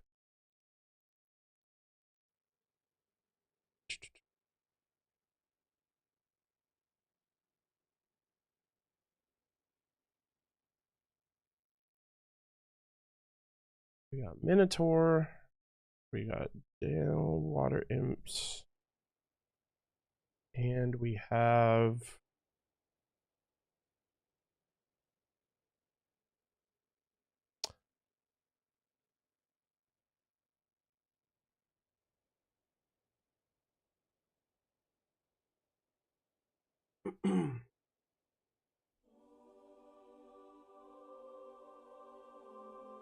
So, was it, so the water imps were just water imps, right? They weren't part of the Volkodlak, like, bloodsucker tribe? Like, they were just a separate clan that was joining them? Yes? Okay, okay, I was just making sure. I was like, okay, so that's a separate thing.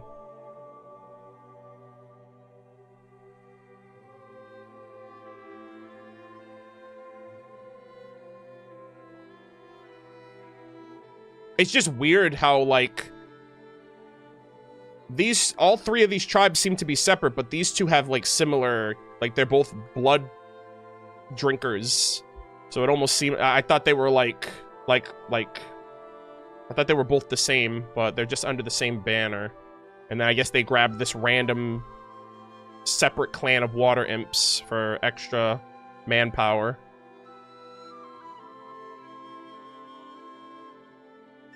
Volkodlak Bloodsuckers is a mythology one, not in Genshin, no mention except for the title. Yeah, I know. I'm just, I guess the correlation there is hard to separate because that's where Genshin is getting their source, so. Yeah, it seems like the water imps are like an outlier then, because they're not even a part of like the Volkodlak banner. They're just like, hey, we want we want to fight with you. Okay. Let me just double check really quick. Okay, the Shadow Realm. Okay, so now I got my shit together. So these are the names of the Grand Dukes that were also like that were the leaders of these lesser tribes that were joining in this overall fight. So that makes sense now. So we have Sivereki, who is the Grand Duke, also known as the Grey Wolf. So the Volkov Chronicles records. Ruler of Cernareka, the cunning wolf known for his agility, said to have engaged in clandestine dealings early in the war with Porphyry, the minister then in charge of the Pale Star's finances. Following the fall of King Miskislav's rule, he was the sole Fey Grand Duke to slip immediately and effortlessly into the ranks of the ministers in the Pale Star's royal court. As such, some scholars believe that the failure of the Specken Legion under his command to pursue battle in a critical moment was no mere accident, though this hypothesis cannot be considered supported by sufficient evidence. After the war, he was honored by Emperor Monomac, known already as the Belyazar, with the ceremonial tap of the shoulder of the longsword on his shoulder. Okay. Yeah, a lot of stuff to wrap my head around here.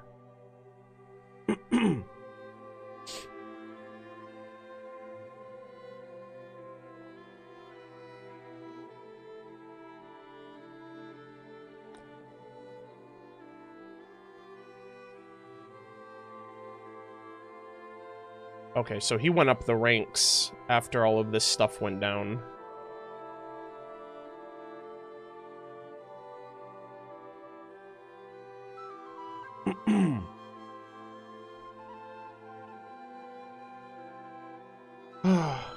Also, I need water. I'll be right back.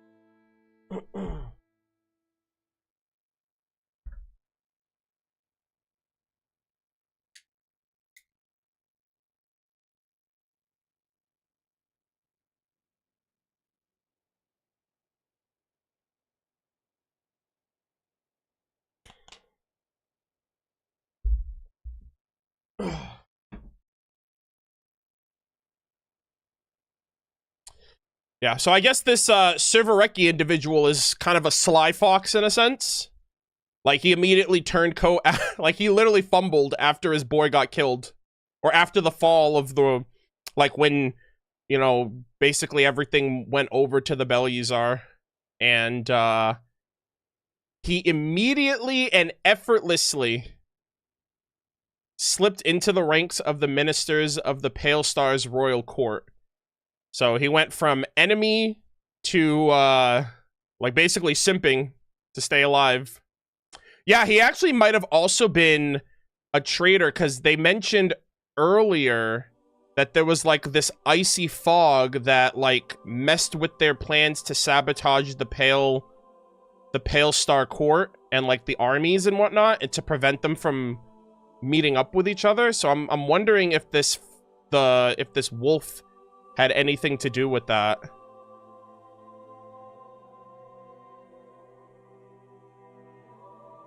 Yeah, because it even says, yeah, because it says, the scholars believe that the failure of the Legion under his command at the critical moment was no mere accident, but they can't prove it. It's like, I think you sabotaged the king, but I just can't prove it. It's like the meme.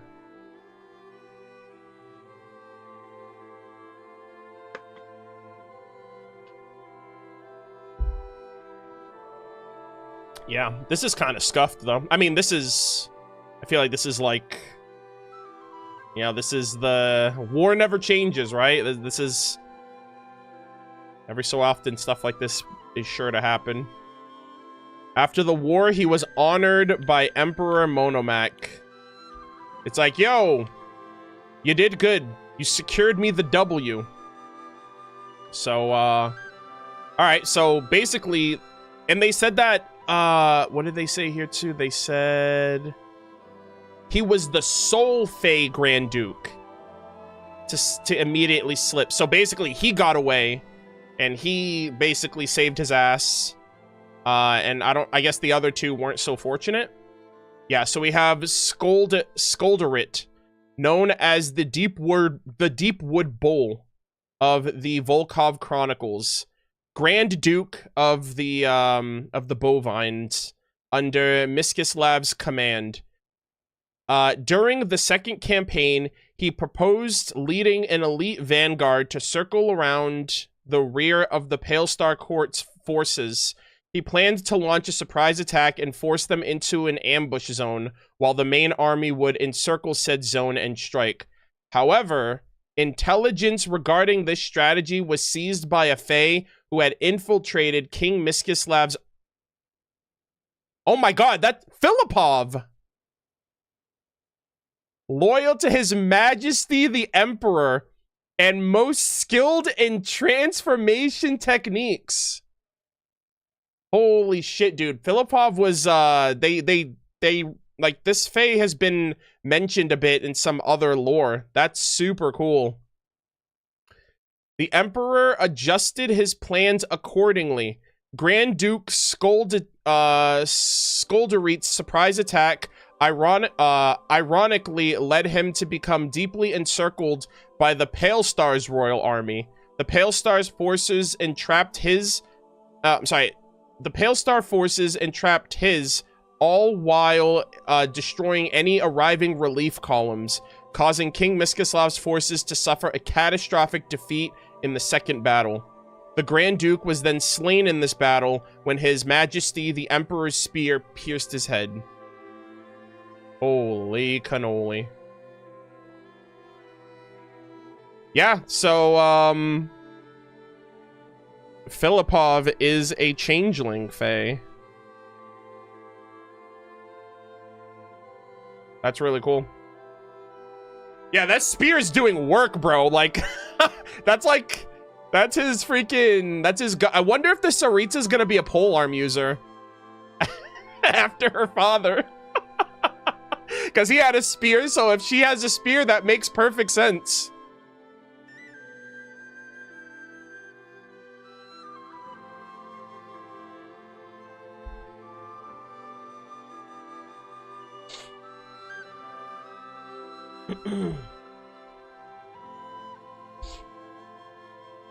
Oh, man. Yeah, the Belyazar had all this freaking help. This was an inside job. All right, let's see. Okay, so the next one we have Vodyanov, given the appellation the Lackland by the Volkov Chronicles, leader of Dalegrad, forebearer of all waterborne in the frozen lake. So basically the ruler of the water imps. A warrior of unparalleled valor, yet a brute like no other, skilled in launching surprise attacks from... Bro, there is no... You can't surprise the Belyazar. He's like 10 steps ahead of all of you. All of these surprise attacks, none of them caught him off guard. This is crazy. Skilled in launching surprise attacks from beneath the ice. Towards the end of the second campaign, the Duke of the Domonoi, Alvis, lured his legions beyond the frozen lake through cunning strategy. Killed when the Emperor's spear pierced his chest. I love how the Belyazar gets the final kill. I love how Belyazar just gets the killing blow on all of these freaking Grand Dukes. This is crazy. Mans is actually, like, just pulling... The Emperor's Spear! Bro, the Emperor's Spear is the true MVP of this war. Holy moly. I love how it has its own freaking cliff notes. The Emperor's Spear. Those unfamiliar with the battlefield often question many descriptions of the battle account, including the records of him wielding it to slay the enemy commanders as the two armies fought it out. Most skeptics typically argue that, given the size of the armies and the commanders' positions within their formations, it would have been almost impossible for the commanders to engage in direct combat amidst the chaotic melee. The following must be clarified. The Emperor's feats of piercing the enemy commanders with his spear do not occur as the result of a direct engagement. Rather, the spear was used as an arrow, launched with launched with force unimaginable by common knowledge, piercing through the battlefield. So did he throw it, or did he like fucking bow and arrow that bitch? That's crazy. Yeah, it seems like he just fucking yeeted it into battle with perfect precision. That's so badass. Guys, I really hope I'm so sad that we're not gonna see the Belyazar. He actually seems like a problem. He seems like ridiculous. And I assume he only got taken down because he fucked around with the Abyss and found out. But, like, the Belyazar sounds absolutely badass. Yeah, he used it. Yeah, they should have called it a fucking javelin or something. The fact that they called it a spear, it's like, buddy, that sounds pretty insane. Also, I'm kind of curious what kind of fae, if they described what kind of fae the Belyazar was. I don't know if they did that or if I didn't interpret that properly. Okay. Yeah, so that's super badass. Next up, we have a sacred bloodline, the meaning of which is unknown. Emperor Monomac laid claim to the title Lord of all Fae, and as such, he should have been of the same blood of the other fairies. It would seem that he merely used phrase as a means to establish legitimacy. Yeah, they said sacred bloodline, but I'm like, aren't y'all like forbidden creations by Hyperborea? So I'm like, if anything, your sacred blood is seen more as like an abomination, if anything. But yeah, I'm kind of curious if he has any type of I don't know, I have no idea. I'm not entirely, like, because the Fae were created by the Hyperboreans, and the Hyperboreans had, like, they were created through the artisans that learned how to create them through the remains of giant beasts, which could be dragons, and the moonlight, right? The the frost moon, right? Canon's moonlight influence. So they're basically made with giant beast remains and the moon's power. So I don't really know if that implies like what kind of Fae Emperor Monomac was, but I assume if he's the Lord of all Fae, he's like the fucking head honcho. So he's like, he's more impressive, like he's more threatening than bovines, he's more threatening than minotaurs, than werewolves, than water imps, and everything else out there. Okay, let's see. In the first year of the... Oh, this took a jump. The first year. In the first year... Okay, there was an ellipsis here, too, so... A lot of cycles has passed since then. We were at, what, 428? Now we're at 799. In the first year of the 799th cycle, in the fourth month of this year... Wait. Oh my god. There she is, game. So her father's dead. Or has her father fell into the abyss then? Anastasia Fyodorovna Snezhnaya was crowned Tsaritsa of all Snezhnaya. Many of the Frey princes did not come unto Snezhnograd to seek an audience with her. The Dalegrad clan broke ties with Snezhnograd, for Emperor Monomac had passed away. Damn, they were basically like, oh, the big man's dead? Alright, I'm out. I refuse to be under his daughter's rule. I've had enough. I'm out of here, thank you very much. Alright, chat, really quick, I gotta run an ad, the timer's run out.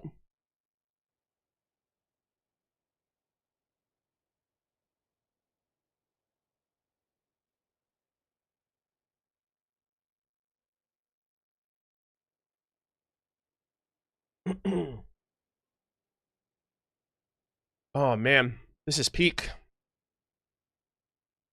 Okay, I gotta get another recording going.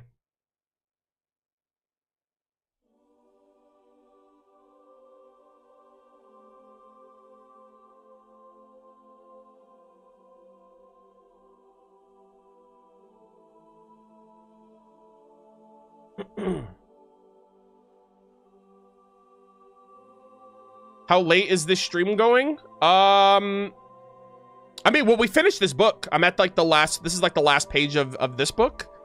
So after this, is this book lengthy? Hold on, let me see. I don't know if I'm gonna read this one. Hold on, let me see. Yeah, folk tales. I don't know. But they're records of lesser-known Fae tales. The volume tells the story of a dangerous Fae known as Varca.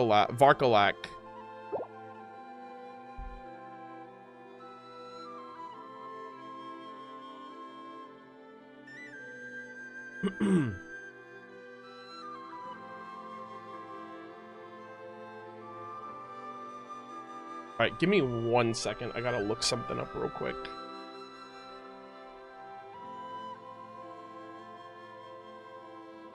Oh.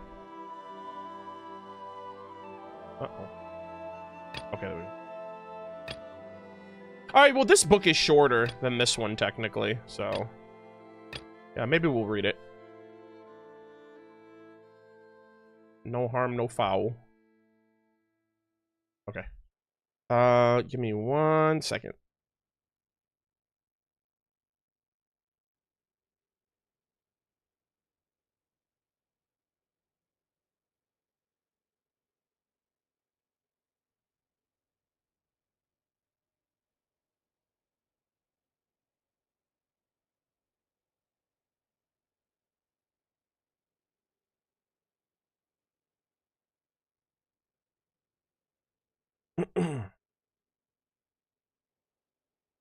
Alright.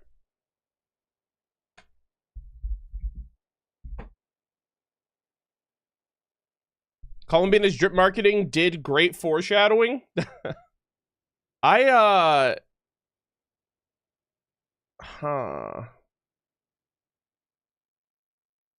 hold on. Alright, ads should be done. So, here's something that I was thinking about after the previous thing we read about the, like when I was talking about how the Fae were created. I wonder, like, technically, if the remains of giant beasts that went to create the Fae were dragon bones, like the remains of the dragons, technically that means all of the Fae are, like, dragonic in nature. So I'm kind of curious if, like, the Belyazar or even the Tsaritsa are, like...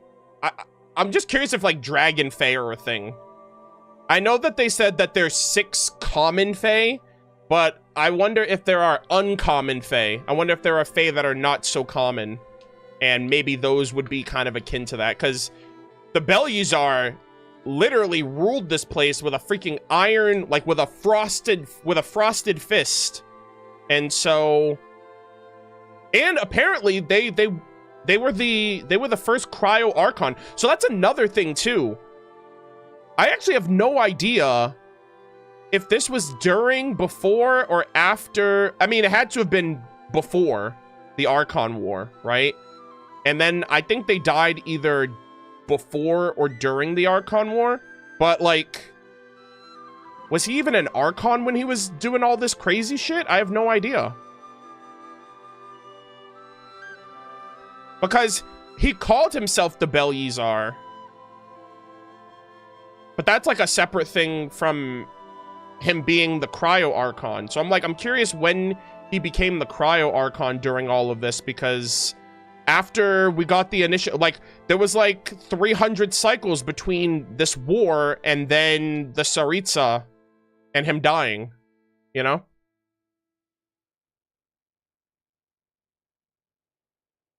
A cycle is 7 years. For reference, fourth year of 417th to third year of 428th is 76 years apart from Monomach becoming the from Monomach becoming the Tsar to the Tsaritsa coronation is 2,603 years apart. Okay. So that's basically the entirety of the... that's like a significant portion of the Archon War, then. No?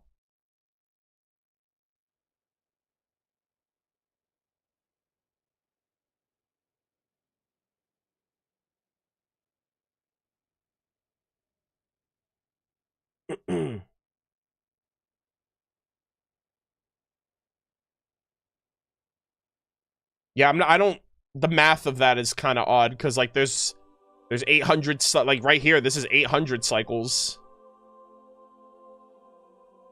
He was the Tsar for 2 millennia. No, I get that. I'm curious about when he became the Archon.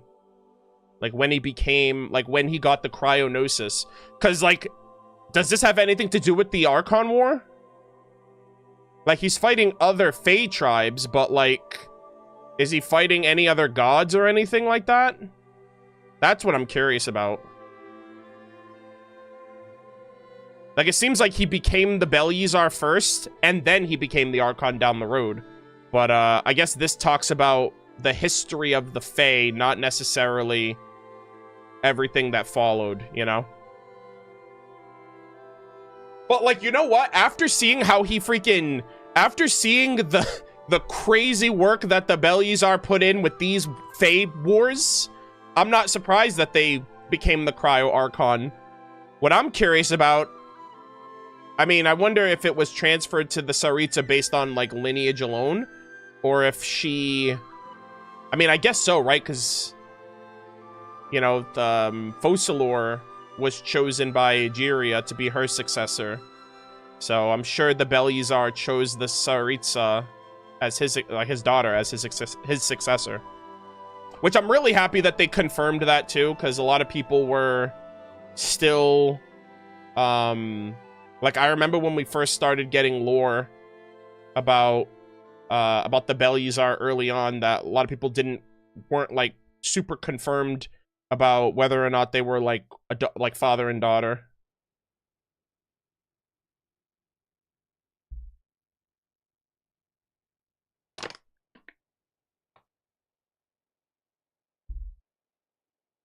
But yeah. Okay. So all right, so let's lock in and let's pick up where we left off here. Okay, so I'm just gonna read this part again. The first year of the 799th cycle, in the 4th month of this year, Anastasia Fyodorovna Snezhnaya was crowned Tsaritsa of all Snezhnaya. Many of the Fae princes did not come unto Snezhnograd to seek an audience with her.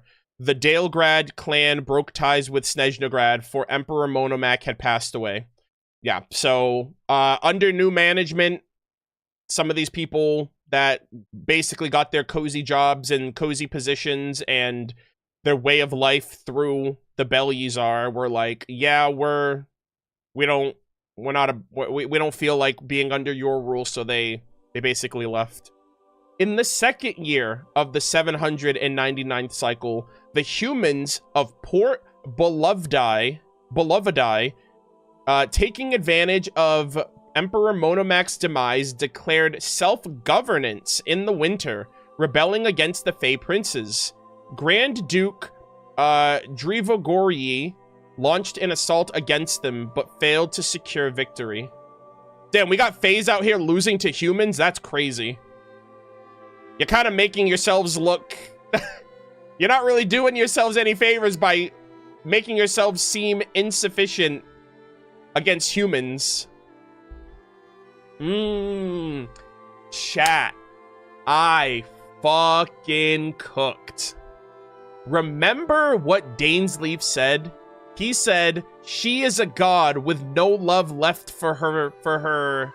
She is a god with no love left for her people, nor do they have any love for her. I said this shit like 2 years ago. I was like, I wonder if he's implying that she is a Fae. And her people, it aren't the people of Snezhnaya, it's her Fae people that don't mess with her, that want nothing to do. So she doesn't give a fuck about the Fae don't give a fuck about her, and she's basically like, she's all in on humanity at this point, it seems. I wonder if that's what Dainsleif's line was implying there. And I mentioned it, I think I mentioned it when we first got the Snowland Fae revealed during that web event. God, that is so freaking peak. Hoyo cooked with that one.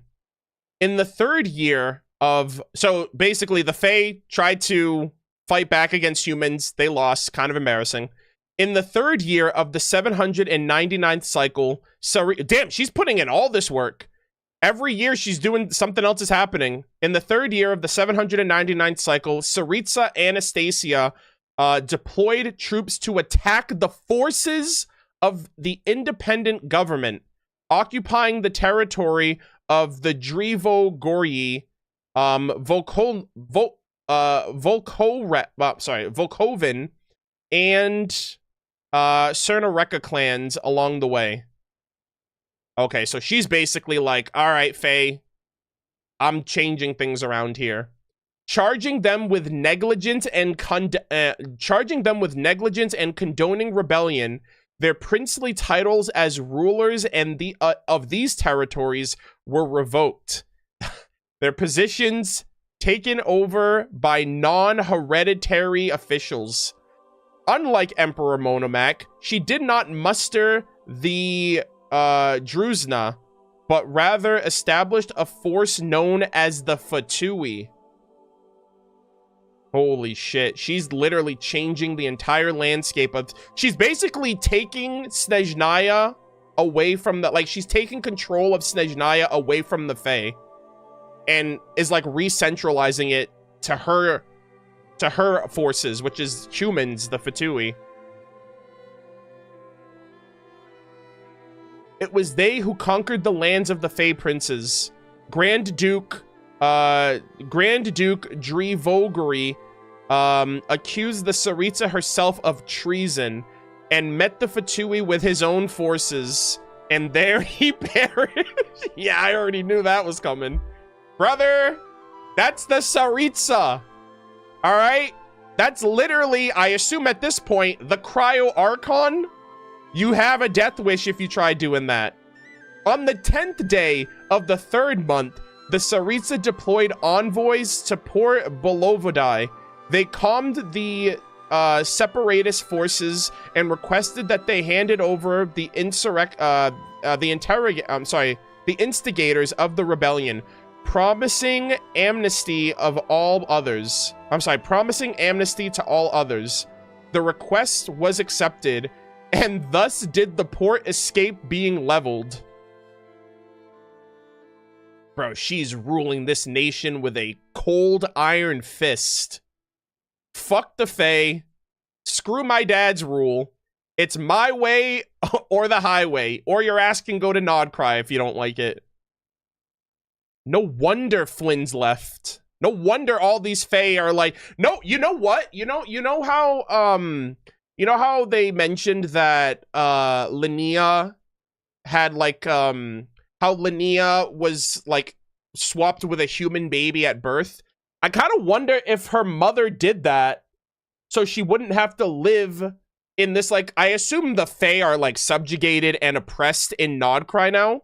So I wonder if she like did that to be like, you know what? I want you to like live with humans in like human raised settlements, and because a human in Snezhnaya works out for the human, but a Fae in Snezhnaya is probably like an oppressive experience and an oppressive existence because they're no longer like regarded at, they're like second-class citizens there, it seems like. So I kind of wonder if Linnea did that specifically for, I wonder if Linnea's mother did that specifically for her benefit in the long term. But yeah, it just seems like the Fae are no longer like respected or given any type of I don't want to say any type of rights, but it just seems like their rule, their day in the sun is over. On the 23rd day of the same month, she then sent emissaries to all the Fae princes who did not yet come to seek an audience with her.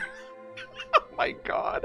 She demanded they hand over all their authority, promising that they could retain would retain their honorary titles as aristocracy. Many would pass on before they could make their replies, and those who remained acceded. Thus did Tsaritsa Anastasia take control of the North. Chat. That's crazy. Bro, she did all of this in what, 3 years? In 3 years, she had complete dominant control of a nation that was previously ruled under her father. In 3.5 years. You know what though? She was probably cooking this up the whole time. She was probably done with her father and done with Snezhnaya and the Fae long before he died. So she was like, I just need to wait. I just need to bide my time. I hope she had nothing to do with him dying. I pray to God that she didn't pull something like that. But, like, I assume her father was fucking around. And especially with Rotwang and the gate of Poyola, which may have been tampering with the Abyss. We got the whole Chernobog God of Darkness situation, which may have been the cataclysm of Snezhnaya. We have the third Descender, who could have potentially been her lover, that her father had, like, led him to his death to become the Gnosis. So that would have definitely left, that probably would have sealed the deal for how she was going to change this whole nation if all of these speculations are to be true. But yeah, that's impressive, man. Like, looking up here, right? Emperor Monomac, 3rd year, 4th year, 5th year, 6th year. It took this man 7 years to finally get control over all of the Fae in Snezhnaya.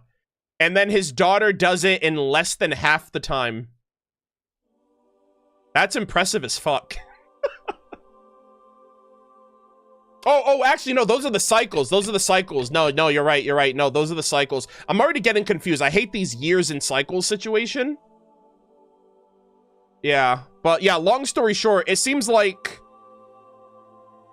But these are still years within the cycle. So this is 7 years within the 428th cycle. But she did all of this in 3 years of the 799th cycle. Which still seems to, like, tie in. You know what I mean? Like, it's still comparable.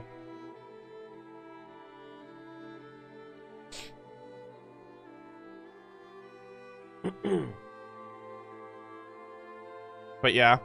I assume Sarah death is what, like, pushed her over the edge, maybe? Or maybe her dad was just a piece of shit, and she was like, you know what? I will be nothing like you. I'll be so different. But, yeah, it's just very interesting. I wonder what her willingness to side with humanity came from. I wonder where that was born from. If she had any experiences with humans, or if the third Descender was a part of that, like, influence for her after everything that happened. But, yeah, she is the Tsaritsa now. She has the Fatui as well. And, you know, at this point, it's go time. In the 4th year of the 799th cycle, the Tsaritsa bade the Fatui build a new fortress near Snezhnaya. Their name would be Glupov, meaning the City of Fools. Yeah, we did hear about that a while ago. The 5th year of the 799th cycle, not too much happening. In the 6th year of the 799th cycle, the Tsaritsa established the Snezhnaya Vich to handle the administrative issues caused by the absence of the various princes. Oh my god! Guys! That's Jay! That's the Hexen Circle Witch! That's Ivanovna J! The human! She's also the first mayor of Snezhnaya. Oh my god. Dude, was the Tsaritsa and Ivanovna like besties? Bro, that's crazy. The human Ivana Ivanovna was appointed its first chairperson. Oh my goodness. Wow, so the Tsaritsa knows Jay. And she's a human. Chat, this is the last person I ever thought I'd be seeing. I mean, she's an official. I should have expected it, but I was not I thought this was just gonna be a book on Fae only, no humans. Ivanovna J. The first chairman. And I think she's the first mayor of Snezhnaya. Holy moly. If we get the Tsaritsa playable, she better have an about Ivanovna or like a mention of Ivanovna or something. Oh, that is so cool. Is Jay dead? Yeah, this was 500 years ago. Yeah, she was a human, just like, yeah, her and, Anya. Her and Anya were humans, so they've been dead for hundreds of years at this point. In the I cannot, bro, I literally can't believe that we got Ivanovna mentioned in 2026. In the 7th year, so I'm hoping we get more lore about her, because she was a human, but she's like the first chairperson of this newly established and currently established government system within Snezhnaya. So she has to be in the history books when we go there. That's so exciting. And that's in Snezhnograd. In the 7th year of the 799th cycle, the Imperial Order Reformation Edict was published. A great many princely fae, deeply grateful for the Tsaritsa's mercy and virtue, voluntarily forsook their noble titles and departed Snezhnaya.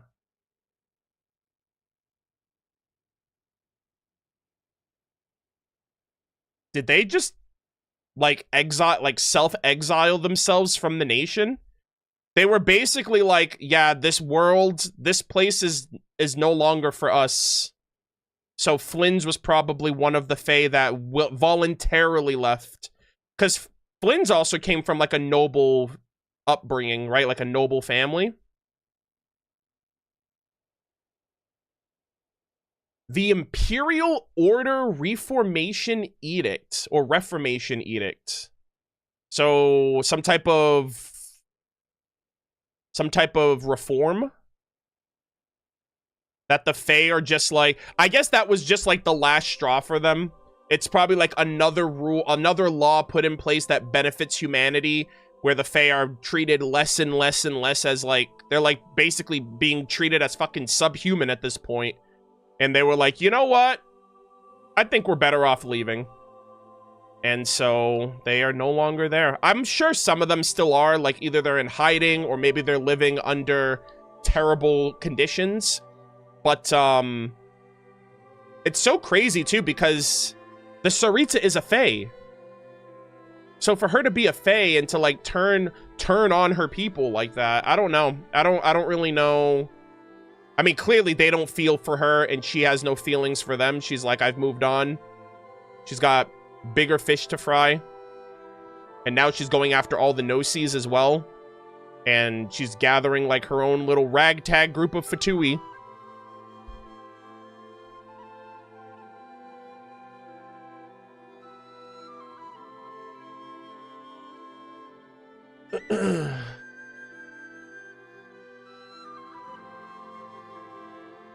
Are they treated as subhuman, or are they not nobles anymore and they got pissed that they're no longer part of the aristocracy? I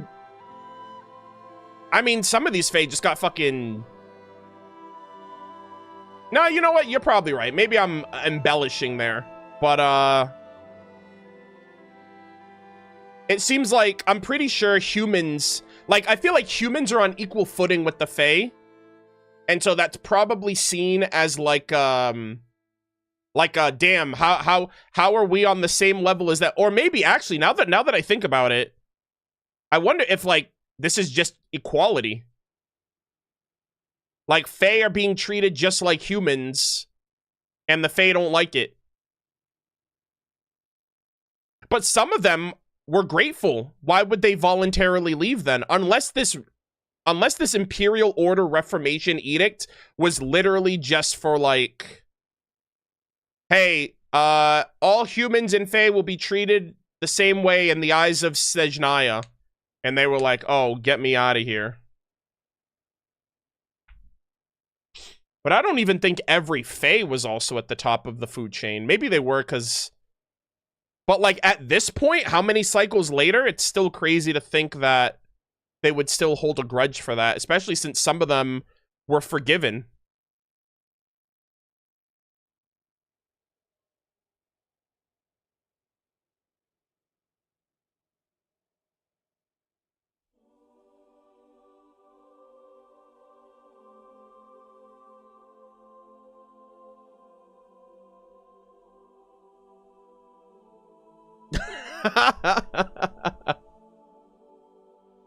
Yeah, I wonder what if it was truly voluntarily left. Like, Flynn's even said it too. Flynn's was like, yeah, Snezhnaya doesn't feel very welcoming for some fae.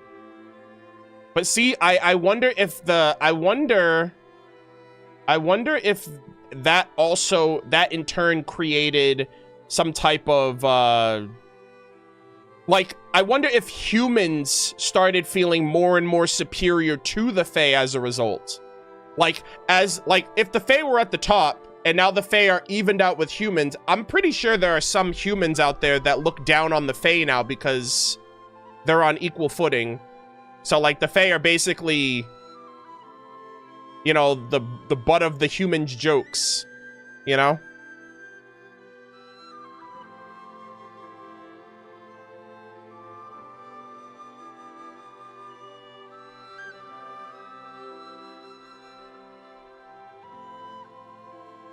Like, I remember reading that,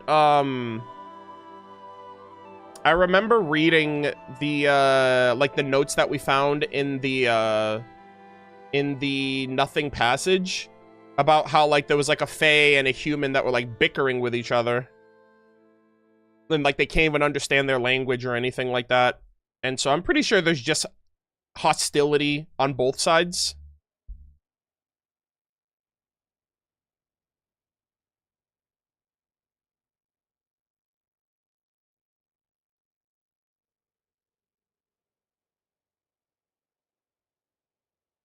Hmm.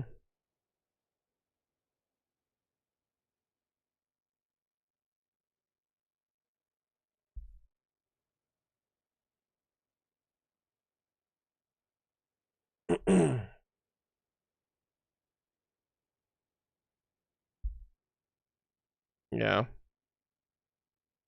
But yeah, I'm pretty sure I'm sure not reputation, but I think overall, I think, well, also, and that's the reading, that's the book. This was pretty freaking dope. I can't believe we got, first off, the Tsaritsa being expressed in this was a very exciting thing. I wasn't expecting that. I thought this was mostly just going to be on the Fae, and then I found out about the Belyazar, and I was like, holy moly, this is peak.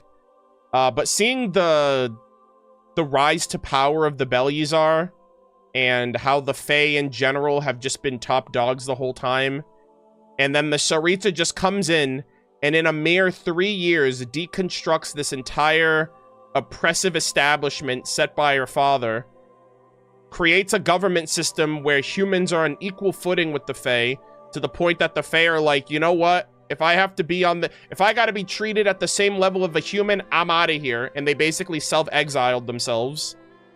The fact that Ivanovna is here in this book in 2026 is crazy.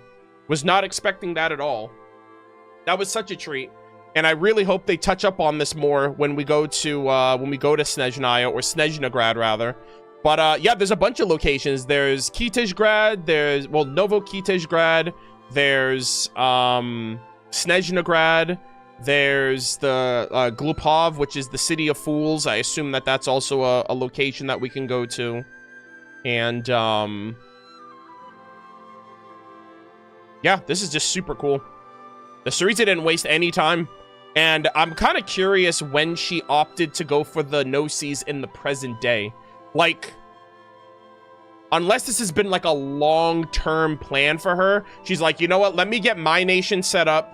Let me put all of these positions in play. Let me make things better for humanity. Let me go and find all my harbingers. And then once all of this is in order, then I'll execute Project Gnosis, where all of my Fatui will go out and get these Gnosis, and then I'll truly exact my plan against the heavenly principles and whatnot, you know? I'm assuming that that's kind of her mindset at this point, because, and I assume she just got the Gnosis after her father died. But I'm super excited to learn more about, like, her mindset during the rule of her father, how she decided, or when she decided that she would be against him, and, you know, everything that followed with that. But yeah. And then, like, even thinking about, like, the Fae and how some of the Fae left. I know, like, Flynn's, for example, like, he had all of his trauma and everything with, like, leaving Snezhnaya and, like, you know, like, waking up to, like, the Light Keepers being attacked by the Wild Hunt, and even losing some people that he really liked over the Wild Hunt and over things that happened because of the Cataclysm. So, like, both humans and Fae. So, you know, Flynn's leaving makes sense, especially since he's always been kind of to himself. Like, even in the Lightkeepers, he kind of sticks to himself, but he's, you know, he has Itlua, he has Nikita, he has the Lightkeepers now, so that's a lot better for him. Bruh, the mispronunciation is hair-pulling bait? Hey, it is what it is. What do you want from me? I'm not perfect.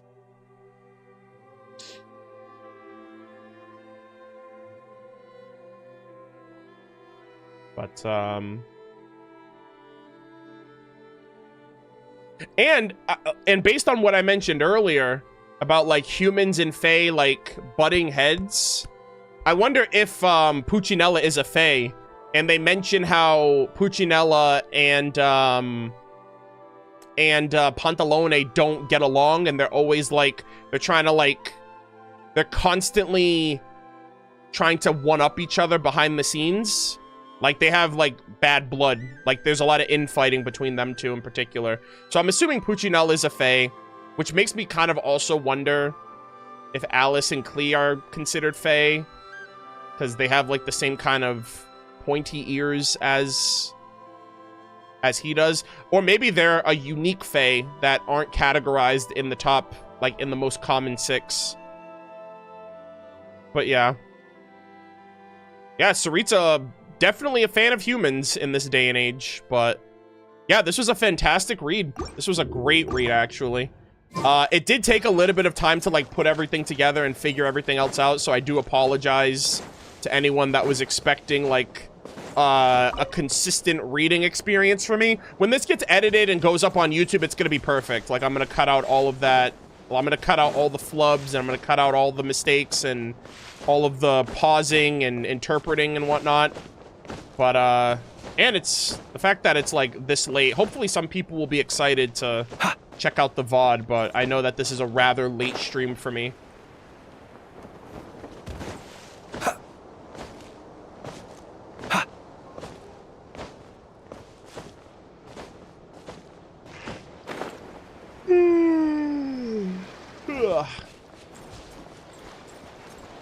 But yeah. So, like, this, if anything, this has me more excited about the Saritsa's reveal later this year. Snezhnaya's reveal later this year. I cannot wait to meet Linnea. We're finally getting another playable Fae, with the exception of Flynn's, which is awesome. And I'm kind of curious if I'm sure we're gonna get other playable Fae. I don't know if the Fae that was previewed in the Nodcry teaser, if they're gonna be one of them, like the one with the green hair and the pointy ears. But that would be pretty cool if we get more Fae when we go to Snezhnaya. But yeah, this is really, really cool. And I guess Flynn's and Linnea are the Snowland Fae representation for Nodcry, right? I thought the Fae would actually be here. Like, the Fae as a species, as a race, would be here. But, it seems like they're out and about. They're scattered. And, we'll probably see a lot more of them when we go to Snezhnaya, most likely. But this was a great read. I hope you guys enjoyed it. We're going to take a little intermission, and then we're going to continue with some more. All right. Let us take a little break.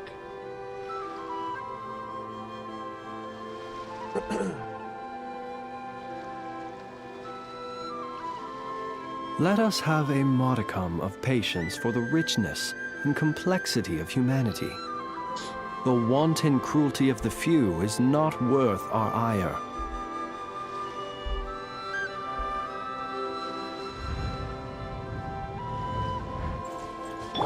Alright, I'm gonna run an ad. And then we're gonna continue. I have a couple more things to read. I'm actually going to bow out of the second Fae reading, Fae book right now. I'll probably read it again before we go to Snezhnaya, but it is super late, so I do want to lock in on, like, the other things that... Like, that was definitely ideal to check out, but I'll read the Folktales book in another stream.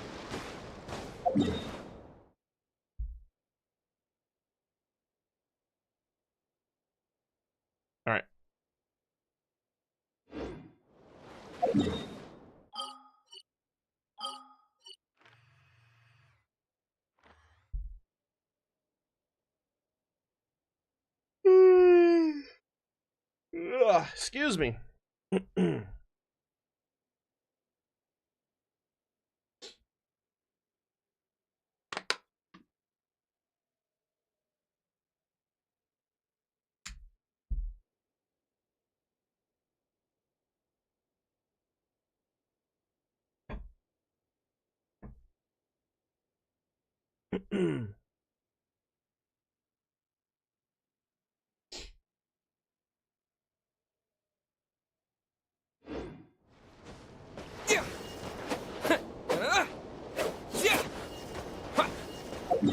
All right.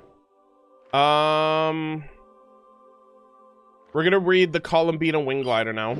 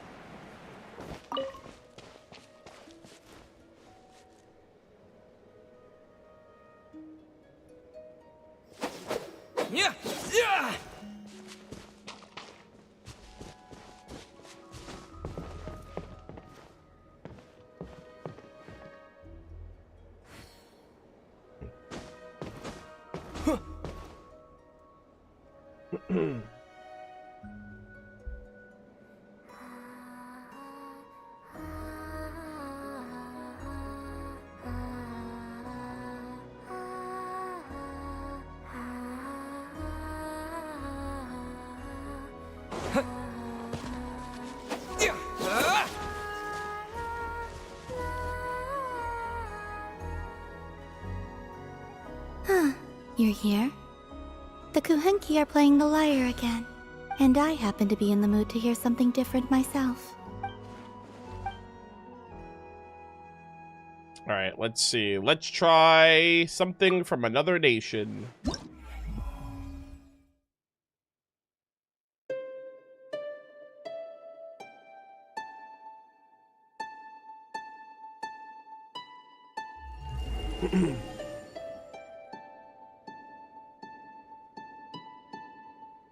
Hello.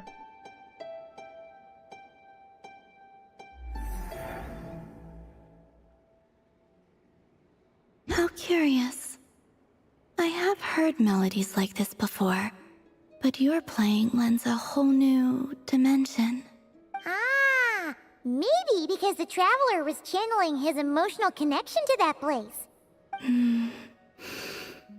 What's curious is that I feel as if I can picture the landscape just by listening to the melody. You should just go see it someday. We can be your tour guides. Perhaps, if that day ever comes. I've gotten this anecdote before.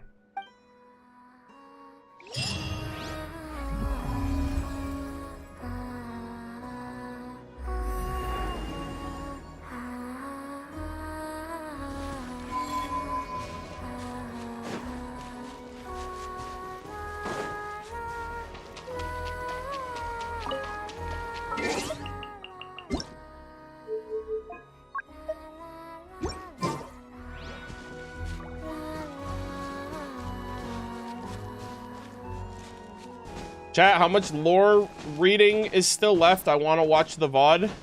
We're reading the Colombina wing glider, and then I'm reading Varca's lore and his weapon, and then that's it.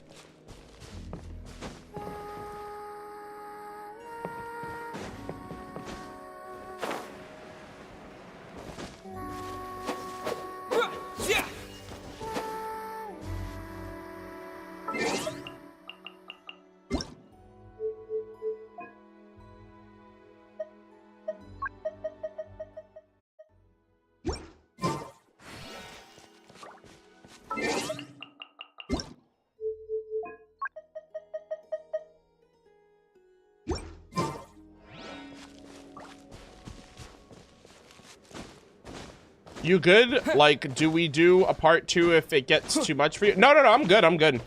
I'm just, I'm like thinking to myself, I'm just thinking of like, okay, how am I gonna do this? Or like, what do I want to do? I'm just like aimlessly thinking at the moment and reading chat.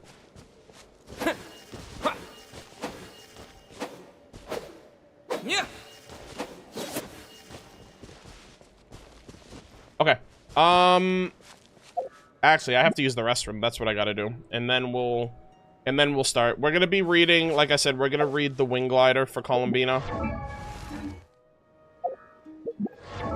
And this is actually gonna be attached to the end of my Selenic Chronicles. So once we do all the Selenic Chronicles, when it goes up on YouTube, this is gonna be at the end of it, since we get the Wing Glider at the end of the Selenic Chronicles, like, quest line, which is cool.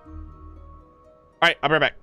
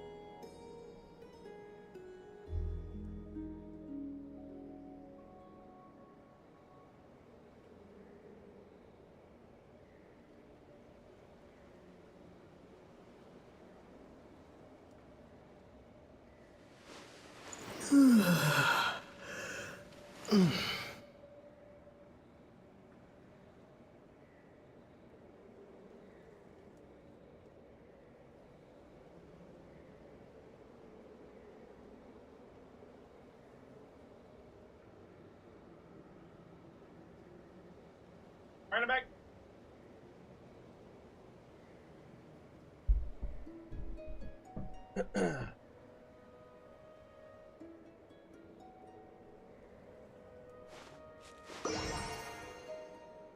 Okay.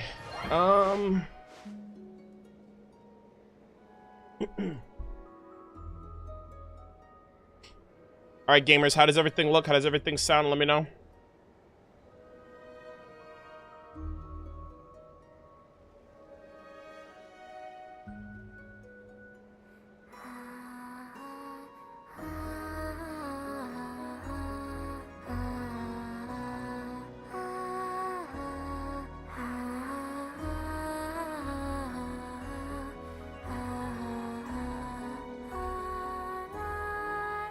Okay.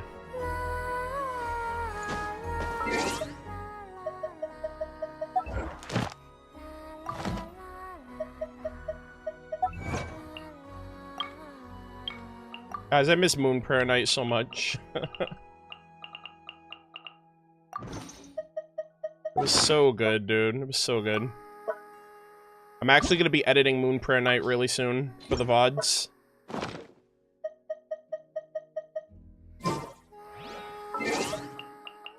Alright, gamers. Say hi to the VOD watchers. We're gonna be starting now. Say hi to YouTube.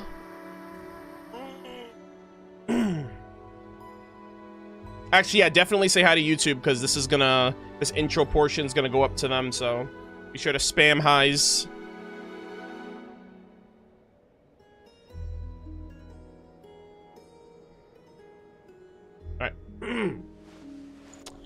Alrighty, ladies and gentlemen, boys and girls, this is actually going to be a recording that I am tagging to the end of the Selenic Chronicles compilation video when this eventually goes up on YouTube. This might be like a multi-hour long video at this point, but I'm gonna attach every Selenic Chronicles interaction from the moment we met Colombina going through part 1, part 2, and part 3 of the Selenic Chronicles, where we get the wing glider.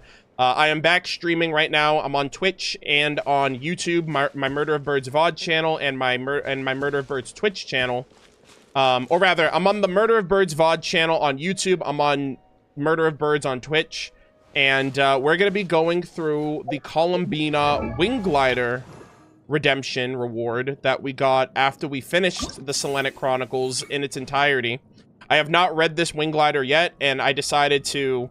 like, we're going through the rest of the lore for Luna 5 before Luna 6 comes out, and I assume this is going to have some interesting lore attached to it as well. So we're going to check this out, see what it entails, and I hope you guys look forward to it.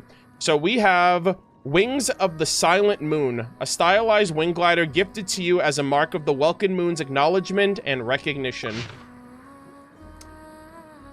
No shot, chat. Chat, we just finished reading A Brief History of the Pale Starborn, and the first word that I see on this passage is Fae. Hold on. Hold up. Pause, champ. Holy moly, this is gonna be cracked. Yeah, we just read the Pale, the history of the Pale Starborn, so we learned about the Belyazar's rule, the Saritsa's ironclad rule of changing everything her father did. We got some interesting reveals in there as well with, like, Ivanovna and stuff like that, so... I can only imagine what this entails, but let's lock in. It is a tale passed down among the Fae, told during their gatherings beneath the moon. Such moonlit gatherings are an ancient rite. Some say the practice dates back to an age when the true moon hung in the sky, and perhaps the beings who gathered beneath it were not all Fae. Wait, sorry. And the beings who gathered beneath it were not Fae at all. In any case, gazing at the moon and speaking of times old and new is considered by the boldest of them to be the perfect moment for sharing secrets. And among all of the tales they tell, this is the one they love the most. Oh God, what are you about to say to me? What lore am I about to get dropped on my head? According to legend, the king of the Fae of the Snowlands, a hero born from the bones of a great beast, sought to unite the entire continent. To do so, he had to slay his final enemy. Is this like a retelling of Emperor Monomac and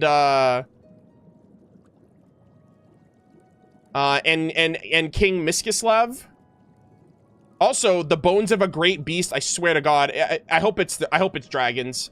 You know, it'd be crazy, actually. Imagine the freaking Hyperboreans created the Snowland Fae using the remnants of the Cryo Dragon Sovereign.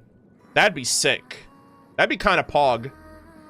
Because that's like I assume we're going to learn about the Cryo Dragon Sovereign when we go to Snezhnaya.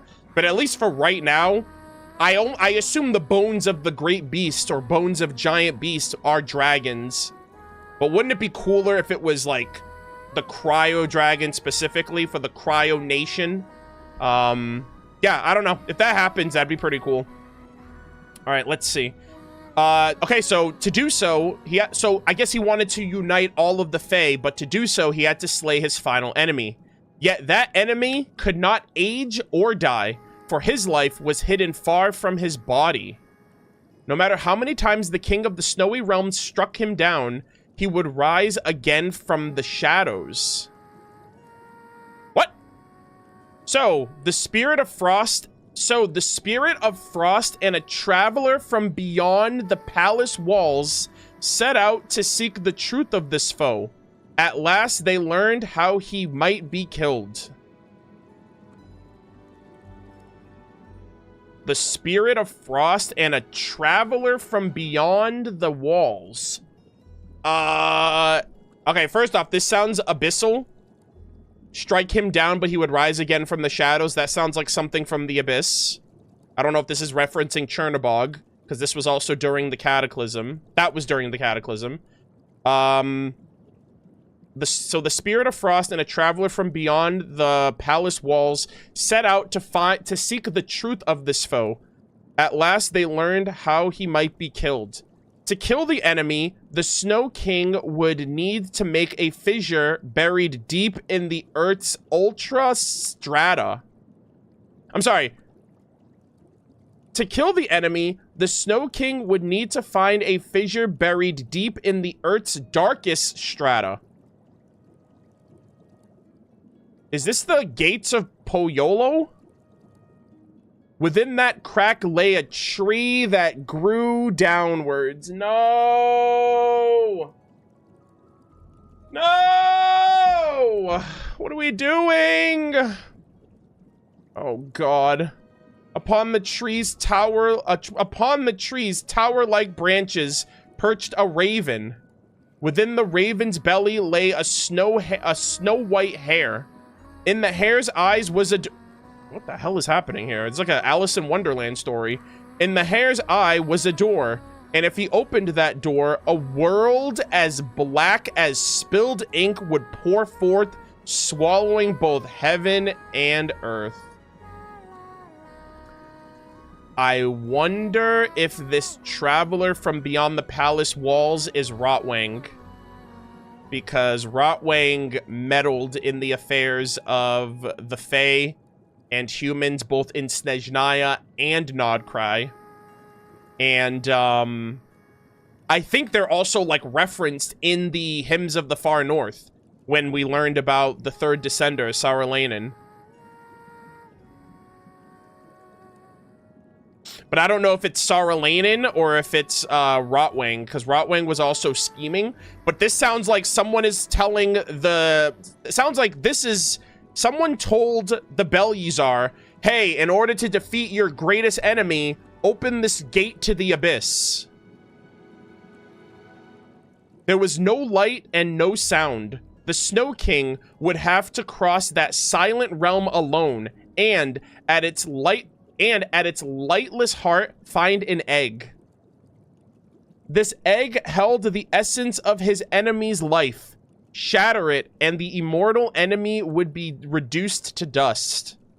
The task did not seem too difficult up to the moment of opening the door, or so the Snow Realm's king thought. But how was he going to cross the realm of pitch black silence? So, the Spirit of Frost and the Traveler wove 2 wings of ancient moonlight for him. I'm really curious if who this Traveler is. And actually, more and more now, this Traveler sounds like it might be Saralainen, because our Traveler is the Traveler, and they're the 4th Descender. So I wonder if this Traveler is the 3rd Descender.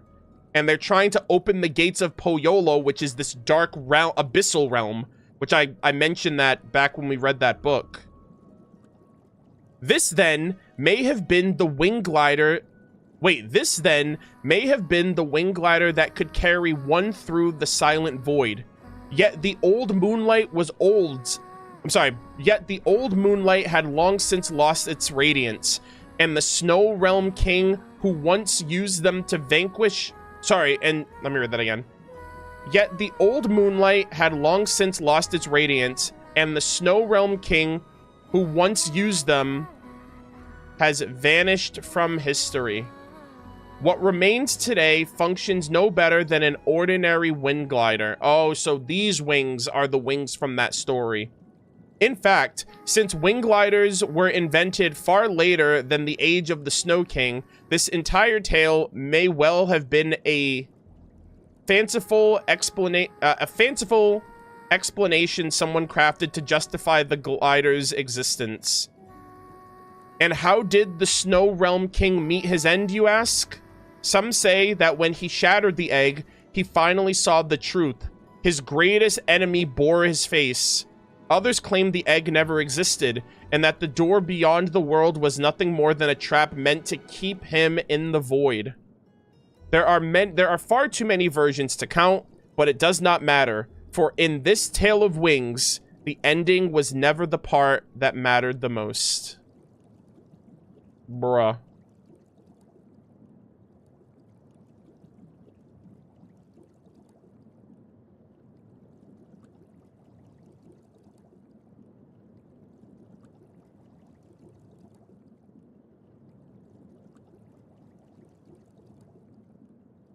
Okay, so this is definitely referencing the Bel-Yizar opening some gate to the abyss, which was referenced in the Hymns of the Far North.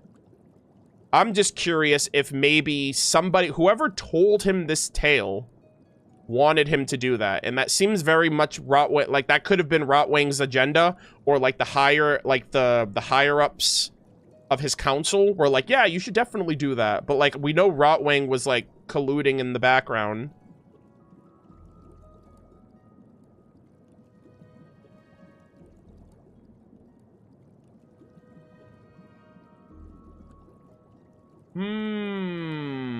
Actually, now that I think about it, it kind of implies, like, it kind of seems like the Snow King is the Bel-Yizar. I wonder if the Spirit of Frost is the Tsaritsa, or like Anastasia, and the Traveler is the Descender, is the third Descender. So like his daughter and the third Descender went on this journey to find the truth. Because I don't know if Snow King and Spirit of Frost are referencing the same person. I know a Snow King could be a Spirit of Frost.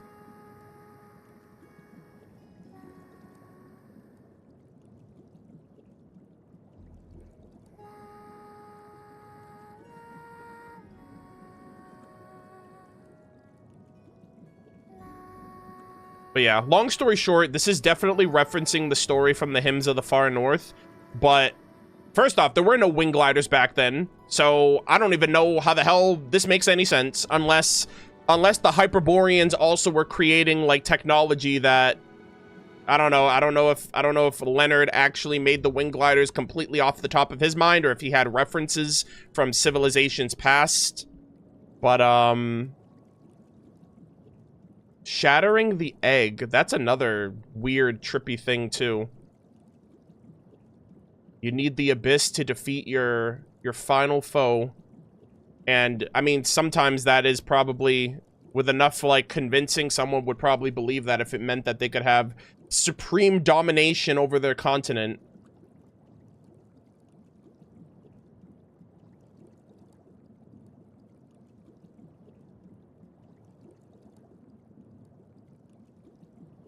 Yeah. And they said the final foe is in this dark realm, so it's like, why would the abysses... Essentially, the egg represents the heart of the abyss.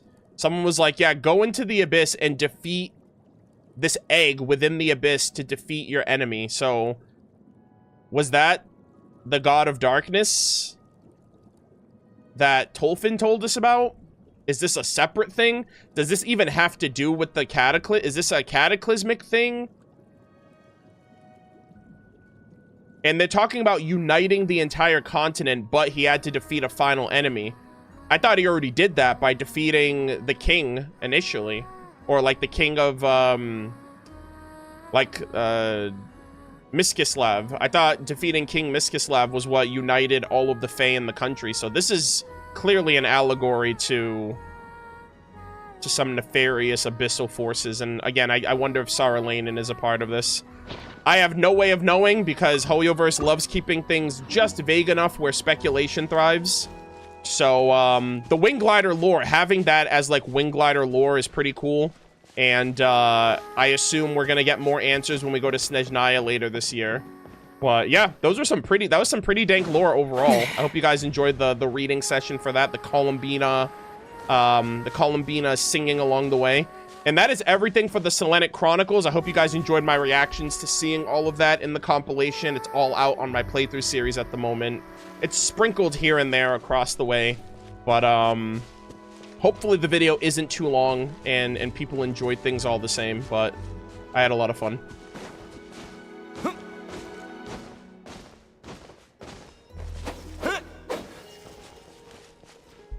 Alright.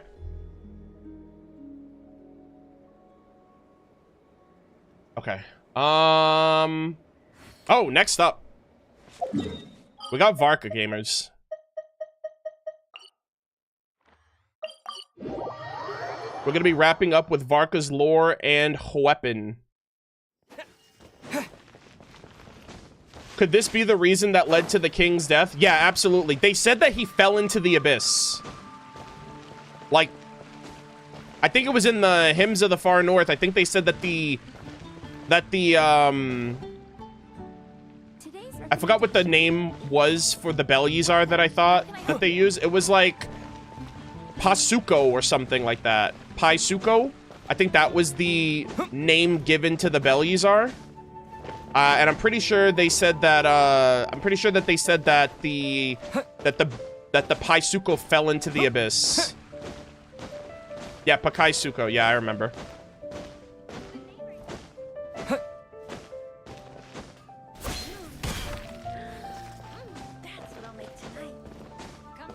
But yeah. So we're gonna wrap up with Varca's lore reading today. This is gonna be the last thing that I read, but I think I'm gonna do another lore reading stream next week or next weekend, maybe. I'm not entirely sure. It's not like a necessity. I don't have to do it before the next patch, but I might. Because there's a couple of other books and things that I would like to read that I haven't had the chance to, like, even now after all these years. So, I might get into that after tonight's stream. Tolfin also mentioned the Abyss taking him. Yeah. So, that all kind of comes together. Chat, where should I read? I was thinking of the Angel Share. Come in, take a seat. We have a few special. I was thinking of the Angel Share, but I don't know.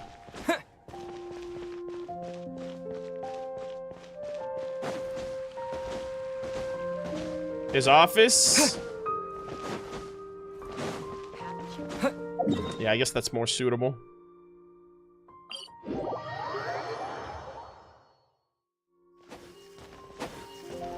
Your theory of the Belyazar coming back as an abyssal threat seem really likely now. Yeah, that's another thing too. I was ghostwriting, but yeah, I like they mentioned that he fell into the abyss, but like, what if he's still there?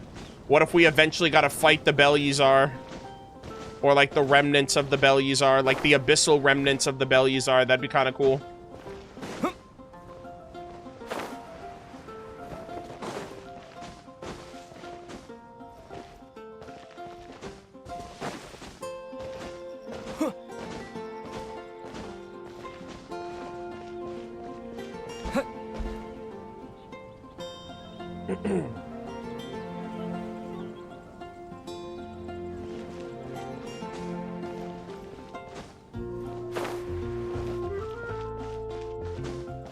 Would a corrupted Belyazar awaken the Heavenly Principles? To be honest, I don't think the Heavenly Principles... Okay, so here's my theory, guys. I think I talked about this already, but I'll just reiterate it. I think whatever state the Heavenly Principles is in, they're stuck in that state until the Traveler reaches them. Like, I think the whole point... Oh, dude, I have an entire theory about the spaceship and the AI and the Traveler and Paimon and how it's all gonna come together, but I suck at writing scripts, so this video is taking so long to put together. But I really do think I know how Hoyo is going to set us up with the Heavenly Principles in the endgame. I just have to find a way of putting it together. Or like, I need to find a way of articulating it properly, because it is a lot.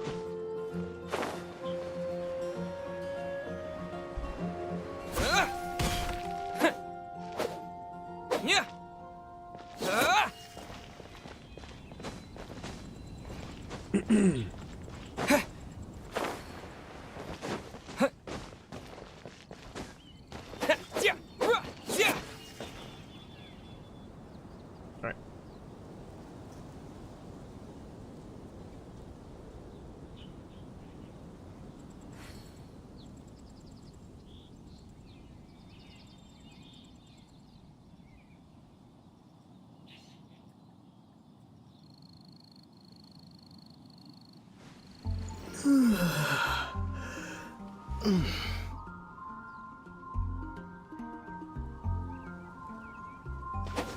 Yeah, we're reading Varca's lore. Yeah, if you're just getting here.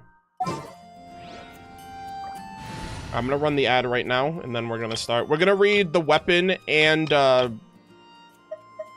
We're gonna read Varca's weapon lore. We're gonna read Varca's, like, we're gonna read his character stories, and then we're gonna read his, like, check out his voice lines, and then we're gonna wrap up with his weapon. And then that is the stream.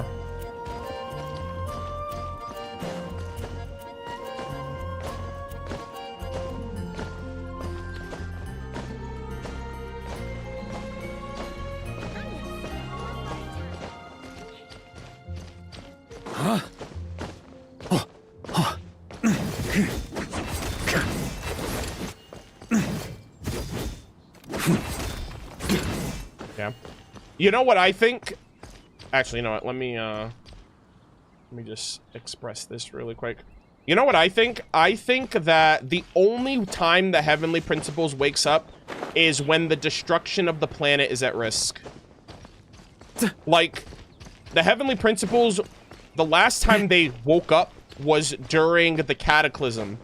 And that's a reasonable reason to wake up. It's like, oh shit, this planet is in jeopardy. It's at risk of being destroyed by the Abyss. So they, like, wake up out of their freaking hibernation. They put a band-aid on the world, and then they go back to sleep. So I literally think the only time the Heavenly Principles will wake up is if there is a significant threat that, like, threatens the safety of the planet. Be it the humans, or the way of life, the survivability of life onto that. I think, because if the spaceship's an AI, like, they have, like, parameters, they have, like, a mandate, they have, like, a directive. And if their directive is protect humanity, and then you got the Abyss that's coming out and is like, oh, we're gonna destroy everything, that's enough of a reason for them to act. Like, I know a lot of people probably expected the Heavenly Principles to wake up when the when Focalors destroyed her throne. But, like, all that did, it just ended the current order of things with the Archons. Like, there'll never be another, like, Hydro Archon. But if anything, that didn't move the needle, because maybe that's not what it takes. And I say that because the last time they woke up, it took a cataclysmic event, like a world-altering cataclysmic event, to wake them up. So, unless Irminsul's at risk of being destroyed, or the Abyss is literally, like, fucking wiping out these freaking nations en masse, I don't know if or when they'll wake up. Maybe it'll take the end game, or maybe it'll take Dottore, like, messing with Irminsul. But I think that that's, like, the criteria at this point.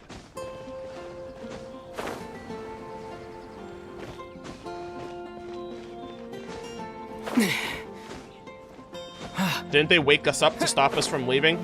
No, when I say the Heavenly Principles, I mean the primordial one, not the Shades. The Shades are out and about. I'm talking about the Heavenly Principles regards the leader of Celestia, which is the Fanes, the primordial one.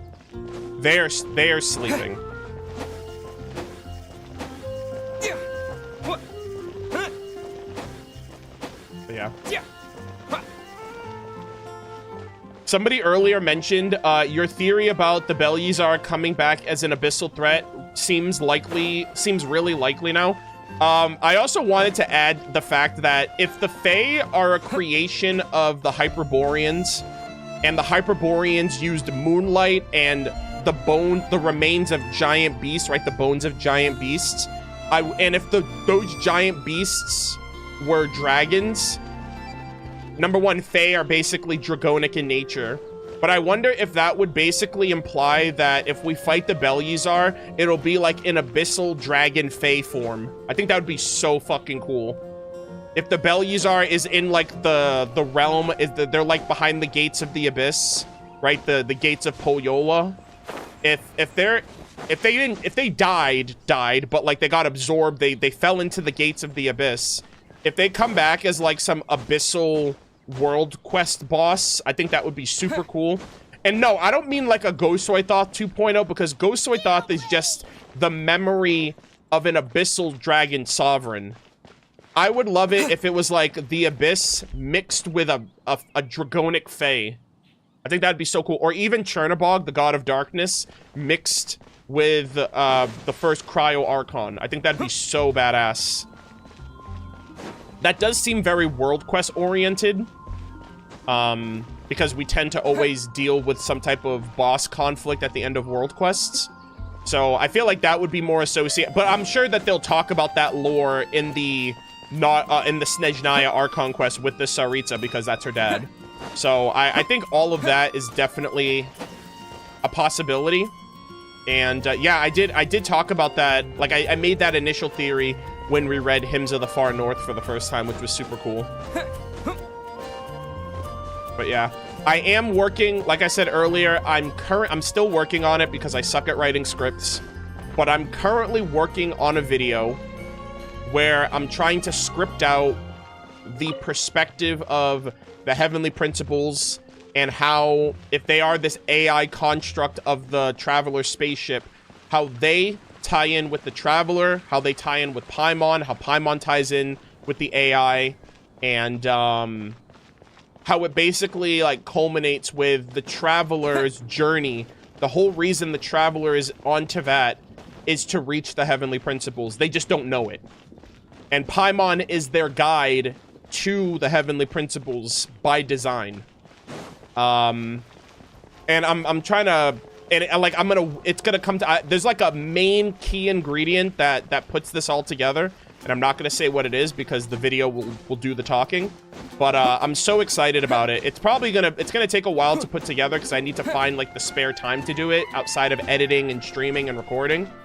But yeah, it'll probably be like my most ambitious video after like my Natlan Archon Quest prediction video that I did. That video was like 2 hours long. I just want to make sure I get it out before we get any more lore or information about the Heavenly Principles, which I'm hoping I can do it by the end of the Nod Cry patches. But we'll have to wait and see.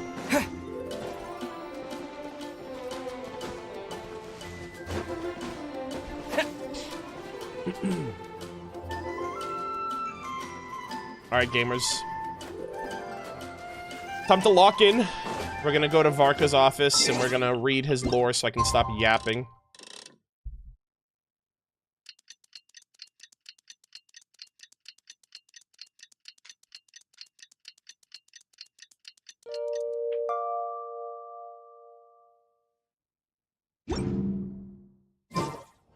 I don't get the move of destroying the Hydro Throne. Why can't the Heavenly Principles just recreate it and take Neuvillette's Gnosis back? I don't know, because that would uproot the entire system that they've established on Teyvat. The only reason they were even able to get that shot in the first place with the Gnosis was because they usurped the planet. Now things are established, and for them to basically go scorched earth again, just to recreate killing a dragon sovereign, mind you, exposing their existence to the world, and all of that, it's probably not worth it. Like, contextually, the only reason, I think the main reason why they were able to create the Gnosis and the Divine Thrones and everything is because, like, they didn't really have much to lose. If anything, they just had to kill off all the dragons and then organize the world as it is now. And I'm pretty sure it would take, like, and another thing too is that, it took the Four Shades and the Primordial one to stop the Sovereigns and then eventually Dragon King Nibelung. I mean, maybe the Shades would do it too, but the Shades seem to be, like, doing their own thing now. You know, they're in servitude of humanity, and, I don't know, Focalor's throne doesn't really seem necessary in the grand scheme of things. Unless there was, like, another cataclysm or something, and in which case they have Neuvillette now, so Focalor's dying doesn't really change anything, because if the Abyss come knocking, Neuvillette will be there to protect Teyvat instead. Or to protect Fontaine, I should say. Yeah, they're also, like, they're also incapacitated from the War of Vengeance, so I just don't think they're moving the same way they used to.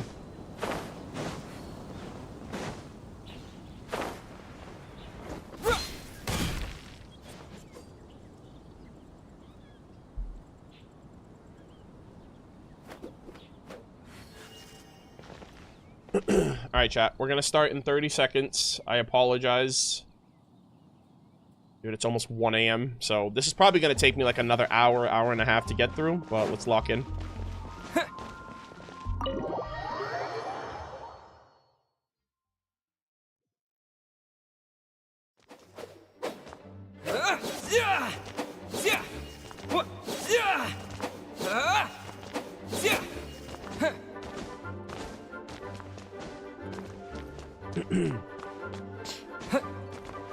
Yeah, and basically now, Renova basically helped out humanity with the Ode of Resurrection. Istaroth definitely looks out for humanity and looks out for her own creations. And Nibirius got eaten. And Asmodee's MIA, so, like, who's really fighting Neuvillette? The Heavenly Principles is incapacitated, Asmodee's not around, Nibirius got eaten, Renova and Istaroth have been helping humanity, so it's like, well, I'm pretty sure, I wonder if Neuvillette would be able to hold his own against... I mean, not even Neuvillette, but, like, in general, I just don't know if there's a fight there. In the live stream, I didn't see Paimon get cubed like the NPC and the Traveler. Yeah, I mean, I don't really know if she's a threat compared to them. Please be quiet within the premises and refrain. It might also just be the fact that she's basically she's a celestial envoy, and therefore she's not a threat to the rules of Asmodee's domain.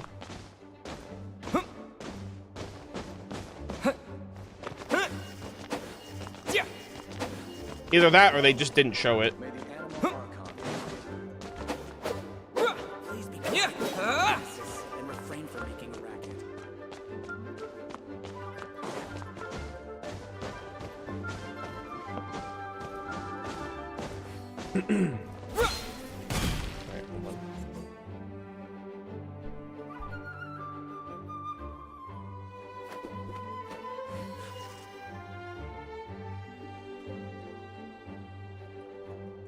Hello. May the animal Archon protect you. Please be quiet within the premises and refrain from making a racket.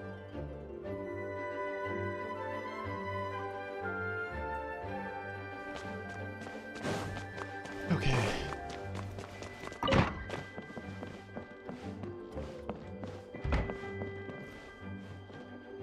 Did you see the wings on the NPC from the trailer? I'm pretty sure it looks like there's a creature behind her, but everyone's locked into like dragon wings because of social media.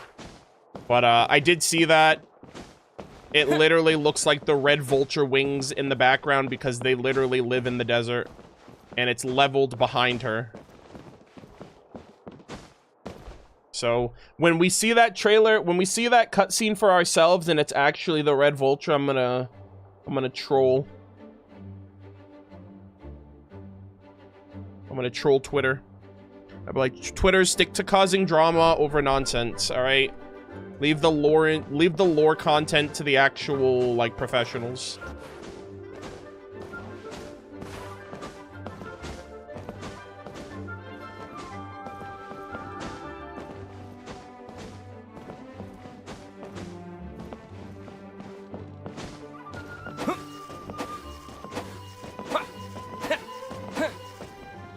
Okay.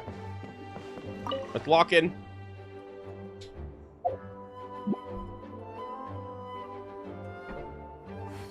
Alright, chat, say hi to YouTube. This is going to be our last lore reading session with Varca and his weapon.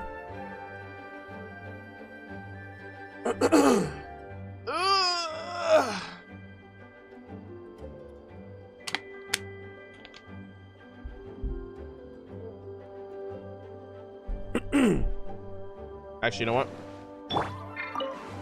There we go. Brothers showing up for work. Alrighty, ladies and gentlemen, boys and girls, welcome back to another Genshin Impact lore reading session. At long last, gamers, we are finally here to check out Varca's character lore and voice lines following the wrap-up of his content. We went through his story quests, we went through the Mondstadt homecoming event, and basically we finished all content in the game. At this point, we're just waiting for Dormanport and the next expansion to come out. But I'm very excited to learn about Varca, like the Grandmaster, his relationship, his thoughts and opinions of the other Mondstadters, his, you know, his journey on the expedition. I'm assuming we're gonna get some Capitano Glaze in there if he has something to say about the captain, and learning more about his backstory, especially how he became a knight, how he got his vision, if his vision had anything to do with Master Crepus's death, and all of these other long-standing thoughts and theories that I've had about him, and his connection to the Knight of Boreas and Andreas and everything else in between. So very excited for this. I hope you guys enjoy all of the content that's been coming out this far. Also, before we start, I got him to friendship level 10 because of course I did. We have Varca, lead wolf.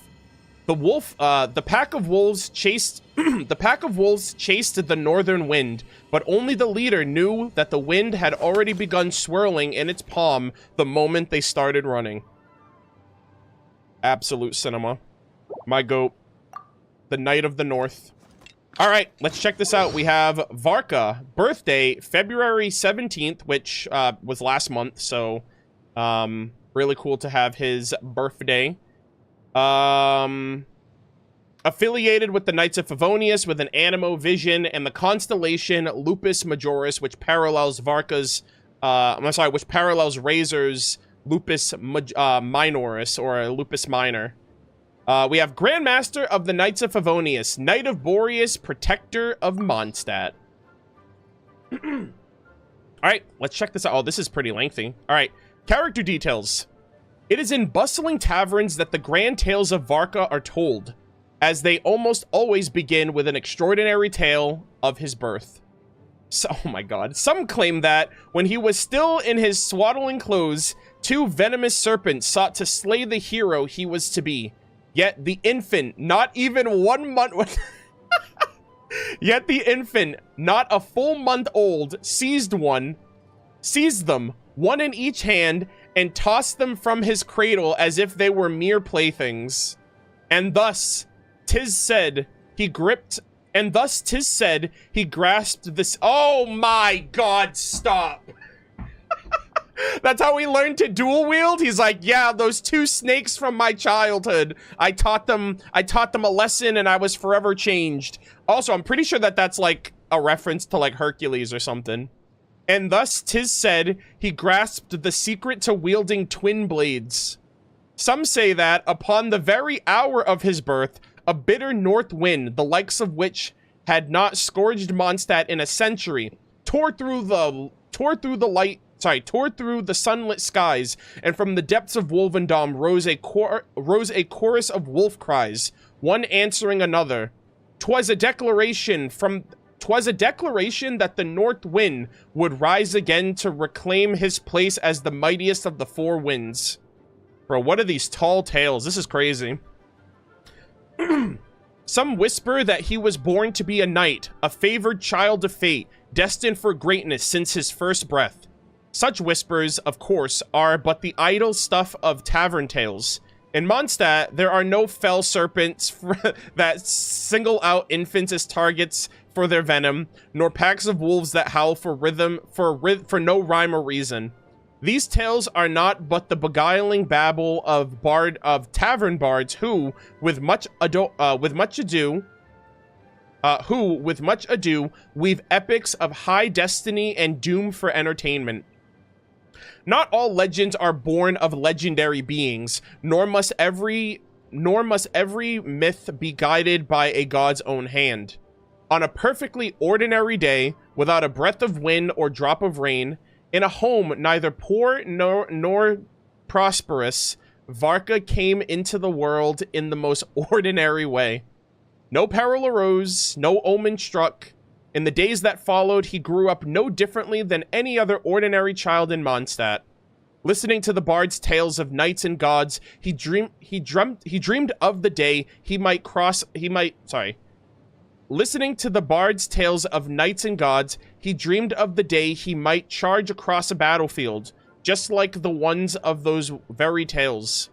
Yet, when the tales were over and the children departed in 2s and 3s, he would always linger, clinging on with ceaseless questions. Why is it that the heroes are always born... Why is it that the heroes are always born of some ancient bloodline or blessed by the favor of gods long past? The bards could only offer an awkward smile and reply, "That's how the stories have always been told." Then who founded those ancient bloodlines? Who blessed the gods before their divinity? Holy Brother's asking all the questions. At their juncture, most bards would fall silent. A handful would point towards the Knights of Favonius' library. One cannot look at stories for these answers. One must look to history. And few still, wearied by such questions, would point towards the boundless wilderness beyond the city walls. What do I know? I'm just a bard. Ask Barbados. Many years later, when Varca had at last become a legendary knight of a new generation and the hero of his own tale, he finally understood the bard's predicament.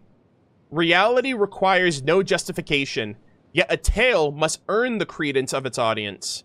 And for the ordinary listener, it is nearly impossible to convince, without ancient bloodlines or divine favor, with nothing but ceaseless effort and unyielding will, how could a mortal forge a legend? Ah, I love that. You need a little pizzazz, all right? You need a little whimsy. You need a little divinity to make a story worth engaging, you know? I'm already an ordinary human being doing ordinary things in this ordinary world. I don't need an ordinary situation for a fantasy story. I want that high fantasy. I want that larger-than-life plot, so I kind of understand it. And it would... I don't know. It just kind of makes sense, so I like that. I like the moral of that tale. All right.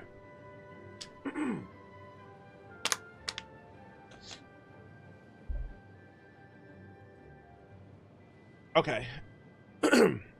Character story 1. When a younger Varca first participated in When a younger Varca first... Okay, I was just checking if I was recording. I'm falling asleep on the spot. I'm gonna leave for now. All right, Java, you have yourself a good night. Thanks for stopping by. I appreciate you tuning in. Hopefully you enjoy the VOD. It's already like 1 in the morning, so I'm just gonna read these and then I'm gonna be heading out afterwards as well. All right, let's lock in. Character story 1. When a younger Varca first participated in the Knight's prep exams, he floored every single examiner. That is to say, he literally bowled them over. Just as he was brimming with confidence, ready to receive his formal appointment as a knight, a letter of rejection arrived, shattering every last one of his dreams. Brother, also, who's the current Knight of Favonius if Varca was like a trainee? Kind of curious about that too. To Varca, first and foremost, we would like to express our sincere appreciation for your participation in this assessment. Your capabilities and your aspiration to become a knight have left a lasting impression on us. However, after careful consideration and thorough review, we regret to inform you that before he could even finish the rest of the letter, Varca scrunched it into a ball and threw it into the wastebasket. Then, he reached for a scrap of paper to plan his next move. That very night, as Valentine... Oh! Valentine! Wait, Valentine? Former Grandmaster and the previous Lion Fang Knight. Oh, that's so cool. Oh, we got another Grandmaster name. Valentine. That is so cool.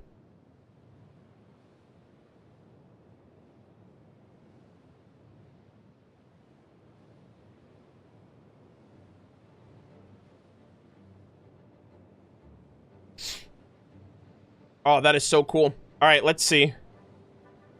Holy moly. Yeah, Valentine, that's also a pretty cool name. At that very night, as Valentine, former Grandmaster and the previous Lion Fang Knight, was making his way home after a drink, he was ambushed by an assailant.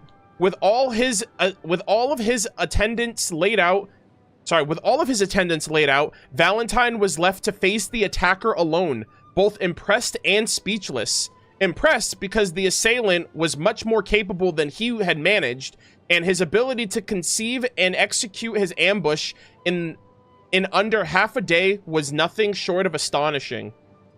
Speechless because the assailant's absurd declaration left him in bewildered silence.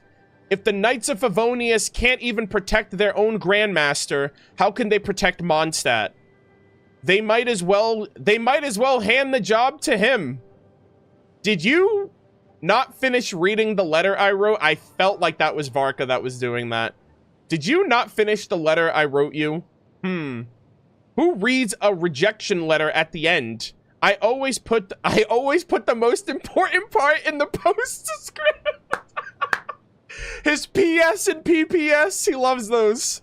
I always put the most important part in the postscript. Fortunately, Valentine was already intending to speak to Varca in person, as noted in his postscript. But Varca's speed in turning thoughts into action had advanced their meeting by a wide margin. So, after shaking the assistants awake and apologizing to each one in turn, Varca followed Valentine for a second round of drinks and to hear the reason behind his rejection. I'm curious. Over drinks, the two spoke at length. I wonder if he wanted him to be a Knight of Boreas before he became the Knight, maybe? Like before he became the Grandmaster? Because usually there's a Grandmaster and a Knight of Boreas, but Varca, I think, is one of the first in history that we've acknowledged that's both of them. So I'm kind of curious if that might be the case. Over drinks, the two spoke at length, but it all boiled down to something quite simple. The Wynn, born free, should not be caged within city walls too soon. Valentine believed that, instead of standing guard in Mondstadt or patrolling its outskirts, Varca should venture to distant nations and uncharted frontiers. Just as the adage holds, only by practicing 1,000 melodies can a bard strike an extraordinary chord. Only by studying 1,000 blades can the smith forge a legendary weapon. Not to mention, if we actually made you sit in an office for 3 years, no, 3 months, you'd be handing in your resignation. Confronted by Valentine's piercing observation, Varca gave a non-committal laugh, swallowing his 3 days, give or take, with a gulp of wine. What I really want is for you to find your own reason for being a knight, Valentine said with a smile, turning serious. And it shouldn't be your starry-eyed fantasies, nor something you heard from a bard's tale. Once you've found that reason, come back to Mondstadt.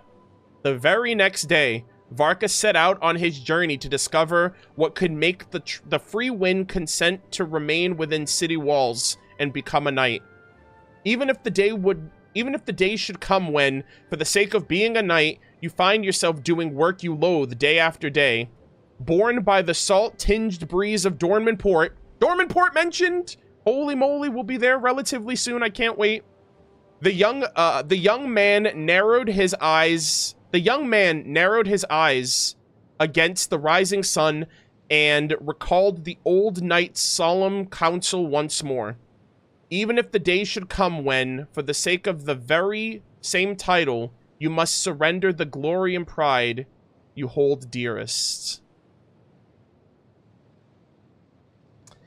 Yep. I mean, Varca ultimately did that too, right? He sacrificed his future. He sacrificed his fate to be the hero for Mondstadt. So it really just comes down to just self-sacrifice and, you know, just being noble and virtuous when it matters. Character story 2.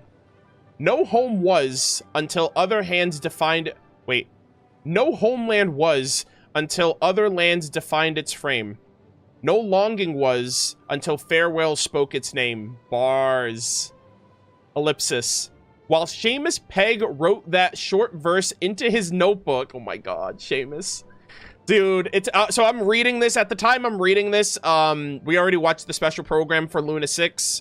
We're getting Seamus, Peg, and Dorman Port, so I'm really excited for that. I did mention, like, we just got the Dorman Port mentioned earlier, but it's so cool to just hear about Seamus and know that we're now gonna see him in the game. It's so awesome. While Seamus Peg wrote that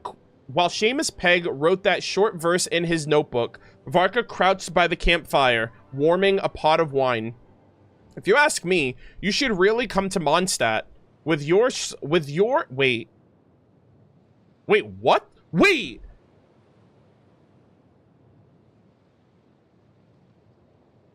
When is this taking place? This isn't still him at his youth, is it? Is he on the expedition with him? I'm like, wait a minute. Did he meet Seamus Peg out on his adventure, or is this like Seamus Peg during the expedition? While Seamus Peg wrote that short verse in his notebook, Varca crouched by the campfire, warming a pot of wine. If you ask me, you should really come to Mondstadt. With your gift for song and words, you'd be a sensation among us. We'll see? Wait a minute. Is this Varca's first interaction with Seamus? Oh my god. There is no way. Bro, that's crazy. So Varca knew Seamus from back in the day. We'll see.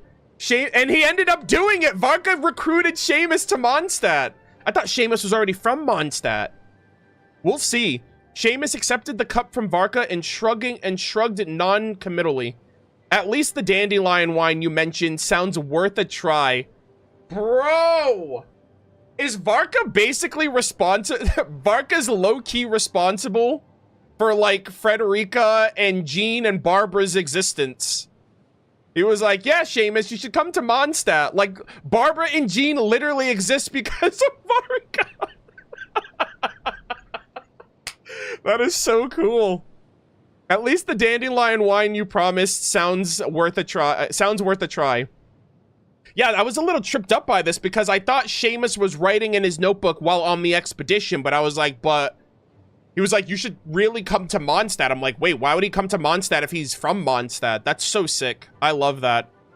On a winter night in a distant land, two up-and-coming adventurers, far from their respective homelands, cross paths by chance.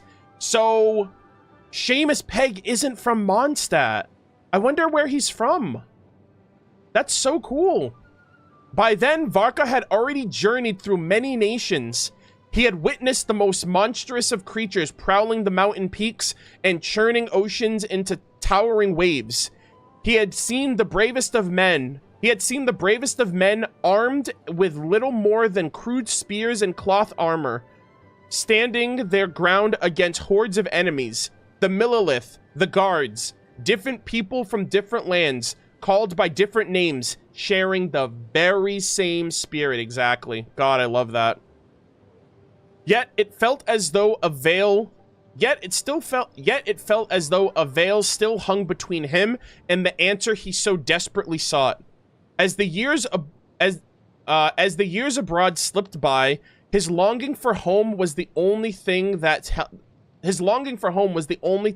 stayed. I wonder. Oh my god, chat. I wonder, did young Master Crepus Young Master Crepus! Oh my god.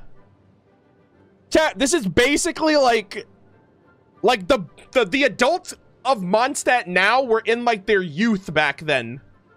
This is so cool. So Varca, I think Varca's older than Crepus if he's calling him Young Master. I wonder, did young Master Crepus go back to take over the winery, or did he finally achieve his dream of becoming a knight?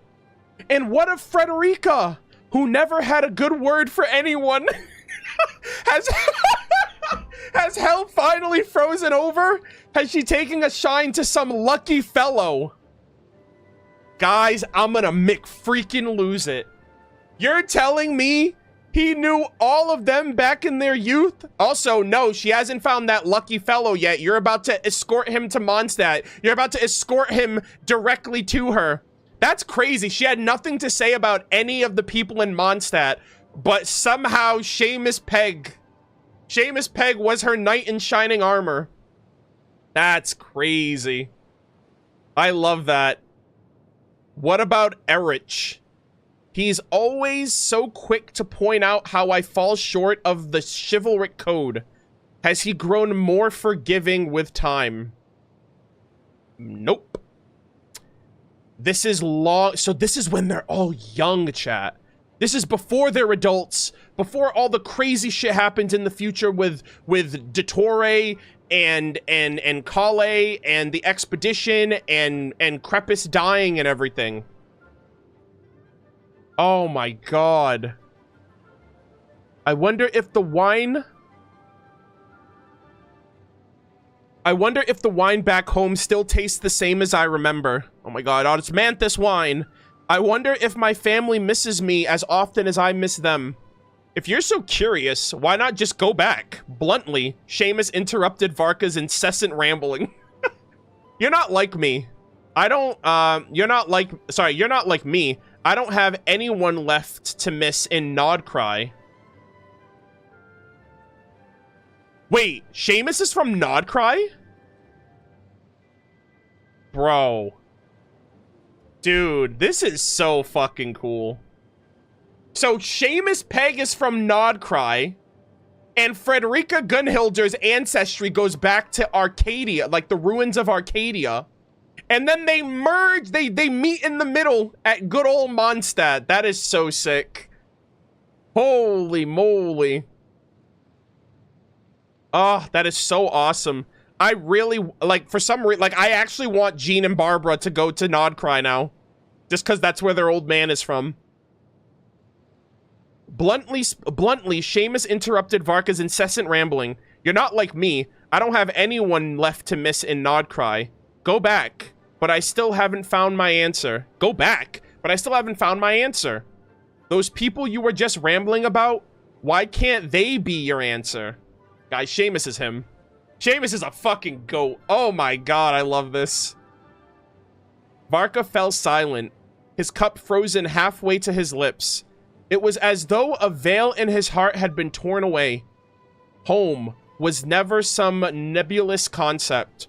Likewise, the reason for becoming a knight never required the burden of a grand, noble purpose.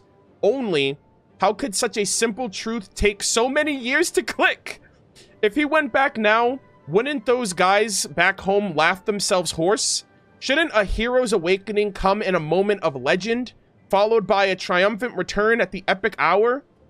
This isn't how it goes in those bard's tales. Still, perhaps the truth isn't nearly as simple as people think. After all, one has to leave home before one can learn to miss it. Chat, truer words were never spoken. I love that so much. I love that so much. I was literally talking about this earlier, but this is similar to like another line or another saying, which is like, you never know the thing about the good old day. The thing about the good old days is that you never know when you're actually living it. Like, you only know about the good old days when you have perspective, when you have distance from the good old days to look back and be like, oh man, those were the days. You know what I mean? And it's kind of similar. Yep, you can only miss your home when you leave it. Sensing the turmoil in Varca's thoughts, Seamus cleared his throat and snapped his notebook shut. Ahem. Fine, if you need a reason that badly, then consider it your job to get me to Mondstadt. Besides, I want to see this this dandelion wine you keep talking about. Bro, Seamus is a Riz. Seamus got the Riz, dude. He's the Rizzler. Holy moly. I want to see if it's really as impressive as you say. Sheesh. That's crazy. He's like, oh man, this Frederica woman, she sounds awesome. She also sounds... I'm surprised he heard that. Like, he literally said, oh, Frederica literally has never said anything good about anybody. And apparently, no man can win her heart over. But Seamus is like, and I accept that challenge. And the rest was history. You got 2 daughters. Holy moly. Character Story 3. Since formally inheriting the title of the Knight of Boreas, Varca remained undefeated in every campaign he led. If Lying Fang is a blessing of abundance for the Earth, then Boreas is the indomitable spirit behind a formidable strength. Be they vile outlaws or monstrous terrors that ravage the realm, or even the creeping darkness of the abyss, all shatter beneath the blade that bears the north wind's biting chill. God, bro, Varca's so fucking cool. That's such a sick line. I love that so much. Following a series of campaigns, any remnant danger within the territory was utterly purged, and Mondstadt entered a golden age of peace like none it had seen before. Peace arrived with such apparent ease that people began to view it as the natural order of things. A sentiment arose that, in that age of tranquility, the knights should hang up their swords and spend their day finding lost cats or wrangling misbehaved dogs. After becoming Grandmaster, Varca drowned out those noises and pushed forward with the next expedition. In his early years as an adventurer served as a constant reminder. The peace that they were enjoying was but a happy accident. The appearance of a visible threat did not mean the danger had vanished. The abyss still festered in the north. Monsters still lurked beneath the waves. Durin still resided in the snowy mountain. Oh my god, chat. This was before the manga. Ursa was only deep in slumber. Holy shit. Ursa the Drake mentioned. That is so cool. So Dottore hasn't killed Ursa the Drake yet to give himself access to Mondstadt's hospitality. Any of these could shatter the fragile peace they had fought so hard to secure. The seniors who had paved his path had grown old. Lion Fang Knight Valentine, Cavalry Captain Faro, Captain of the Ranged Company, Adorno, and yet the Knights of the new generation still had much to learn. Varca knew all too well that his own prime would eventually wither with age. As Grandmaster, he sought to buy more time for the next generation. Bro, so Varca was like, I'll work harder until the next generation is able to pick up the slack. Dude, we don't deserve that. This man's ancient. Holy moly. As Grandmaster, he sought to buy more time for the next generation. As a warrior in his own right, he wanted to test his mettle against the mightiest of enemies before his best years began to fade. And so, after entrusting Mondstadt's affairs to the veteran knight and Inspector Erich, Varca set out once more on another expedition. Fuck that guy. And he was around since his child, like he was young. Varca was like training up these kids back in the day, and he just went down the dark path. He went down the dark side. But this time, Varca suffered a most devastating defeat. In his own blinding brilliance, the knight remained blind to the shadow he cast, where jealousy and malice had begun to spawn. Varca never realized that, on the day he returned to Mondstadt and joined the Knights of Favonius, a twisted seed had already taken root in Erich's heart. And when the doctor's segments whispered to the man of power and authority beyond all measure, the darkness within Erich surged forth like a flood. A wanderer who spent his days idling abroad, hailed as the strongest knight of Boreas in history? A lawless maniac who fraught every code of chivalry, yet laid down the law for the other knights? Warped obsessions and the passage of time can turn friends into enemies as easily as the wind changes its course. The inspector, who was meant to safeguard order in Varca's stead, trampled upon every principle of justice instead. Erich, the man solemnly entrusted with the security of the seal, roused in ancient horror from its slumber, plotting to lay claim to the power of the heavens alongside the Doctor. Even as Varca was once again striking down formidable foes beyond the border, holding the line for Mondstadt at the frontier, devastating news arrived from home. His old friend Krepis had died in combat, and Inspector Erich had turned traitor. There it is. Old friend, mind you. I assume that's how he got his vision. We'll have to wait and see for confirmation, but that's crazy. Varca turned in hesitation, immediately setting to work uprooting those who had colluded with the turncoat.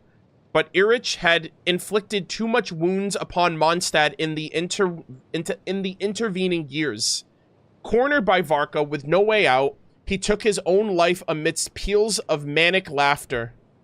That laughter held no words, yet every note rang with a clear, biting mockery of the invincible Knight of Boreas, the Grand Master who rivals the gods.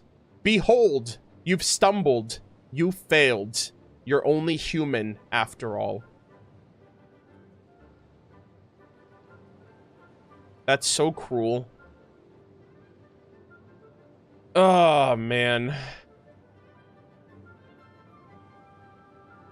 It's like, yeah, you betrayed your friends. Congratulations, you're so cool. And then on top of that, you took the coward's way out. You literally just killed yourself. Yeah, fuck that guy, dude. And fuck Dottore. Yeah, I hate that, man. Varca didn't deserve that, and if anything, he was just jealous. Like, Varca never considered himself... Like obviously, Varca's, you know, he plays things up, but no one deserves that. That's, like, psychotic behavior. Fuck Erich. All my homies hate Erich. Let us continue. Character story 4. No matter how formidable a single person's power may be, even if that power rivals the divine, they cannot protect all things. There are corners of this vast world that will always remain unseen. Schemes in this unpredictable life that will always remain unforeseen. Mondstadt's freedom and spirit were won at a great cost, and safeguarding them is a task far beyond the reach of a single man or a single god. One can never be too prepared. And so, the Knights of Favonius must keep up with the times. The Range Company must be outfitted with new firearms to bolster their stopping power, while the Support Company must develop modern fortifications to adapt to the changing face of the battlefield. There is no need to rely solely on the brilliance of a few outstanding heroes. The evolution of tactics and equipment can tangibly improve the combat effectiveness and survival rate of every single knight. And so, the Knights of Favonius must nurture a legacy that endures. A new generation of knights, whom he had watched grow up, was now coming into its own. I love this. The current generation. Many were already serving as the organization's new backbone. Yet, there were still those who have not truly grasped what it means to be a knight, nor they ready to shoulder the weight of that title, just as Varca was in his youth. And so, Mondstadt must be resolute and... Mondstadt must have resolute and reliable allies. Under the mediation of the Animo Archon, Varca took his place at the tripartite conference.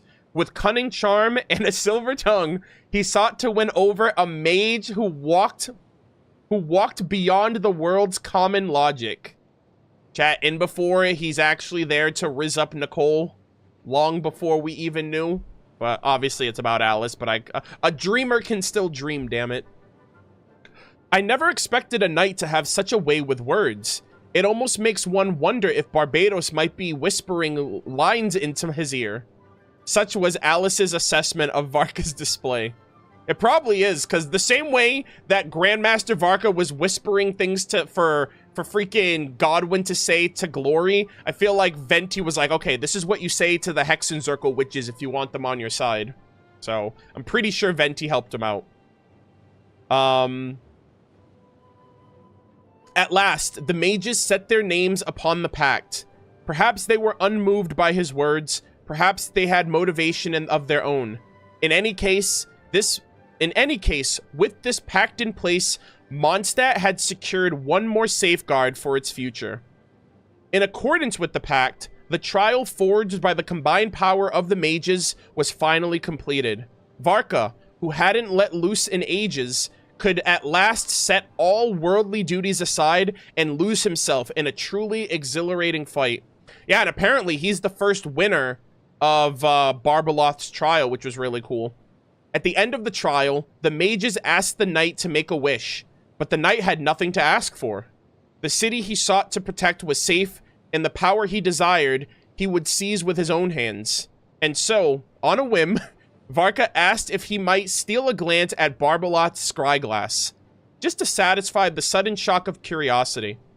Before the thrill of the battle could even fade, Varca caught a glimpse of fate's design reflected in the scryglass. What the water reflected was at once a vision of boundless glory and endless suffering. He saw the legend he had idolized since childhood, locked in a struggle against real dragons. He saw them surpass their own limits in the heat of blood-soaked battle, becoming the heroes of dreams amidst cheers of jubilation.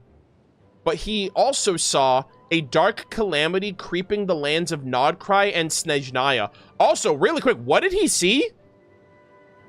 He saw the legends he idolized since childhood, locked in a struggle against real dragons. Is that referencing like Dvalin and Durin, maybe? But he also saw the dark calamity creeping across the lands of Nodcry and Snezhnaya, and heard the wails of strangers echoing from the depths of the snowfields. Why become a knight?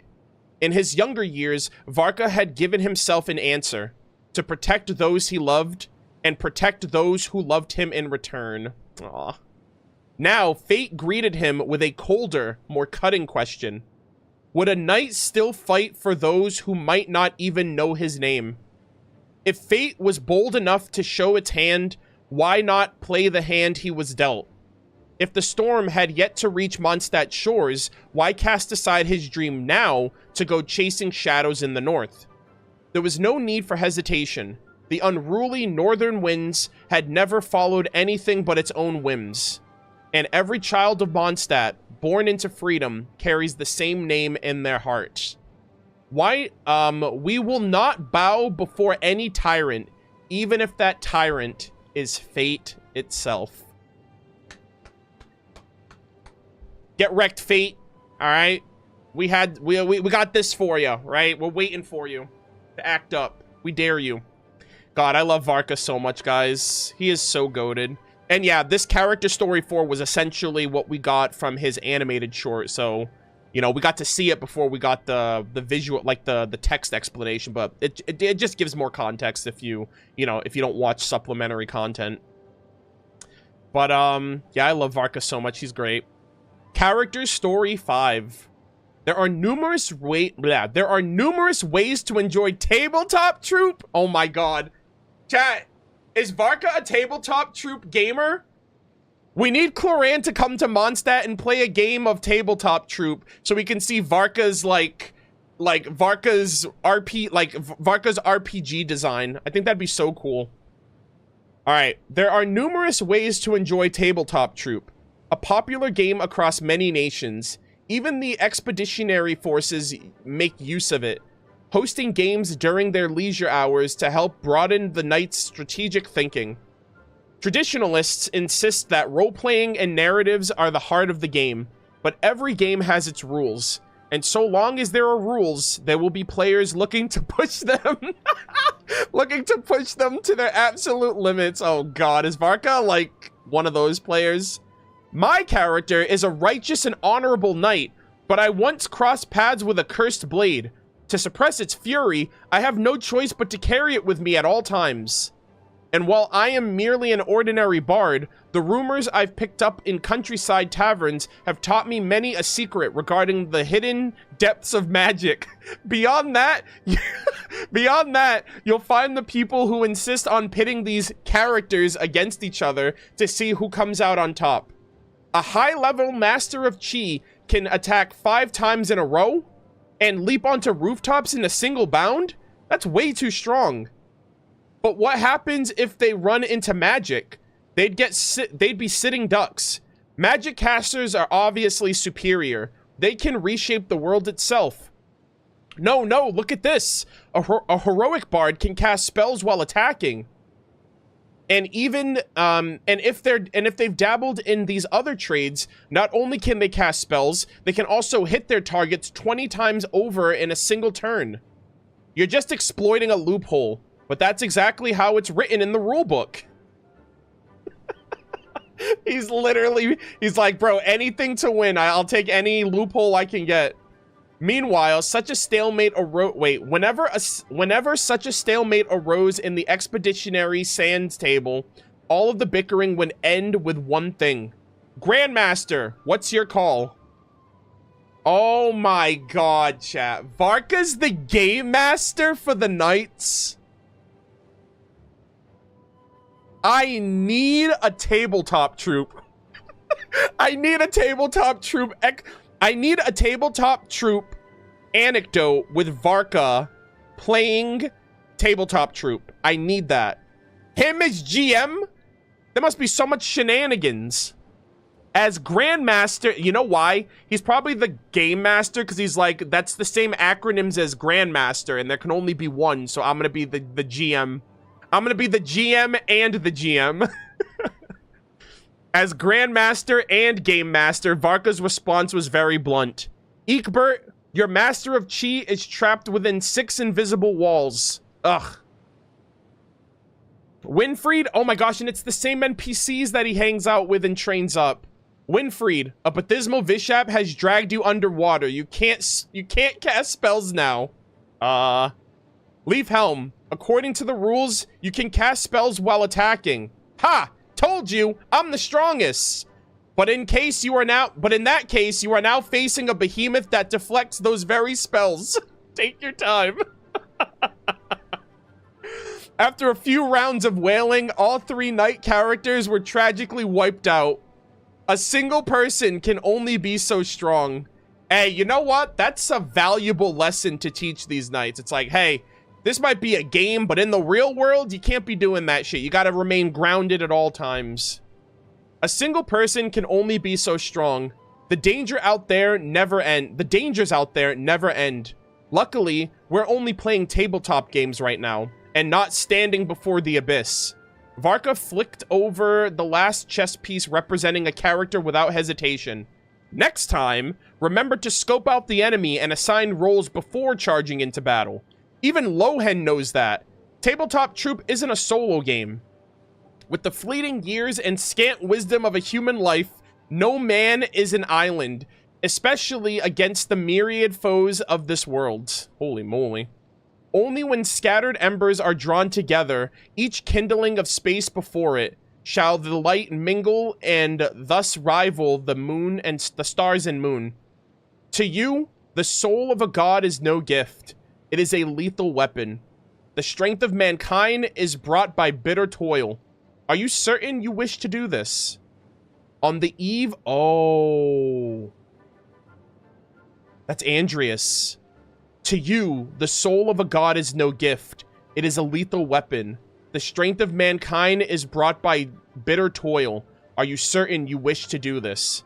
On the eve of the expeditionary force's departure, the Dominator of Wolves posed this very question to the visiting knight. I am certainly not the only one capable of slaying the god of the North Wind. Varca grinned as he always did. as if nothing more than a common errand lay ahead. But throughout history, the only ones who can truly answer the god of the North Wind has been the Knights of Boreas. Am I wrong? You've changed, it seems. The Wolf of the North closed his eyes. For a moment, it was as if he could see that brash young knight once more. A young man who had challenged him time and again in a relentless pursuit of the pinnacle of strength, of power. Ah, this is so cool. In the past, you never would have squandered your own power like this. I found something far more precious than mere power. Something I would defend more dearly. The morning light filtered through the mist and tangled bows of Wolvendom, scattering across the knight's armor. Whether a trick of the senses or something more, the wild breeze carried echoes of the distant city. The playful shouts of children, the good-natured rumblings of elders. The playful shouts of children, the good-natured grumblings of elders, the rhythm strike of hammer on anvil. Yo, shout out to Wagner. The clink of glasses over fine wine. The banners snapping in the wind. The knight stood in file. The knight stood in rank and file. Besides, as for this power of mine, Varca ran his heart over his battle-scarred greatsword. Hoisted it onto his shoulder one more time. It is every person at my back. My friends are my power type energy right there. My power comes from those that are behind me. God, I love Mondstadt so much. Mondstadt is so peak. Absolute goated. Oh, man. Yeah, I love this character. I love these character lines for him. This is so good. Wolf's homecoming song. This one's gonna be interesting. Word is that the first knight to be known as Boreas would hum the same song in the tavern every time he returned from a monster hunt. We did read that. The origins of that song, much like the knight's own name, was lost to the ages. Perhaps it was a lingering echo he brought back from a distant land, or a melody he happened to catch drifting on the wind. Or it might have been a little ditty composed of a destitute musician in place of payment after being rescued by the knight. In any case, the tune clearly won the knight's heart. He hummed it thousands of times without ever growing weary of it. And since he always hummed the melody upon his return, it eventually became a signal to all. Chat, I wonder if that tune is, like, basically the tune of, like, the Mondstadt theme. Like, the same humming that Varca was doing when they were singing the song in, the Favonius Keep. Basically, the theme of Mondstadt, like, Mondstadt's theme. Especially since that was the song, I think, that was also playing in, the story quest during that, like, crescendo moment at the end. So I'm pretty sure that the theme of Mondstadt was what the Knight of Boreas was humming, which is super cool. Whether the tavern patrons heard the song... whenever the tavern patrons heard that song, they knew the knight had returned in triumph. And whenever the townspeople heard it, they knew the monsters beyond the wall had finally been slain. Later, the knight's companion remained forever in the land of wind. Oh, wow. While the knight himself set out on a new journey. Since then, the melody seems to have faded from all memory. Years later, the blacksmith's son, Ravenwood, took up the heavy claymore under the name of Boreas once more. Yeah, so Varca's weapon was made... I think it was either made by Ravenwood or it was made by Ravenwood's son. Or the blacksmith's son. I think Ravenwood made Varca's weapon, if I'm not mistaken. Let's see. Years later, the blacksmith's son, Ravenwood, took up the heavy claymore under the name of Boreas once more. Yeah, so he was also a knight of Boreas. As the crowds cheered, they returned their voices to the knight's homecoming hymn once again. And so, the melody would forever endure in Mondstadt alongside the title of Boreas. Passed down throughout generations by the bards, it has since been woven into countless versions in a magnitude of legends. Legend has it that the troops of Arundelen, the Lion of Light, once sang a rousing anthem of victory as they swept across the north, purging the calamity that plagued the land. Legend has it that Rostam, the wolf pup, once listened to a tender nocturne beneath the starlight, drifting peacefully into a land of dreams. And so, the lyrics of the song grew longer and longer with each passing year, as if it were a heroic epic that could never truly reach its end. It was Varca's first expedition since becoming the Grandmaster. Keeping with tradition, the knights gathered on the training grounds, singing ancient songs to pray for victory and a safe return. After concluding the rally with a brief speech, Varca pushed open the door to his office, only to find that someone had left a long, wide gift box upon his desk. The offhand sword you've been using is beyond repair, right? You might as well replace it with a new one right now.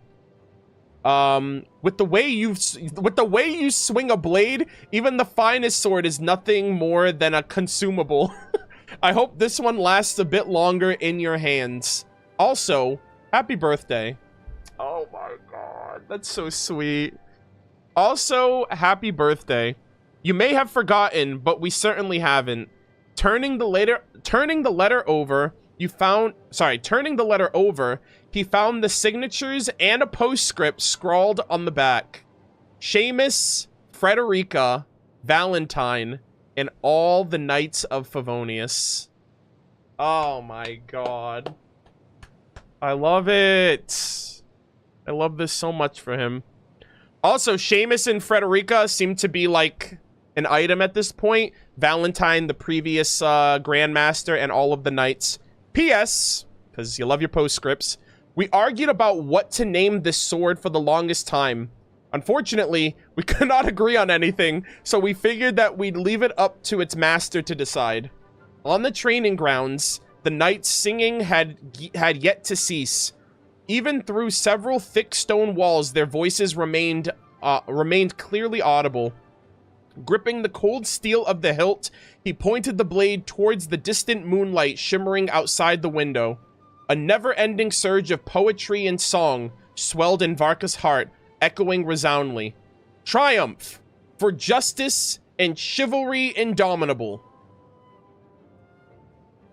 So good. Absolute cinema. I love Varca so much, guys. These are such great passages for him. And lastly, actually, you know what? Before we get into that, I'm going to run an ad right now so you guys don't get any ads during the content.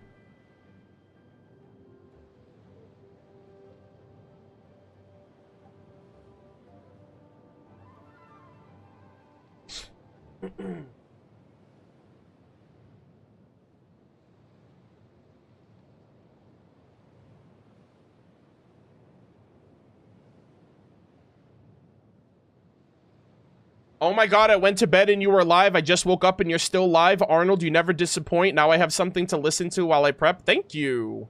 Yeah, we're almost done. We're just, this is the last passage for Varca's stories, and then we're gonna go through his voice lines, and then we're gonna read his weapon, and then we're done. I promise.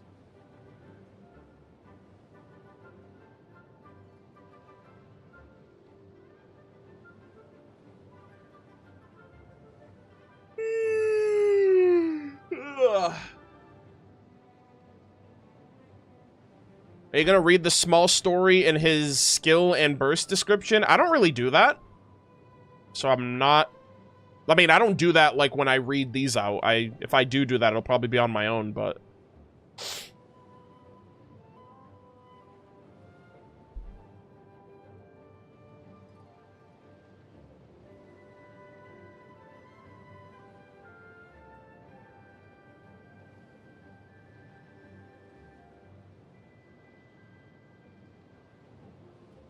Did you have birthday mail to read, or am I misremembering? I originally was going to, but I eventually just read the birthday letters on my own.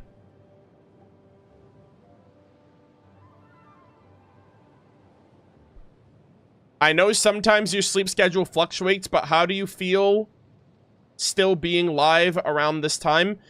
I feel fine because I woke up 2 hours before my stream, so I slept during the day. So I'm fine right now, but I shouldn't... Like, this isn't an ideal sleep schedule for me to have because it's almost 2 o'clock in the morning my time.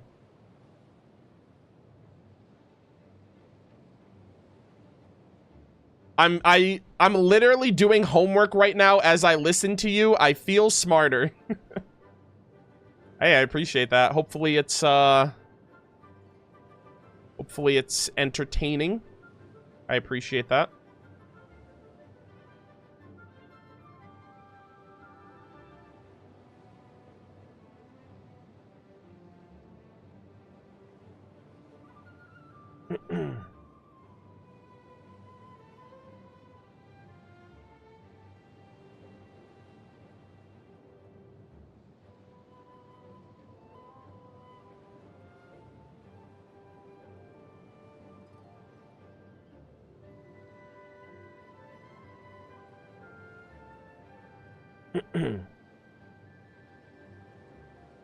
Can't wait for Dormant Port. Aw, you and me both. I'm so excited.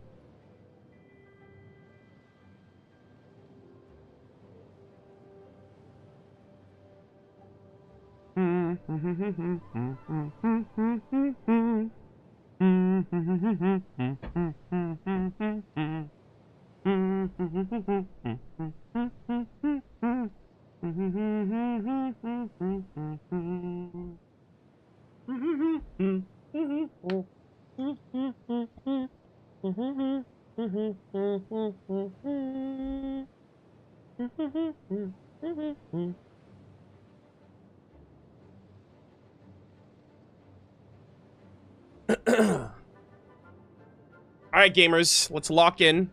I think this will be the last recording that we do for tonight.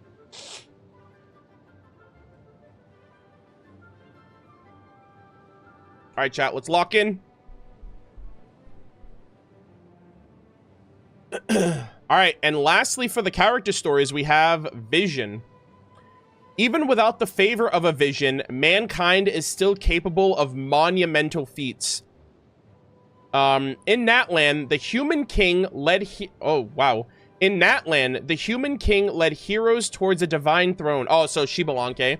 In Fontaine, a genius once mapped the world's fate through numerology. My goat, René de Petrichor. And in Liyue, the Grand Master of Spear and Blade swept across the land unrivaled. Is that Master Guhua? Is that a Guhua reference? Yeah, because the sword would be the rain dance. Like, the sword would be, like, the rain dance. And then the spear would be the life ender. That's super cool. Yeah, so that's Master Guhua. Across vast spans of time, through the endless... Across vast spans of time, through the endless tides of humanity, there will always emerge those variables who defy the common order. Oh, let me read this again.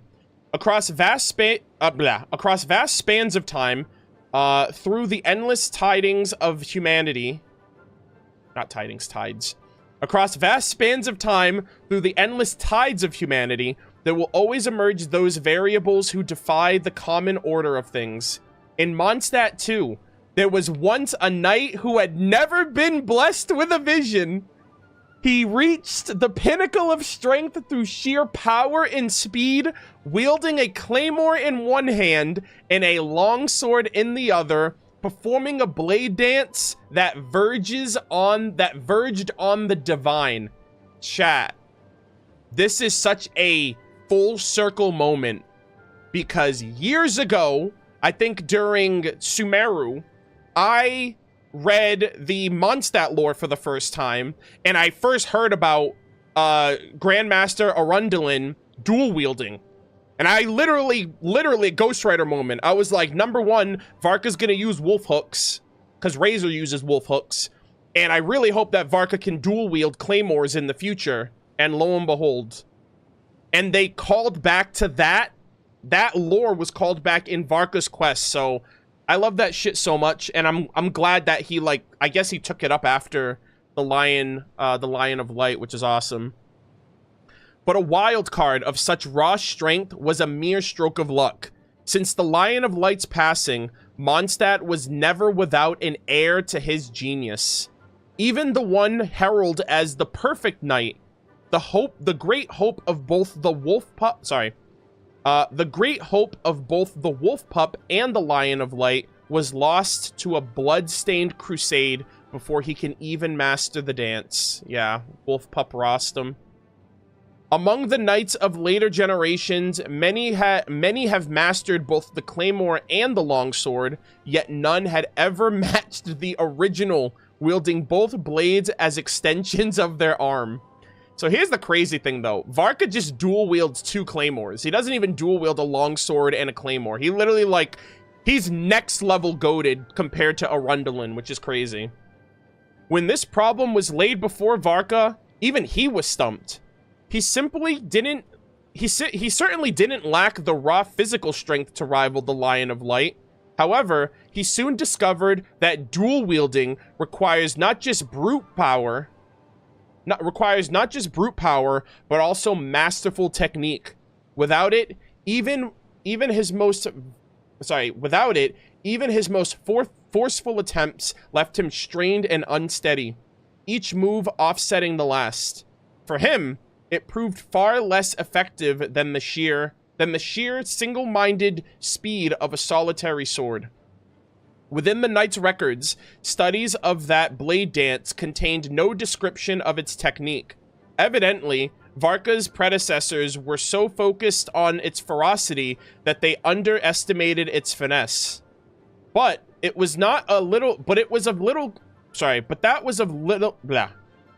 little consequence. While the complete form of the blade dance had already faded from human memory, there was one in Wolvendom who might have witnessed the Lion of Light at the height of his glory. Ooh, I wonder if it was Andreas, maybe. Back then, the young and brash knight was the type to act on impulse. So, with a jug of wine in one hand and 2 blades strapped to his back, he marched off into the hills. 1 day passed, then 2. The great Wolf King of the North howled and roared, and Varca was thrashing until he was howling right along with him. 3 days, then 4. The howling and roaring began to fade, replaced with the increasingly clear, sharp ring of steel clashing against fang and claw. Oh, so he's training. Even across thousands of years, as far as Lupus Boreas can recall, challengers like this were few and far between. Though the trial was long won, he continued to charge over and over again. He had won the favor of a god, yet he remained his own harshest critic. But another question gnawed at Lupus Boreas. After yet another clash that ended in a stalemate, he turned his gaze to the knight, who had tossed back a jug of hard liquor. Human, your strength is absolute, your conviction a raging fire. In this age, the title of Boreas is rightfully yours. Lupus Boreas fell silent for a moment. Then, why has the gaze of the heavens not yet fallen upon you? Oh, for a vision? The gaze of the heavens? Oh, are you talking about my vision? It's right here. Oh my god. Bruh. Oh my goodness. With a nonchalant shrug, Varca unveiled the brilliant glowing gem that he had tucked beneath his waist. I think it just appeared in my cup while I was drinking one day. Or maybe I found it amongst the spoils I gained after an adventure. The eyes of heaven have been upon you all this time? Then why do you not draw upon its power? Because he's built different, okay? Well, if Arundelen could create the blade dance without a vision, then it's only right that I recreate it under the same conditions. Good shit. I'm glad he didn't cheapen the blade dance by using Animo to, like, make the blades lighter or something. I had a joke about that happening in the past, but I'm so glad that it didn't happen. As for what happens next, caught your breath yet, O great Wolf King? His sword crossed. For the first time in forever, The vision at his waist flared with brilliant, blinding light. Now, I'm going to surpass you.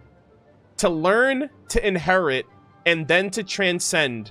That is what humanity has always done best.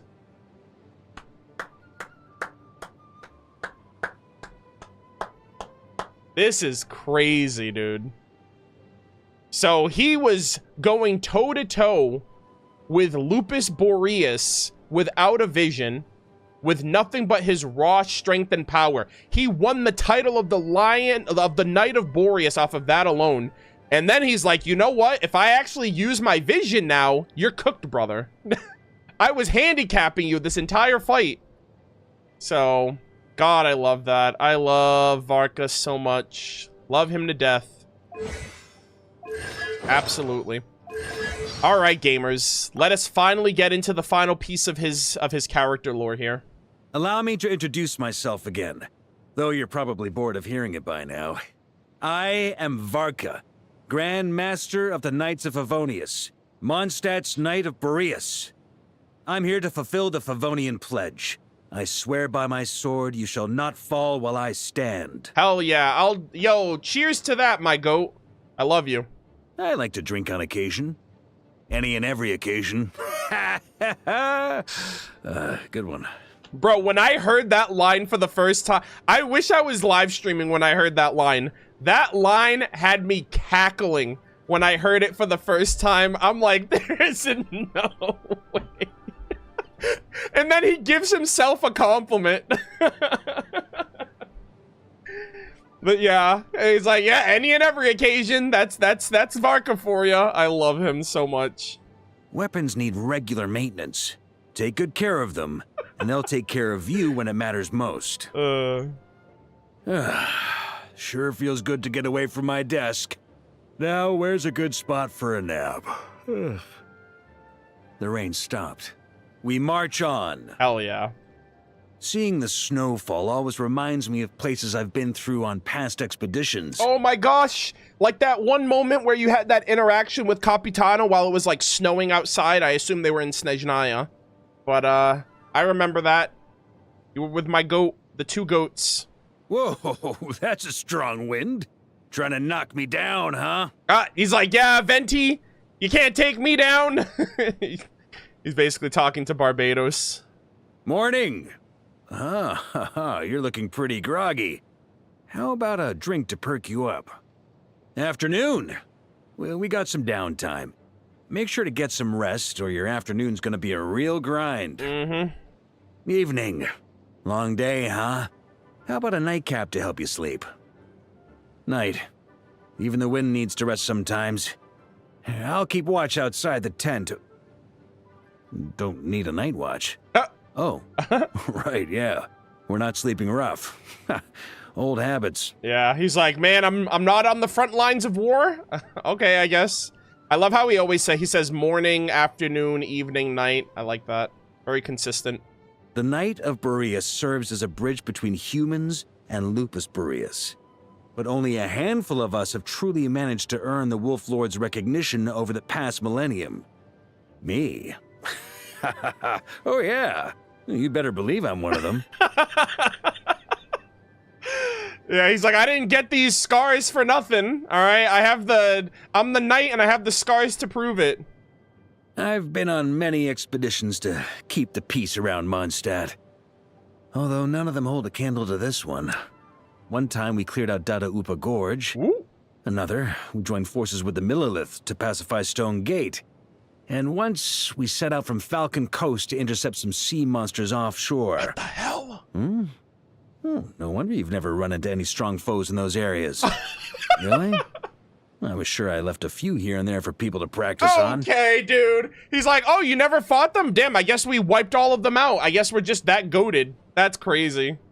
The self-glaze. He's like, oh man, I thought I left some I thought I left some stragglers behind for you guys. Mondstadt is the city of freedom. It's a place that anyone can call home, whether you're the child of a sinner, a wandering god, or a traveler from afar. So, no need to stand on ceremony with me. You're the honorary knight after all. Oh my gosh. The child of a sinner, Durin and Albedo. Or technically Albedo at this point.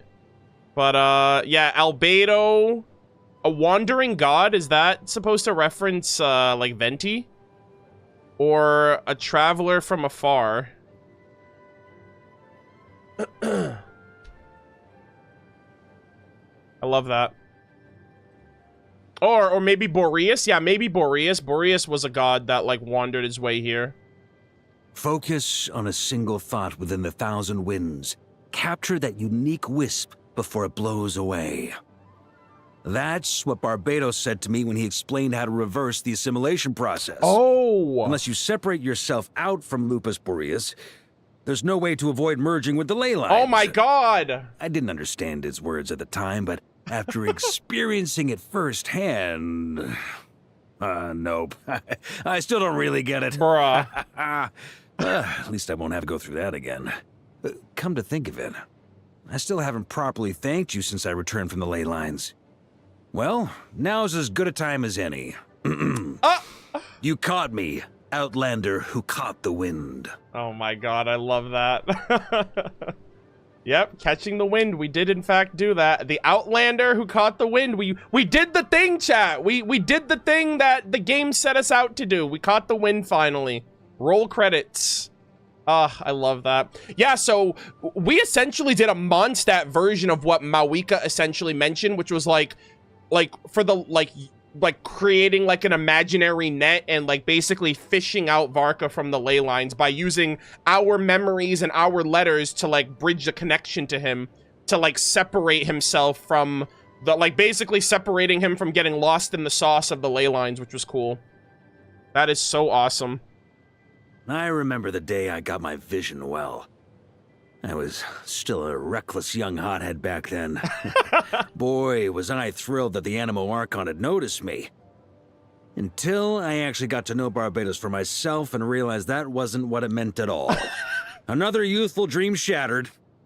But the power it gave me, and the aspirations that brought it my way, those will never change. Aw. Venti, you trolling? What are you doing of Varca? You know, I've never really understood the logic behind the Four Winds. Honestly, kinda same. Like, I get it thematically. I get it, like, thematically for, like, the different positions and whatnot, but... You know, I've never really understood the logic behind the Four Winds. I mean, the Dragon of the East, Falcon of the West, Lion of the South, they're pretty clear-cut, right? But Wolf of the North could refer to either Boreas or me. And the Knights of Favonius includes both the Lion Fang Knight and the Knight of Boreas, which means the Favonian West Wind actually includes both the South and the North. How does that make any sense? You think some bard picked the number 4 to make it sound cool?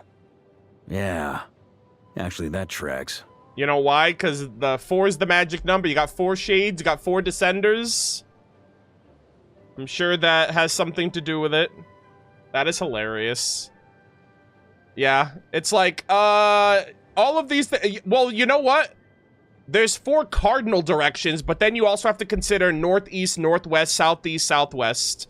You know, and that's where the connections come in. Mondstadt once had a debate between cat people and dog people. You think the Knight of Boreas should probably lean towards dogs, right? But truth be told, I've kind of got a soft spot for cats too, you know? Puppies are real cute with their energy and all, but a nice, quiet cat also makes a great companion too. True.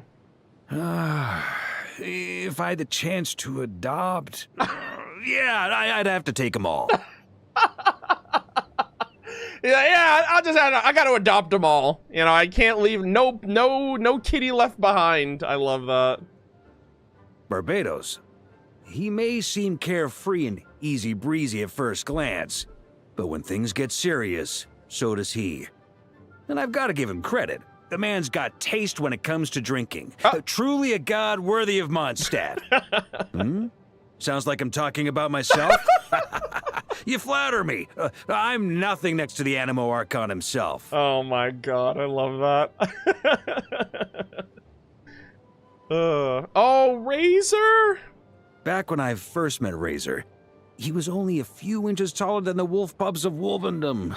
Yeah, he could barely lift a great sword. But even then, teaching him how to use it was easier than learning how to talk with him. Must have taken me at least half a year to get the hang of it. All these years later, and he's made so many friends of his own. Oh, how time flies. My heart, chat.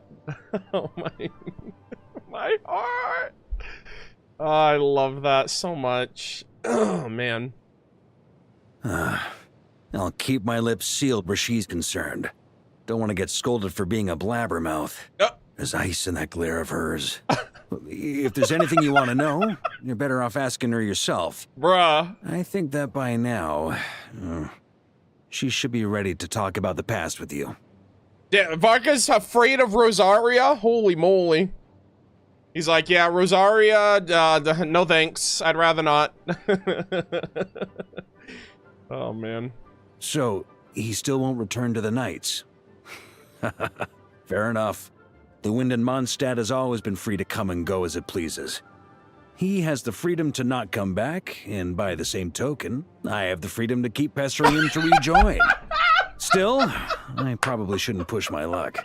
If I nag him too much, he could put me on Don Winery's blacklist. Now that would be a real crisis. Bro, he's such a menace, dude. He's like, yeah, you're free to not come back, but I'm free to keep asking. Oh, it's so funny, dude. He's so unserious. Oh, man. Oh, that was so good. Yeah, but if he pokes and prods too much, he can get blacklisted from alcohol, and I'm sure he doesn't want that. I know how much Master Krepis meant to Kaya. That tragic incident was no less devastating for him than for his adopted brother. But even after enduring such injustice and fraternal strife, he still chose to remain with the Knights. Ended up playing a key role in exposing Eric's corruption, too. Since he chose to trust us, I also choose to trust him, no matter what lies in his past. Yes! Fuck yeah! I don't care if you're a Conrian spy. We've been through too much together, and at the end of your journey, when you make a decisive choice, Kaya, I'm sure you will choose wisely. And you will choose with your heart. And we'll be right there with you, my boy. You know, I've always felt that Jean's got the talent and temperament to be a way better Grandmaster than I am. You don't say. She's been doing your job for 5.5 years, sir. You know, I've always felt that Jean's got the talent and temperament to be a way better Grandmaster than I am. But no matter how hard I try to convince her, she always insists that she's not qualified enough. Oh my god. Her and me both. I was pretty young myself when I took up the mantle. Honorary Knight, if you get the chance, could you try talking her around? You think I'm trying to dump all my work onto Jean? Absolutely not. Perish the thought. I would never. Really. Swear on a glass of wine. There's no need for that, is there? Caught. My man's got caught. Yeah, we all know, brother. All right, we've been saying this for ages. Bro, Seamus Pegg is gonna freaking rip you a new one when he comes out, when he gets here next patch. He's literally, they previewed an anecdote with Seamus where Seamus was like, bro, can you just sit your ass in the office for 5 minutes so my daughter doesn't have to? But yeah, I think that's, I love that. Yeah, Jean could definitely be a qualified knight. Because here's the thing. Razor and Noelle still aren't ready. They still need years, and Varca's getting older. So either Varca's gonna be a knight until Noelle or Razor can become Knights of Boreas, or someone's gonna have to take over for Varca, like Jean's gonna have to take over for Varca eventually, you know? Even I was surprised by her innate strength. I heard she's learning the sword from Jean now. After she's mastered both single and two-handed sword styles, I wonder if she might be able to inherit my... Oh? She chucked her sword straight up into the ceiling last time. All right, then. Guess we need to schedule a few more training sessions for her. Oh my god! Chat, I need a 5-star Noelle. A 5-star dual-wielding Noelle. ASAP. Holy cinema. Guys, I swear to God, if we get an epilogue with Noelle, I really want... I think her or Razor would make exceptional Knights of Boreas. Either one of them. I think Razor is more appropriate to be the Knight of Boreas because he already has a connection. He was raised by Lupus Boreas and the Wolves of Wolvendom. So I think Razor would make an exceptional Knight of Boreas. I think Noelle would make an exceptional Grandmaster, learning Varca's like dual claymore wielding technique. That would be absolutely freaking goated, and I'm hoping we get some type of epilogue where we see these characters when they're older or something. That would be so awesome. Feels like every other day that rascal's causing some kind of ruckus. I used to think he was like a younger me, eager to fight strong foes and win glory. Turns out, he's just into the fighting part. Couldn't care less about the glory. Well, at least when he's fighting the enemy, it keeps him busy. Otherwise, he'll be digging traps to ambush me out of boredom. Lohen. Yeah, he'll be around. I assume Lohen's gonna come out in Luna 7 at this point, since Linnea is coming out next patch. So, I still have a feeling that he's gonna be the standard 5-star unit, so he's probably gonna be a hard skip for me. But I'll probably pull for him on the anniversary unless I lose my, like, 50-50 to, like, Nicole or Sandrone if she's playable. But, yeah, he's gonna be in the next patch too, so I like him. When you're lost in life, you need a mentor to guide you. And when you're lost on a march, you need a map. By that logic, you could say Mika's my mentor. I tried telling that joke to Mika, but he went pale as a sheet. Honestly, he should have more confidence in himself. After all, not everyone could be a knight. Oh my god. Varca, you're just too much sometimes. He also laughs at all of his jokes. Yeah, when you're lost in life, you need a mentor. When you're lost on the march, you need a map. And Mika's basically all of those. Oh man, that is funny. And I mean, that's true too. Like, he's literally writing down notes and stuff. He went on the expedition with them. I love Mika. He's awesome. I've been planning to send someone to Dorman Port to receive the troops, but Eula told me she'd already arranged it. Let's go! I reviewed the schedule, and everything was handled perfectly. I hadn't expected her to be so thorough, and this time she never mentioned vengeance even once. Nothing makes me happier than seeing our knights grow. Yeah, I'm sorry, Rosaria's come a long way. Not Rosaria, sorry, Eula. Eula's come a long way. But, chat, I wonder if we're gonna get anecdotes from Dorman Port, like if we see Eula there, because from the special program, they showed that, Lohen's gonna be there, so Eula might be there too. And I think one of the first times we ever heard about Dorman Port was when she was, like investigating some, like, criminals or some thugs, and she saved Yanfei, from, like, a cargo smuggling business or whatever. So, that's super cool that, like, Eula is back in the whole Dorman Port situation, and hopefully we do get to see her. We just have, like, a week and a half to wait, and after how many years we'll finally be at Dorman Port. So yeah, I can't believe it. It's beautiful. It looks gorgeous. I'm gonna make a Dorman Port compilation video as well. So just so we can go through all the years where Hoyoverse was just like non-stop freaking trolling us and teasing us with this place. And finally, Luna 6, we're getting it. So very excited. She's a ball of energy, isn't she? As our outrider and gliding champion, she's usually active around the outskirts of Mondstadt, helping those in need. Yeah. She's the first knight of Favonius most visitors will meet. Yep. Meaning she's practically the public face of the organization. Yes. She was the first knight you met too. Ha ha! Oh, that's our Amber. All right. Varca, please. He's like, see, I was right. Ha ha! When Albedo first arrived in Mondstadt... Bro, is he gonna talk about all the Mondstadters? I love this so much about him. He has a thoughtful comment about everyone he lives with. When Albedo first arrived in Mondstadt, he struck me as one of those model kids that all parents wish their own children were more like.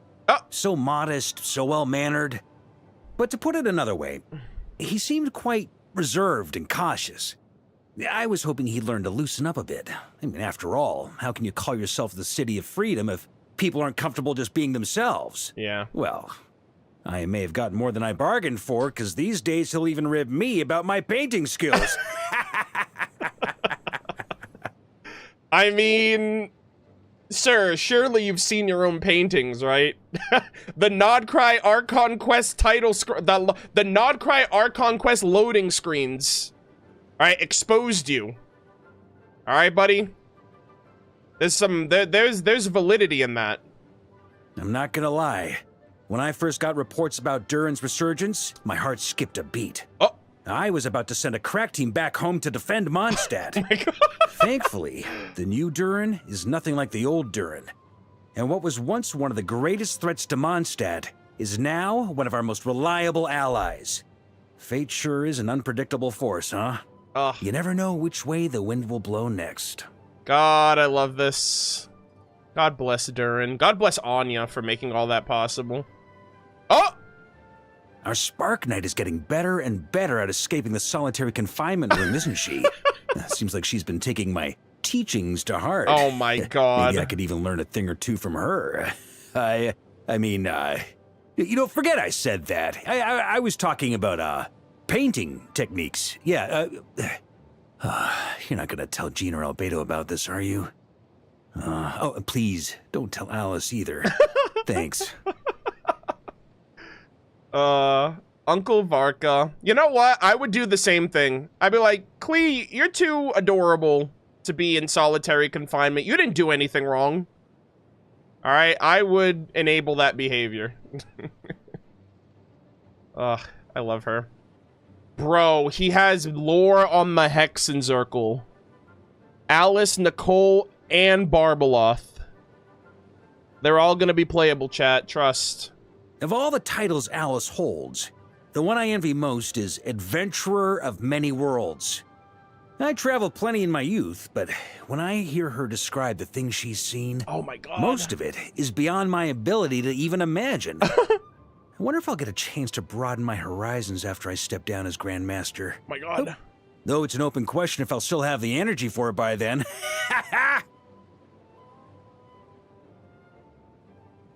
Varca, please. I can't keep doing this. That laugh is ridiculous. Here's the thing, too. I'm curious, chat. Who do you think has explored more worlds, Alice or Octavia? Octavia's been to thousands of worlds. And, like, her whole shtick is going to other worlds. Alice has been on Tevat for how long? For a really long time at this point. So, I'm kind of... I mean, and Octavia's still exploring. So, I'm kind of curious, like...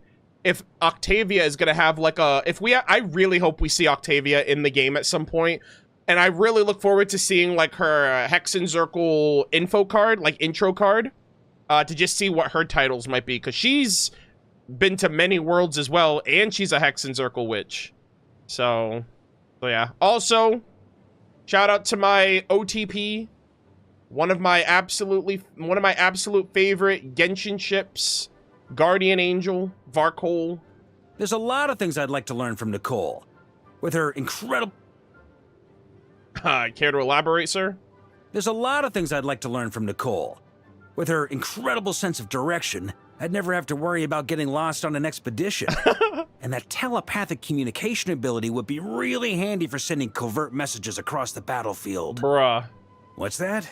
Waste of an angel's powers? Hey... they're very practical applications. Yeah, she'd want to keep her man alive. What are you talking about? Actually, she also wants to assassinate you, sir, but you know what? I'll leave that between you two to figure out. Anyways. I love them both so much, Nicole and Varca. I once glimpsed a reflection of the future in Barbeloth's scryglass. She said it was a vision that fate itself was trying to show me. But did fate also foresee that I would try to change it? And did it predict the way things would finally turn out? My answer is that there's no need to dwell on it. Overthinking things will only slow my sword. Whatever fate shows me, I'll still do whatever I believe is right. Hell yeah. That's a great perspective. My gosh, Varca is literally giving his thoughts on everybody. He's a yapper. He's just not a lore yapper. When I first met Aino, I was worried about her. Didn't seem right for such a young child to... Chat?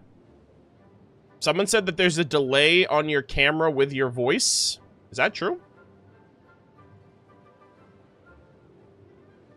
I've been streaming for 7 hours, so I don't know if that's them. You might need to refresh your... guys, I just got one guide again, I think. Classic move, man. Classic one guy move. I just need to stop listening to you guys.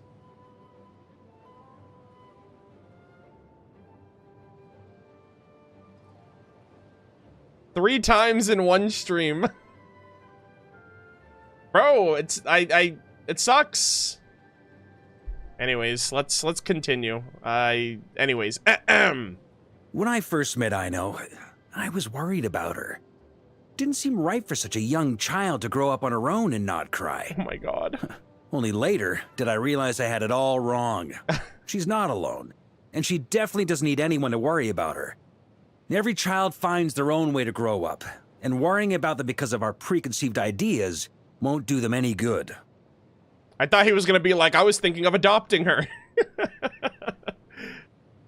She calls him uncle too. I love that. When I asked her to deliver that letter to you, I had no idea about everything she'd been through. A soul born in captivity who ultimately surmounted her curse and secured her freedom. True. I'm telling you, when her story reaches Mondstadt, it'll go down as one of the great epics. Whether it's Lady Vanessa or the Flower Feather Clan, people are always inspired by tales of breaking free of your shackles in pursuit of freedom. Chat, Lady Vanessa, Flower Feather Clan? That's all, like, Animo. The Flower Feather Clan is the Animo clan of Natlan. And now we got this one. Or maybe not the Animo, but, like, you know what I mean. Like, they got the Animo vision. Chaska had the Animo vision. I'm like, oh my gosh. Flower Feather, based on the dragon of, Flower and Feathers. I forgot the Dragon Lord's name. Yeah, the Flying Clan. Yeah, with the Animo.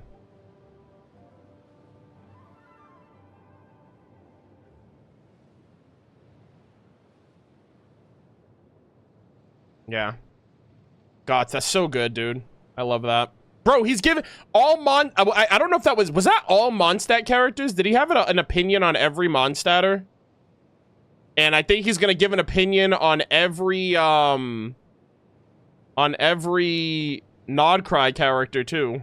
People often Oh, not Lisa. Oh, okay, I see. Yeah, that's interesting. People often confuse chivalry with the aristocratic code. Lisa, Sucrose, Diano. Oh, okay. Yeah, there's like 3 off. I'm surprised. Surprised he doesn't have an opinion on Diona. Like, she literally makes some drinks. People often confuse chivalry with the aristocratic code.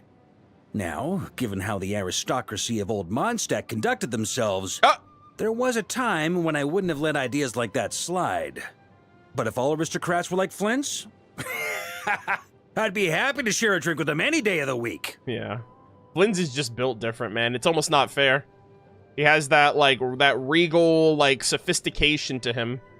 The Northern Intelligence Network was a great help to our expeditionary force when we arrived in Nodcry.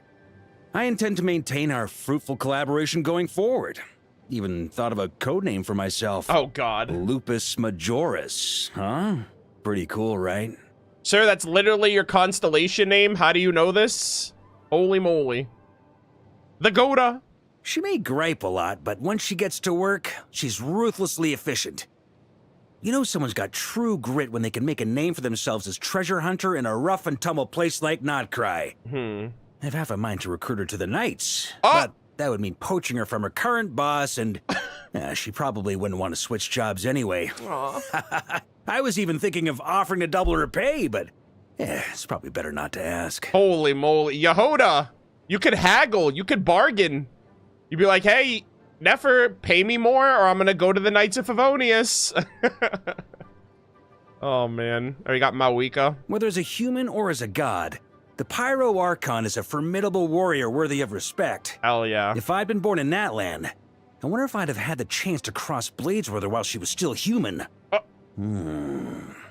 But then I wouldn't be able to protect Mondstadt, would I? No, that wouldn't do. I suppose it's just as well. Yeah, it is what it is. Ladies and gentlemen, boys and girls, we have finally arrived. The only voice line that truly matters for Varca. Oh, Captain, my Captain, Il Capitano, still ranked #1 strongest member of the Fatui Harbingers. By the way, I am getting all of the treatment in 2026. I feel... this isn't even fair at this point. He was in the freaking trailer, and now we get him in the voice lines. I only met him once, but... Really? A Knight of Conria. Sentinel Knight Thrain, huh? Sounds like he took his destiny into his own hands. Hell yeah. Oh my god. Chat, I might be coping, but I really hope that all characters that are in the voice lines will become playable at some point in the future. And I will never stop glazing. I will never stop singing the praises of this majestic man. And I'm counting down the days until New Conria. Alright? I love that they followed up with the captain because, like, seeing him with the Grandmaster was exceptional. So, I'm kind of wondering, I'm like, man, when are they gonna give me the... Actually, they're probably gonna give us another, like, Fatui trailer later this year when we go to Snezhnaya. So I'm pretty sure we'll see the captain again, like when the Saritsa gets introduced, like how she found and recruited and sought out all of the Fatui Harbingers over the years. I think that'd be pretty cool. So until next time. Huh? Me? What do you mean? What are you curious about? Hold on. There's a book in the library called 100 Things You Never Knew About Varca? Okay. Now I'm curious too. I didn't even know that was a thing. Right. Let's fact check it. Bruh. That sounds like a YouTube title. 100 Things You Never Knew About Varca. That sounds like that's an ideal YouTube title. No Knight of Boreas has ever claimed to be the mightiest of all time, for both humility and honesty are knightly virtues until Varca. Because when he claims this, he is being both humble and truthful. I don't know. Wait, are these the is it, oh my god, learning about Varca, and he's learning about himself through the 100 facts you never knew about Varca. That is so cool. Also, this passage sounds like it's something that, like, Mika would have written, or, like, read out at the very least. The four winds of Mondstadt once referred to Varca's main sword, offhand sword, left flying kick, and right fist. But nobody witnessed the full set and lived to tell the tale, so only the current version of the phrase remains. Oh, well, that's going a bit far. No way could I handle all the work of the four winds alone. Bruh. Alright, who's spreading fake news and false information in this book? Who wrote this book? Is this Alice? Is Alice trolling right now? What's happening? Maybe Venti? Maybe Venti's trolling? Maybe put that book away. It's a little ridiculous. Probably written by some drunk fool. As you can see, the real-life Varca is just a regular human like everyone else. I feel pain, I bleed, I age. So, just like any other friend, you'll learn more about me through a catch-up at the tavern than you will by listening to tall tales and rumors. What do you say? Should we grab a drink? God, I would love to... Well, I mean, I've already hung out with Varca plenty with the anecdotes, but I'm always down to hang out with Varca. Yeah, I love this. Drink up! Another round! Oh, where was I? Oh, yeah. This scar here is from scrapping with Boreas. That old wolf clawed me good. I almost howled louder than him. Oh, and this one's from when I soloed the Hexen Circle trials. If a mortal wants to protect everything, they have to be prepared to sacrifice everything. That's how I became the mightiest knight of Boreas. Yeah, that's how it happened. Hell yeah, setting the record straight. You'll love it. I guess I used to be something of an adventurer myself. Heading for new horizons, facing new foes. It always gets you fired up, doesn't it? But nowadays, well, there are more important things in life. Things that I need to protect. True. Also, I love this one line here where he, like, emphasized how he ages. It's like, yeah, I'm a boomer. I love that. Let's see. Building our stronghold in Notcry, allocating defense personnel for Dorman Port, organizing Dorman the Port return of the mentioned! expeditionary forces, drawing up an itemized budget breakdown for the Knights of Favonius' expenses. Oh. Why does it feel like the real torture begins after the expedition ends? Yeah, it's like, damn, man, I should have just died in the war. I gotta come home and deal with all this aftermath. That's crazy. Dorman Port mentioned, by the way. I think this is the last mention of Dorman Port before we actually get Dorman Port, so it's been real, it's been fun, and after 5.5 years, we're finally getting this place, so thank God. Of course, it's... Huh? What, you mean other than alcohol? Wait. Do wine-fermented sweet rice balls and chocolate liqueurs count? Jeez. No. Well... I guess it'd have to be big slabs of meat seared over a high flame, some nice appetizers, cheese, and nuts. Oh my gosh. Why does Varca eat like a barbarian? Oh, man.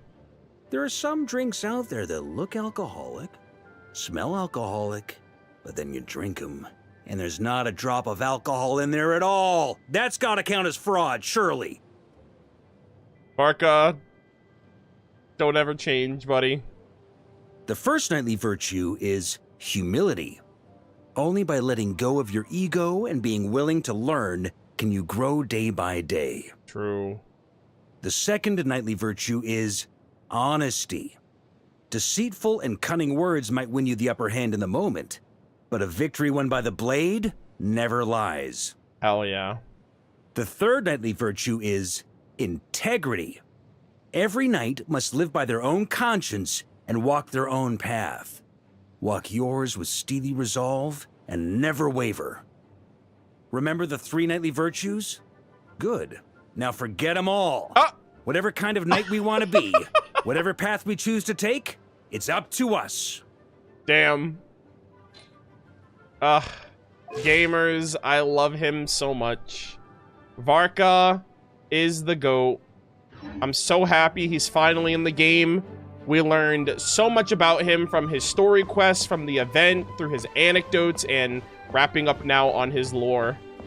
And I hope nothing for the best for him. I know things are probably going to get pretty crazy in the end game of the story. But I hope you guys enjoyed my thoughts, my speculations, my commentary, and everything else in between. This is the last piece of lore that I am recording right now. But when this goes up, it might be a lot earlier. But after this, I'm pretty much done with all, like, lore content until Dorman Port comes out for Luna 6. So I hope you guys are eager and excited for all the new lore with Asmodee and Linnea's lore and, like, exploring Dorman Port and everything else in between.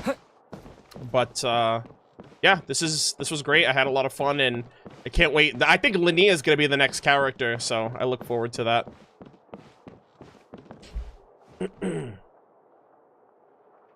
Look up. Yeah, guys, this is nothing new, but it's the sword that Noelle put in the ceiling during that anecdote that we got last year. It's permanent, so it's always here.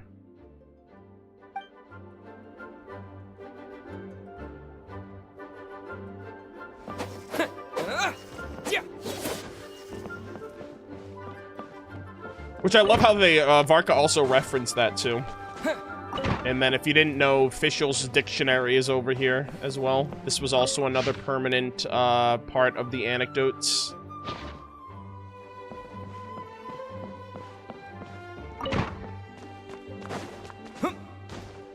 Gamers, that is everything. I am literally done currently with all content in Genshin. Well, all current content. I gotta do this event, which I'm gonna do this one on my own. The little mini-game event that's going on right now.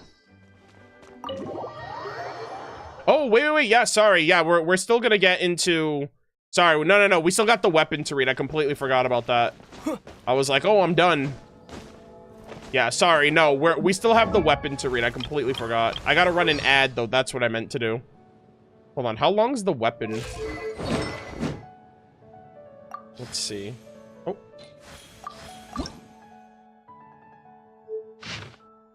Okay, it's not that bad. Oh my god, it's gonna talk about Ravenwood. Yeah. Yeah.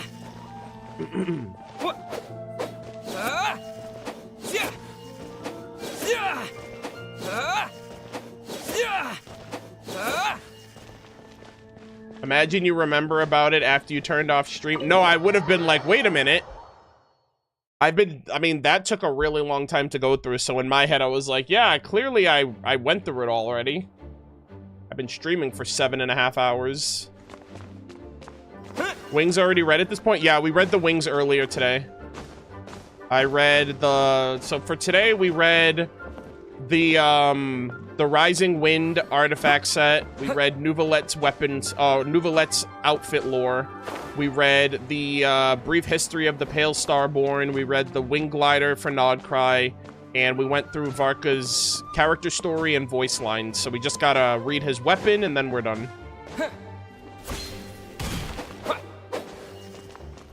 Have you played the latest HSR story? I started it. I haven't finished it yet. But I did start it already. It's up on the VOD channel. Like the first part of it's up on the VOD channel.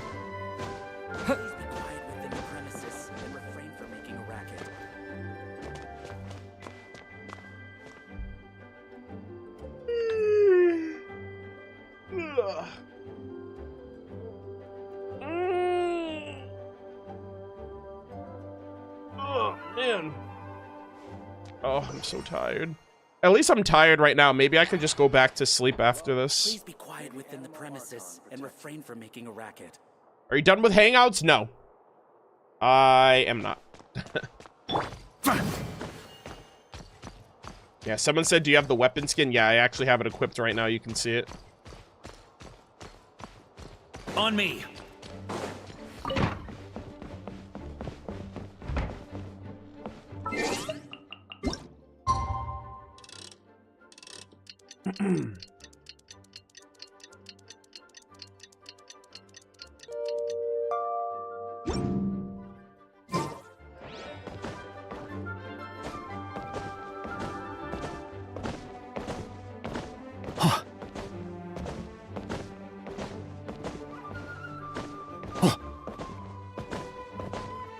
Did the ads get shorter? I don't think so. I still ran a 3-minute ad.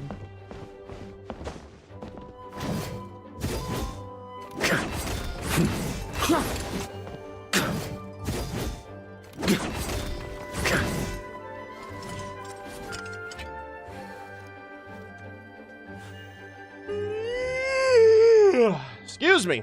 Oh my god. I'm so tired. I'm almost done though. And then after today, I'm not streaming again until I think Friday. Either Thursday or Friday will be my next stream. Because I gotta file my taxes and me and Cal are hanging out tomorrow. Because we didn't get a chance to hang out today. We're gonna watch the HoloLive concert, I think. Or like a HoloLive collab with Ina and Kiara.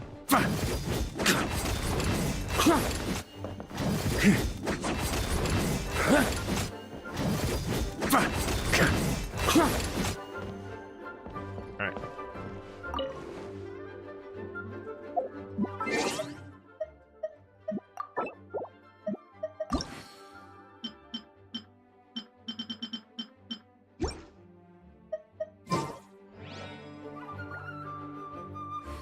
I was watching that at the same time of this stream. Nice. Yeah, we're gonna be I think we're gonna be watching it tomorrow.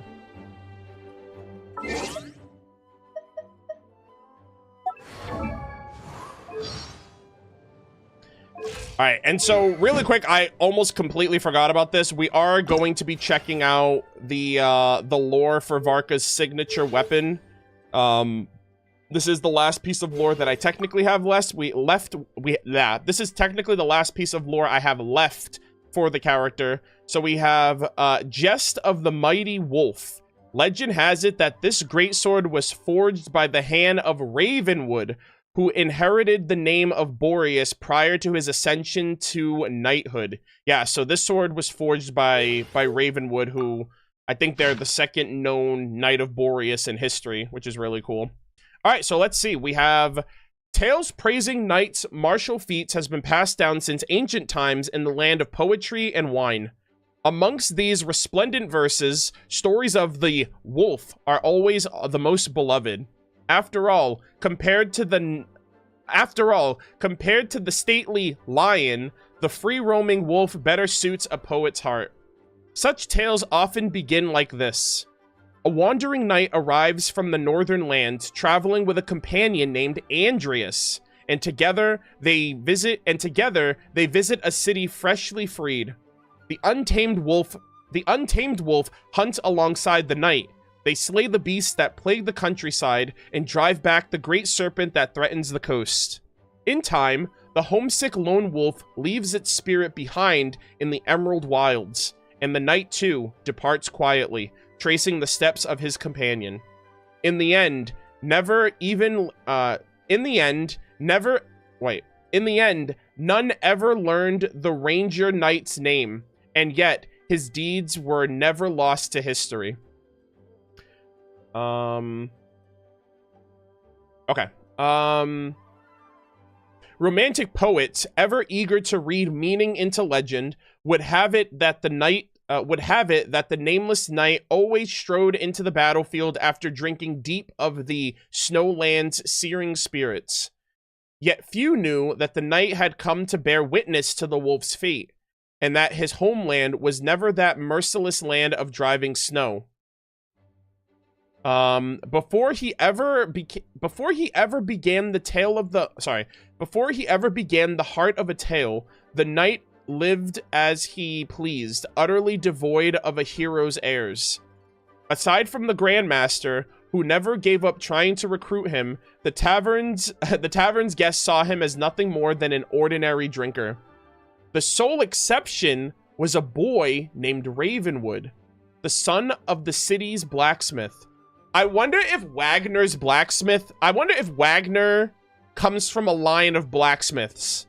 And, like, I wonder if this blacksmith is, like, the ancestor of, like, Wagner.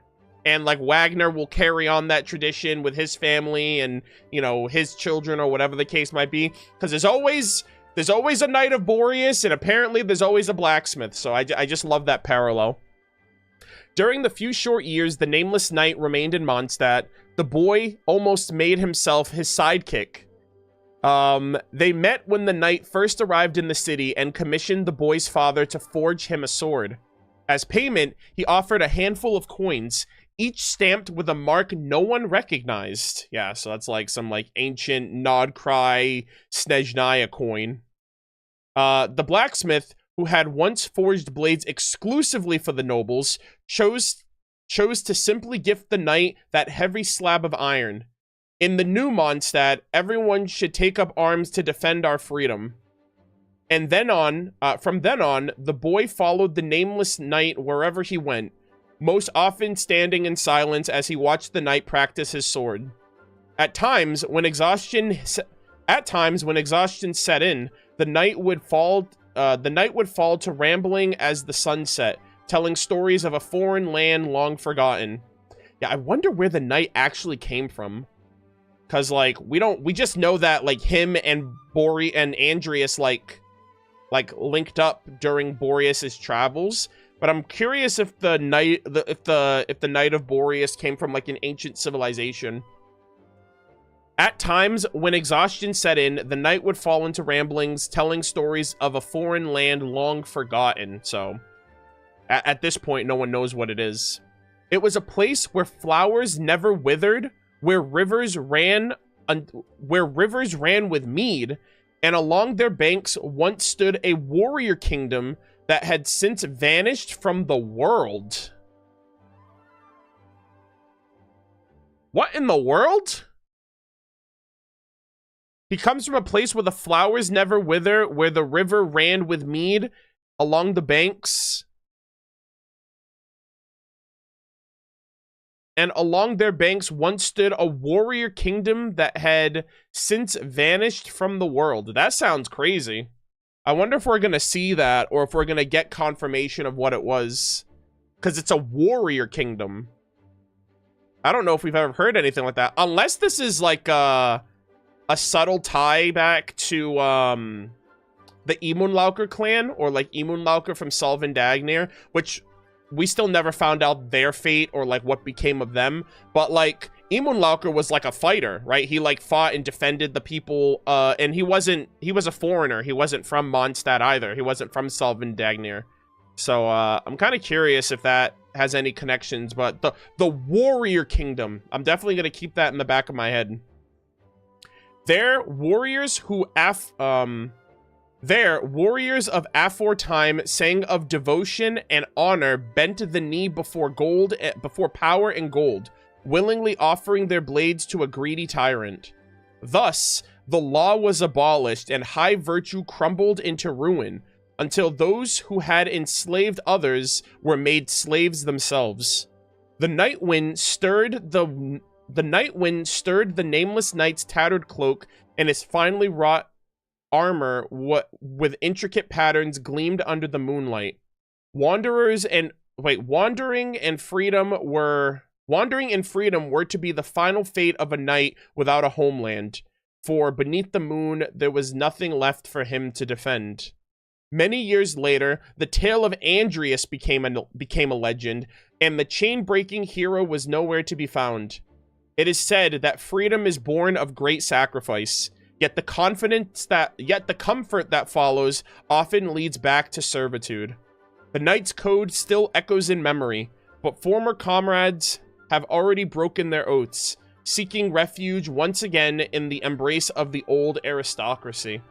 Okay, so this is, again, during that time, like the aristocracy era, like with like Lady Vanessa and whatnot. In such uncertain times, the blacksmith's son picked up a newly forged longsword and set out into the wilds. Once again, neither freedom nor the courage to die. Once again, neither freedom nor the courage to die for it can be reclaimed. Cherish your virtues while it still endures. Days later, a knight draped in a tattered cloak appeared before the gates of a fortress.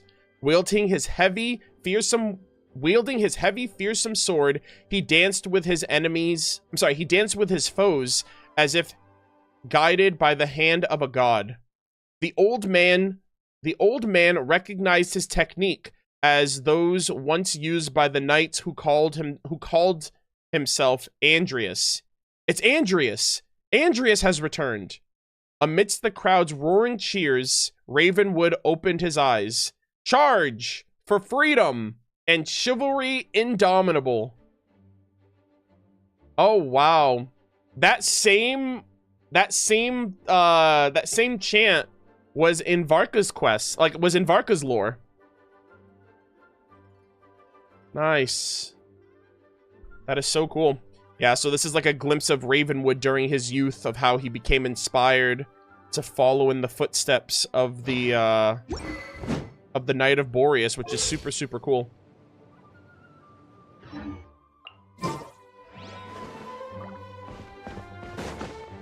Alrighty, gamers. Okay, now I'm officially finished.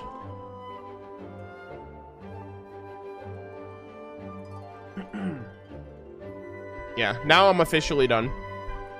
And, I'm so tired. I've been streaming for 7.5 hours. 7 hours, 43 minutes.